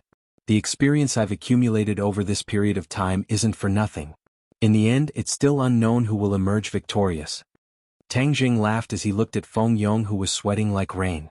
He felt very close as if he was back in high school. He patted his shoulder and said, "It's not worth getting angry over these people. Look at me, the person involved, I'm not angry." Feng Yong said angrily, "That's because you, boss, are magnanimous. I don't have that kind of magnanimity. For these despicable people I must pull them out and parade them through the streets. I definitely can't let them hide in a dark corner and rejoice." Sinosaurus put his arm around Feng Yong's shoulder as if they were close friends. He said with a common enemy, "Feng Yong is right. We can't just let this go. We must investigate to the end. Moreover, we can't let them lead public opinion into the wrong abyss. Those who don't know the truth can easily be incited and turn around to attack you." Tang Jing of course wouldn't turn a blind eye to it. He nodded and said, "Fatty, then what do you plan to do? You've been on the internet for so long, you should have a plan." "My plan is very simple. First, we organize a water army to counterattack. The other side also hired a water army. I saw some familiar accounts that were clearly water army, so we can't show weakness. Second, we need to restore the truth and then speak up so that those who don't know the truth won't wrongly accuse you. Third, we need to track down the mastermind and find him in reality. This is the most important thing. As long as we catch him, then everything will be solved." Feng Yong spoke with assurance as if he was confident in his victory. Seeing his eyes shining with incomparable confidence, Tang Jing was very pleased. This was a completely different person from the previous Feng Yong. He used to be weak and had low self-esteem, but now he was full of confidence. This was a real transformation. The others nodded in agreement. "Feng Yong's strategy is very good. Let's follow it. Don't worry about what happened on the internet. I'll take responsibility for it. Of course you have to tell me in detail what happened at that time. Then I'll think of a counterattack and destroy the other party's lies." Sinosaurus and the others immediately started talking non-stop. Hearing this, Feng Yong's eyes spat fire as he clenched his fists tightly. "Damn it, this group of people are distorting the truth. We absolutely can't tolerate them. We must make them go down in history and infamy. Furthermore, I have my suspicions. I previously investigated this Park Si-hoon and found out that he's holding a concert in Beijing this weekend, but the ticket sales aren't as good as expected. Hence, I suspect that they're using this incident to create hype. Firstly, it's to win over more fans, and secondly, it's to attract more fans to attend his concert." "There's such a thing?" Tang Jing looked at Feng Yong in surprise. He originally thought that Feng Yong was here to study, but he didn't expect that Feng Yong was here to make money. Did he really think that Wuxia people were fools? Anyone can come and take money out of our pockets. Compared to Tang Linger, this Park Si-hoon is trash. Tang Linger's concert has long been sold out, and this person actually wants to use hype to promote his concert. He's too low class. Zhou Yin shook his head and said in disdain. Sinosaurus glared at him and said, "Fourth bro, you're simply tarnishing my goddess by comparing such a person to him." Wang Shiji nodded his head in agreement. That's right. Tang Linger is a goddess, a fairy. How can a despicable person like Park Si-hoon be mentioned in the same breath as her? Zhou Yin knew that he had misspoken, so he immediately tried to salvage the situation. That's right. I was wrong. Linger is holding a concert in Beijing? Feng Yong knew about the relationship between Tang Linger and Tang Zheng, so he asked in astonishment. Seeing that Sinosaurus and the rest didn't seem to know about this, he looked at Tang Zheng curiously.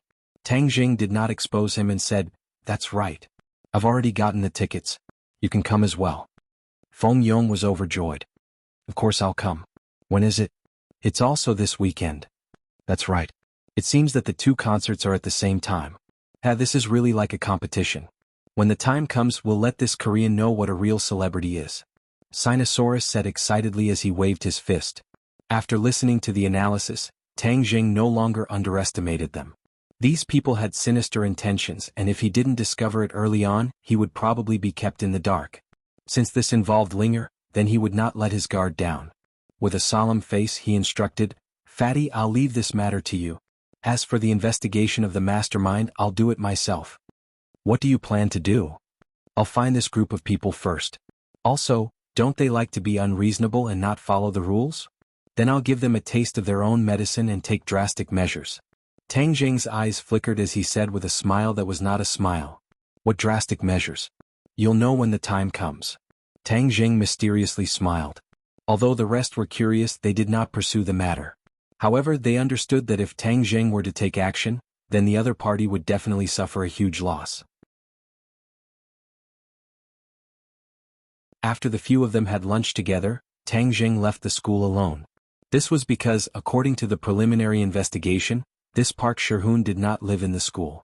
Instead, he lived in a large apartment outside. Although it was the first day of school, this fella did not come to class because he was rehearsing for a concert.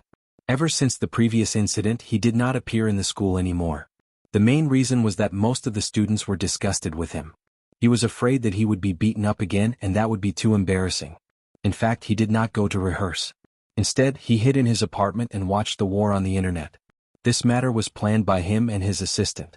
This way, not only could they gain sympathy, but they could also increase their fame and help to sell the concert tickets. Ever since the war on the internet began, the sales of his concert tickets had greatly increased, allowing him to taste the sweetness. Pointing at the screen, he excitedly said to his assistant, Jean Meiji, "Look at how smart we are to turn a bad thing into a good thing. This beating is not in vain. The company will definitely praise me when they know about it. After the concert, we'll summarize our experience and hand it over to the company. At that time, the other artists in the company can also use this method." Lying on his shoulder, Jean Meiji charmingly smiled and said, "Opera is smart. This time that Tang Zheng has become the target of public criticism. He's going to be drowned by the spit of saliva. Wait until my influence in Wuxia grows. At that time I'll settle the score with him. From what I heard from Principal Pang, that brat seems to have some background. We can't fight him with strength, so we can only outsmart him," Park Si-hoon hatefully said. Jean Meiji's hand slid across his chest. His chest was so thin that she could see his ribs. It was like a piece of paper, without the strength and beauty of a man. What era are we in now? Who still blindly fights with strength? That's just a brute. Only smart people like Appa who use their brains will be the final winner. Park Si-hoon laughed complacently. He hugged Jean Meiji and kissed her fiercely. Then his big hand went under her clothes. Jean Meiji immediately began to pant. Not long after, the two of them were rolling together. However, the two of them did not notice that there was an additional person at the door. That person was silently watching the two of them with his phone, recording everything. Tang Zheng didn't come here to watch the show. He didn't have such a hobby. He just happened to be here. He originally came here to confirm if they were the ones behind the scenes. Now that it was confirmed, he didn't have to worry about his actions anymore. He never expected that Park Si-hoon would have an affair with his assistant. Presumably, those fans who wanted to recommend themselves to him would feel a lot of emotions when they saw this scene. Most importantly, this conversation proved that they were the ones behind the incident. It wasn't like what he said on Weibo. Furthermore, he even fanned the flames with an aggrieved tone. Since that's the case, then it was time to give him a tight slap. Tang Jing initially thought that this show would last for a long time, but he never expected that it would come to an abrupt end. Looking at the time, Tang Jing saw that it was 12 seconds. He was speechless and rolled his eyes. This record was probably unbreakable in the world. What a fast shooter. He gave a playful smile, turned around, and quietly left the apartment. Hey Amy, it's me. Do you know about Park Shihun's concert? Tang Jing called Linger's agent. Amy was promoted after returning from Dianan. Not only was she Linger's agent, but she was also in a management position in the company. He was very familiar with the entertainment industry and was indeed a capable person. Of course I know. Just talking about this guy makes me angry. He actually wants to compete with our Linger. He purposely set the concert on the same day and in the same city as us. In the past they even used Linger to create hype, but we ignored them. These people are too low class. Amy complained in a coquettish voice. Oh, there's such a thing. Tang Jing frowned. So it turned out that they were old rivals. They actually wanted to hitch a ride on Linger's windmill. What wishful thinking. Boss, what's wrong with him? Did he offend you? Amy curiously asked. Did you not pay attention to the war on Weibo? Tang Jing asked. Boss, you don't know. I've been so busy with the concert these past few days. How could I have time to check Weibo? As Amy spoke, she opened Weibo and screamed the moment she saw it. This Park Shihun is too despicable. He actually dared to slander you. Boss, how should we deal with him? Big sister Amy hasn't been in the industry all these years for nothing. How can we let these outsiders be so arrogant? I have a plan to take drastic measures that I need you to take care of. Tang Jing instructed him bit by bit.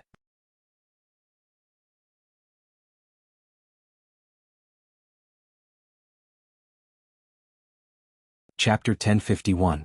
Park Shihun and the others did not continue to confuse the public for long, because Feng Yong had already begun his counterattack step by step. He had hired a large number of internet trolls to counterattack and restored the original appearance of the matter. Furthermore, Tang Jing had even posted the contents of the Weibo on the Peking University's campus forum, which had aroused the anger of the students. Many people clearly knew what had happened at that time, so the students rushed to Weibo to fight back. Some people even posted pictures and videos. The evil deeds of Park Shihun and the others were immediately exposed, especially his dark history of being arrogant and despotic. Everyone came to a realization. It turned out that he was a habitual offender. Such tactics to garner sympathy and distort the truth were not uncommon.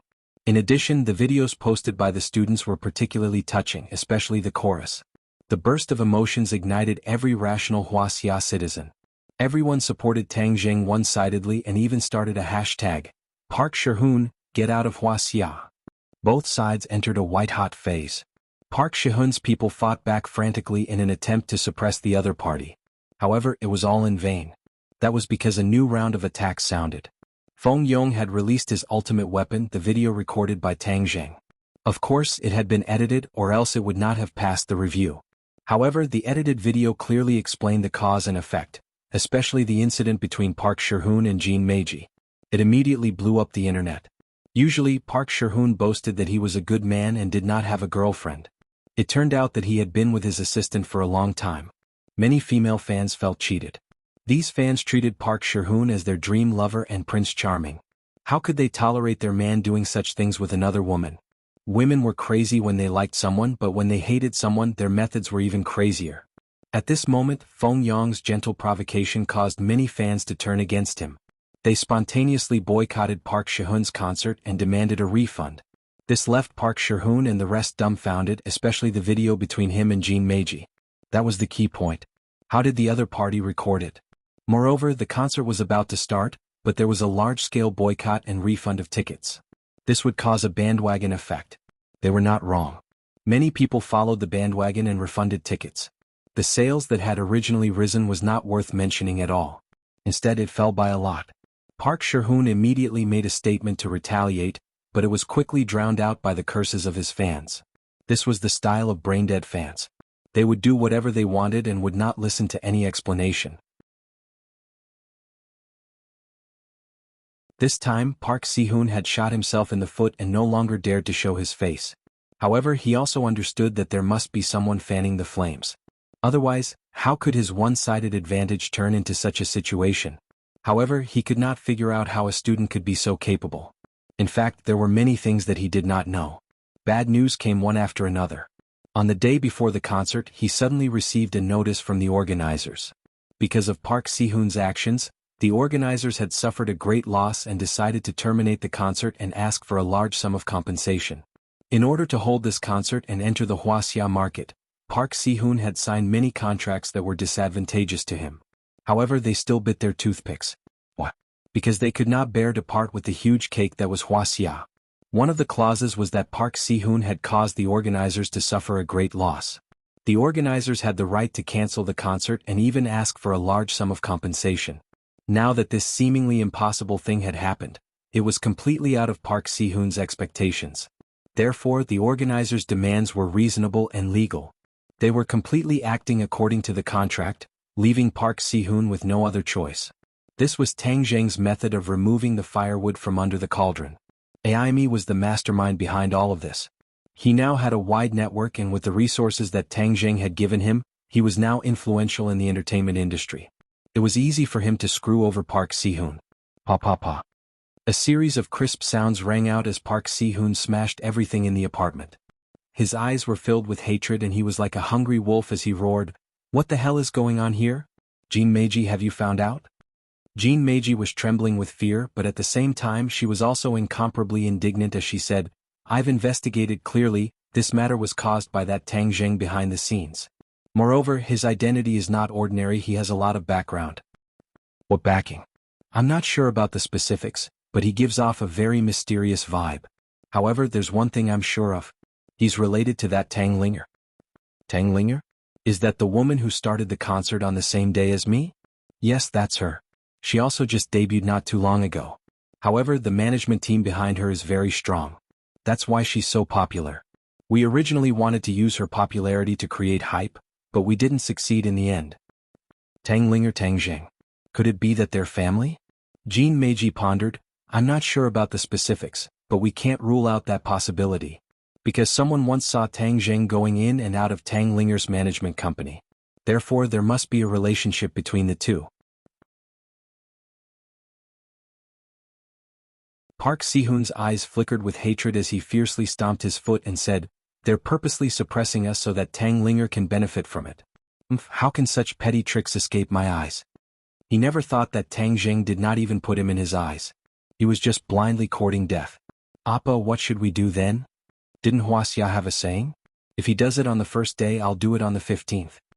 If my concert can't be held, her concert can't be successful either. I'll give her a big gift. What do you want?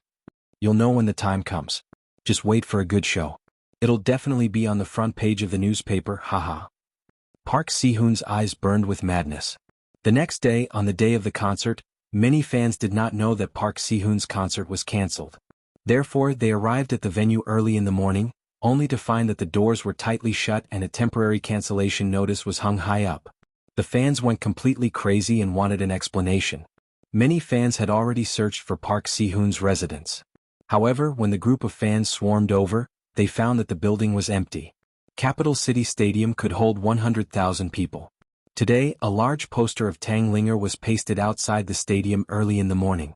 Dressed in ancient clothing, she looked like a fairy from a painting. Many people were mesmerized. This was the real fairy sister. When Tang Linger appeared, all the other fairy sisters that were hyped up paled in comparison.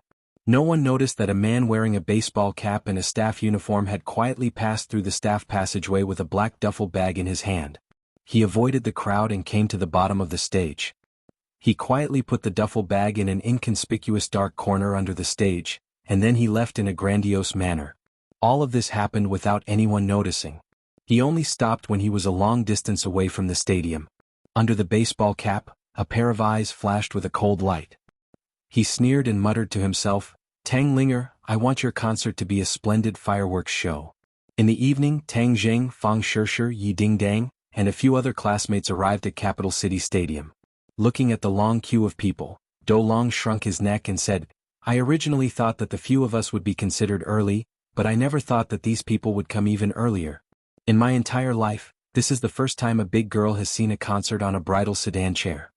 Haha, if you were a young lady, then you would definitely be alone for the rest of your life. You would never have the chance to sit in a sedan chair. Wang Shiji joked. I'm just making an analogy. Sinosaurus glared at him, then turned to look at Tang Zheng and asked, "Oh, 3, where are the concert tickets? We're already at the entrance and everyone is already lining up to enter." We still don't have tickets. Tang Linger was too busy, so she didn't go home during this period of time. Naturally, he didn't get a ticket, but Linger told him to give it to him at the stadium before the concert started. "Oh, 3, why don't you call your friend first?" Zhou Yin reminded him. Feng Yong said nonchalantly, "Don't worry. If the boss doesn't have a ticket to this concert, then no one in the world will have a ticket." "Ish, fatty, aren't you afraid of biting your tongue when you talk big? You don't know how popular this concert is. Although Tang Ling-er has only debuted for a short time, she has a huge number of fans.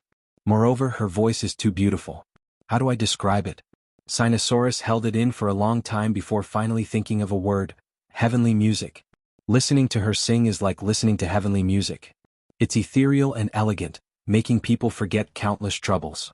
It can truly cleanse the soul. Seeing Sinosaurus's intoxicated expression, Zhou Yang and Wang Shiji didn't refute him. Instead, they nodded in agreement. Tang Zheng and the others looked at each other in dismay. Speaking of which, they had never heard Linger sing before, so they really didn't know if her singing was good or bad. However, Tang Zheng knew that her voice wasn't bad, so he wasn't worried about her strength. "Boss, you're here." A person jogged over and waved from afar.